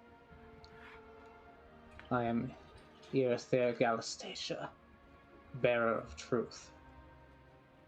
Bearer of truth, yo! Gonna guess you had a revelation too. Are you all right? You look shaken. Physically, I'll be fine. You're in a severe cold sweat.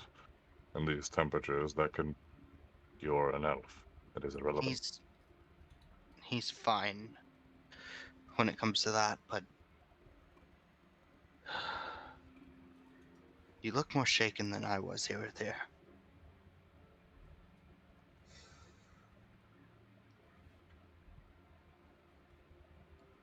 If you had seen what I've seen just now,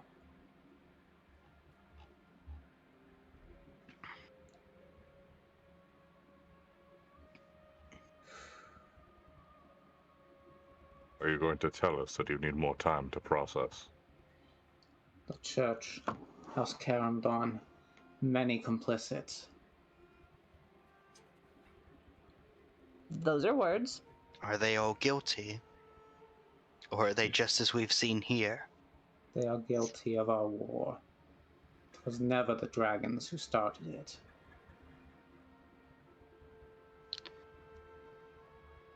What? My question is not what side is right or wrong, but rather, is everyone involved guilty? She gestures back at the care. I do not know the extent of those complicit in it. The war started over 1,000 years ago.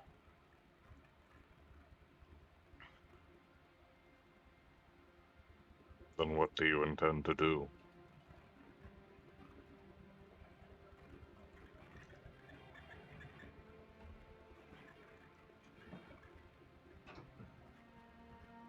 What do I intend to do? Jeez. That's a good question. Yeah. As always, with dealing with a cult that spreads lies, cut off the head of the snake and it all falls crumbling. As Kaylee goes to get on her wolf. That may be the It's high 1,000 priestess. years of culture and history and like... Yeah, I was about to jump in with, in the short term sometimes, but with a snake that long, that's not a snake, that's a hydra. That really is the question. You call yourself a bearer of truth.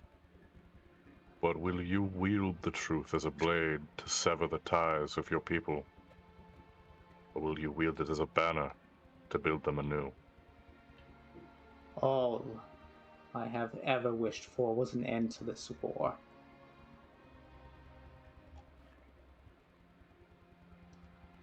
If that means I must turn my spells against my people.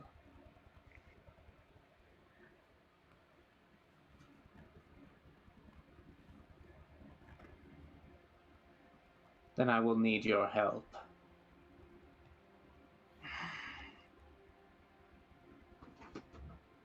I guess my first question to you is were you followed?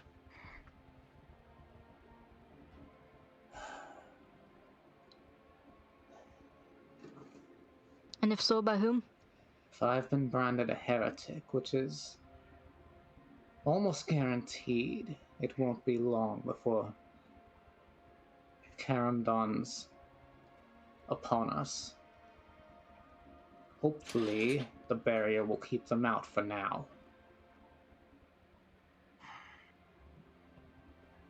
And if they're already within,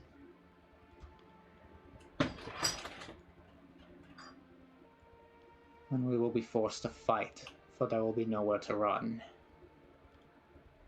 do we leave them standing? I will have as many answers out of them as possible. You should warn them that if House Karamdon comes directly, or God forbid, it's Valinay and Baratheer. Phew. They will not be simple foes, though.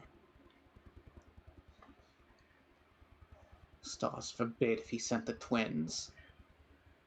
The what? I'm sorry, which twins? I'm just gonna look out over the ice and snow towards the tree. Mm-hmm.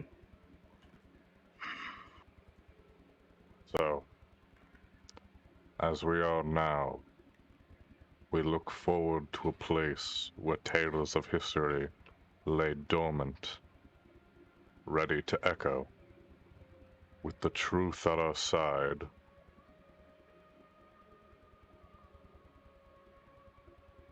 Beginning to sound like a children's book. It's beginning to sound more like a legend than it has before. Oh, so.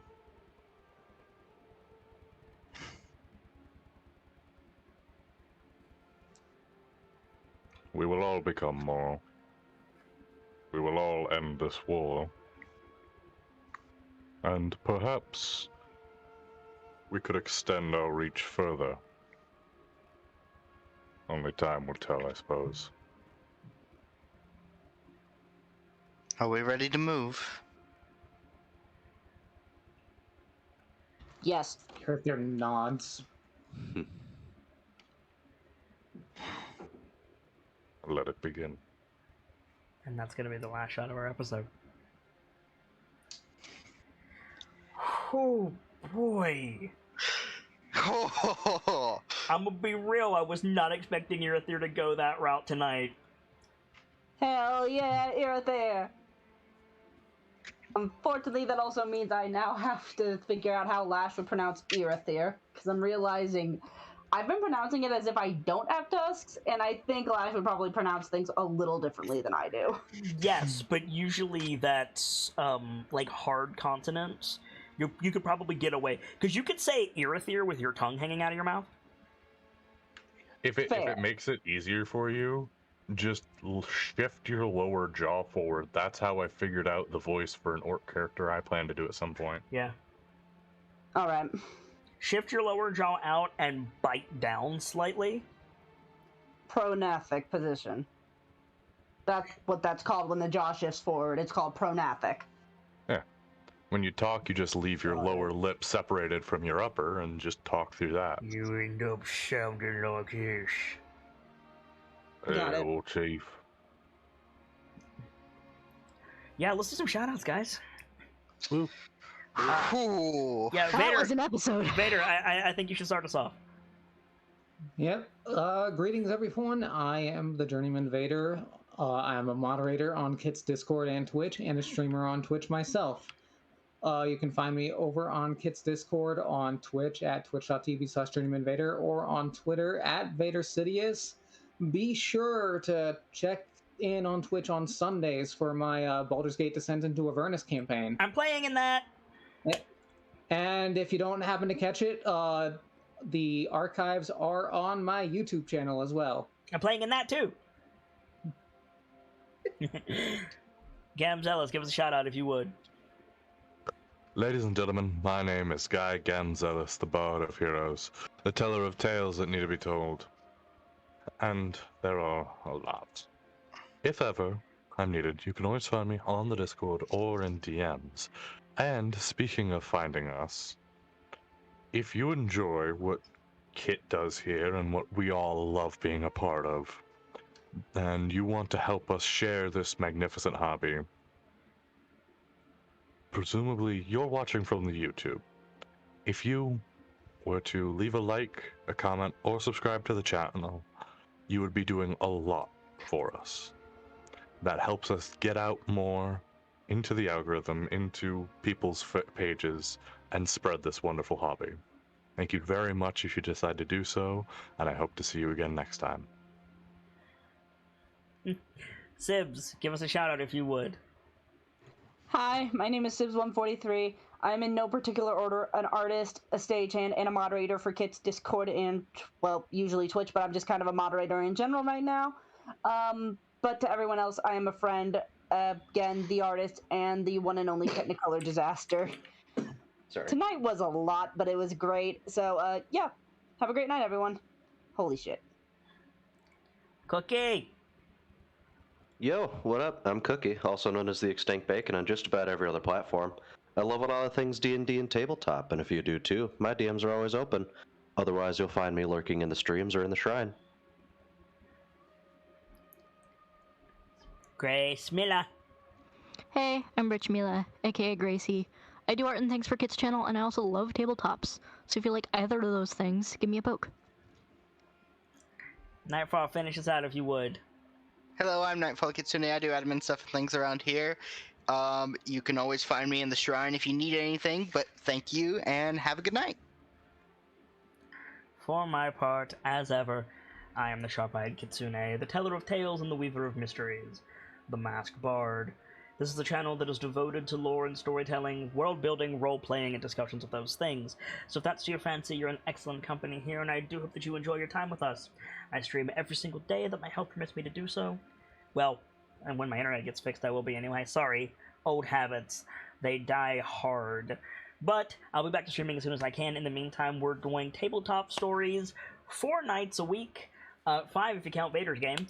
Here on the YouTube or on our Patreon, patreon.com/themasquerade, if you want to see our special exclusive Dice-Icive action, Hell to Pay, which I think you guys will like. I'm combining some interesting things, including, but not limited to, Baldur's Gate Descent into Avernus, as well as Doom, and a few other things. So having a lot of fun with it, and I hope you guys are too. Stop by if you like tabletop role-playing games, or if you don't know if you like tabletop role-playing games, we'd love to have you.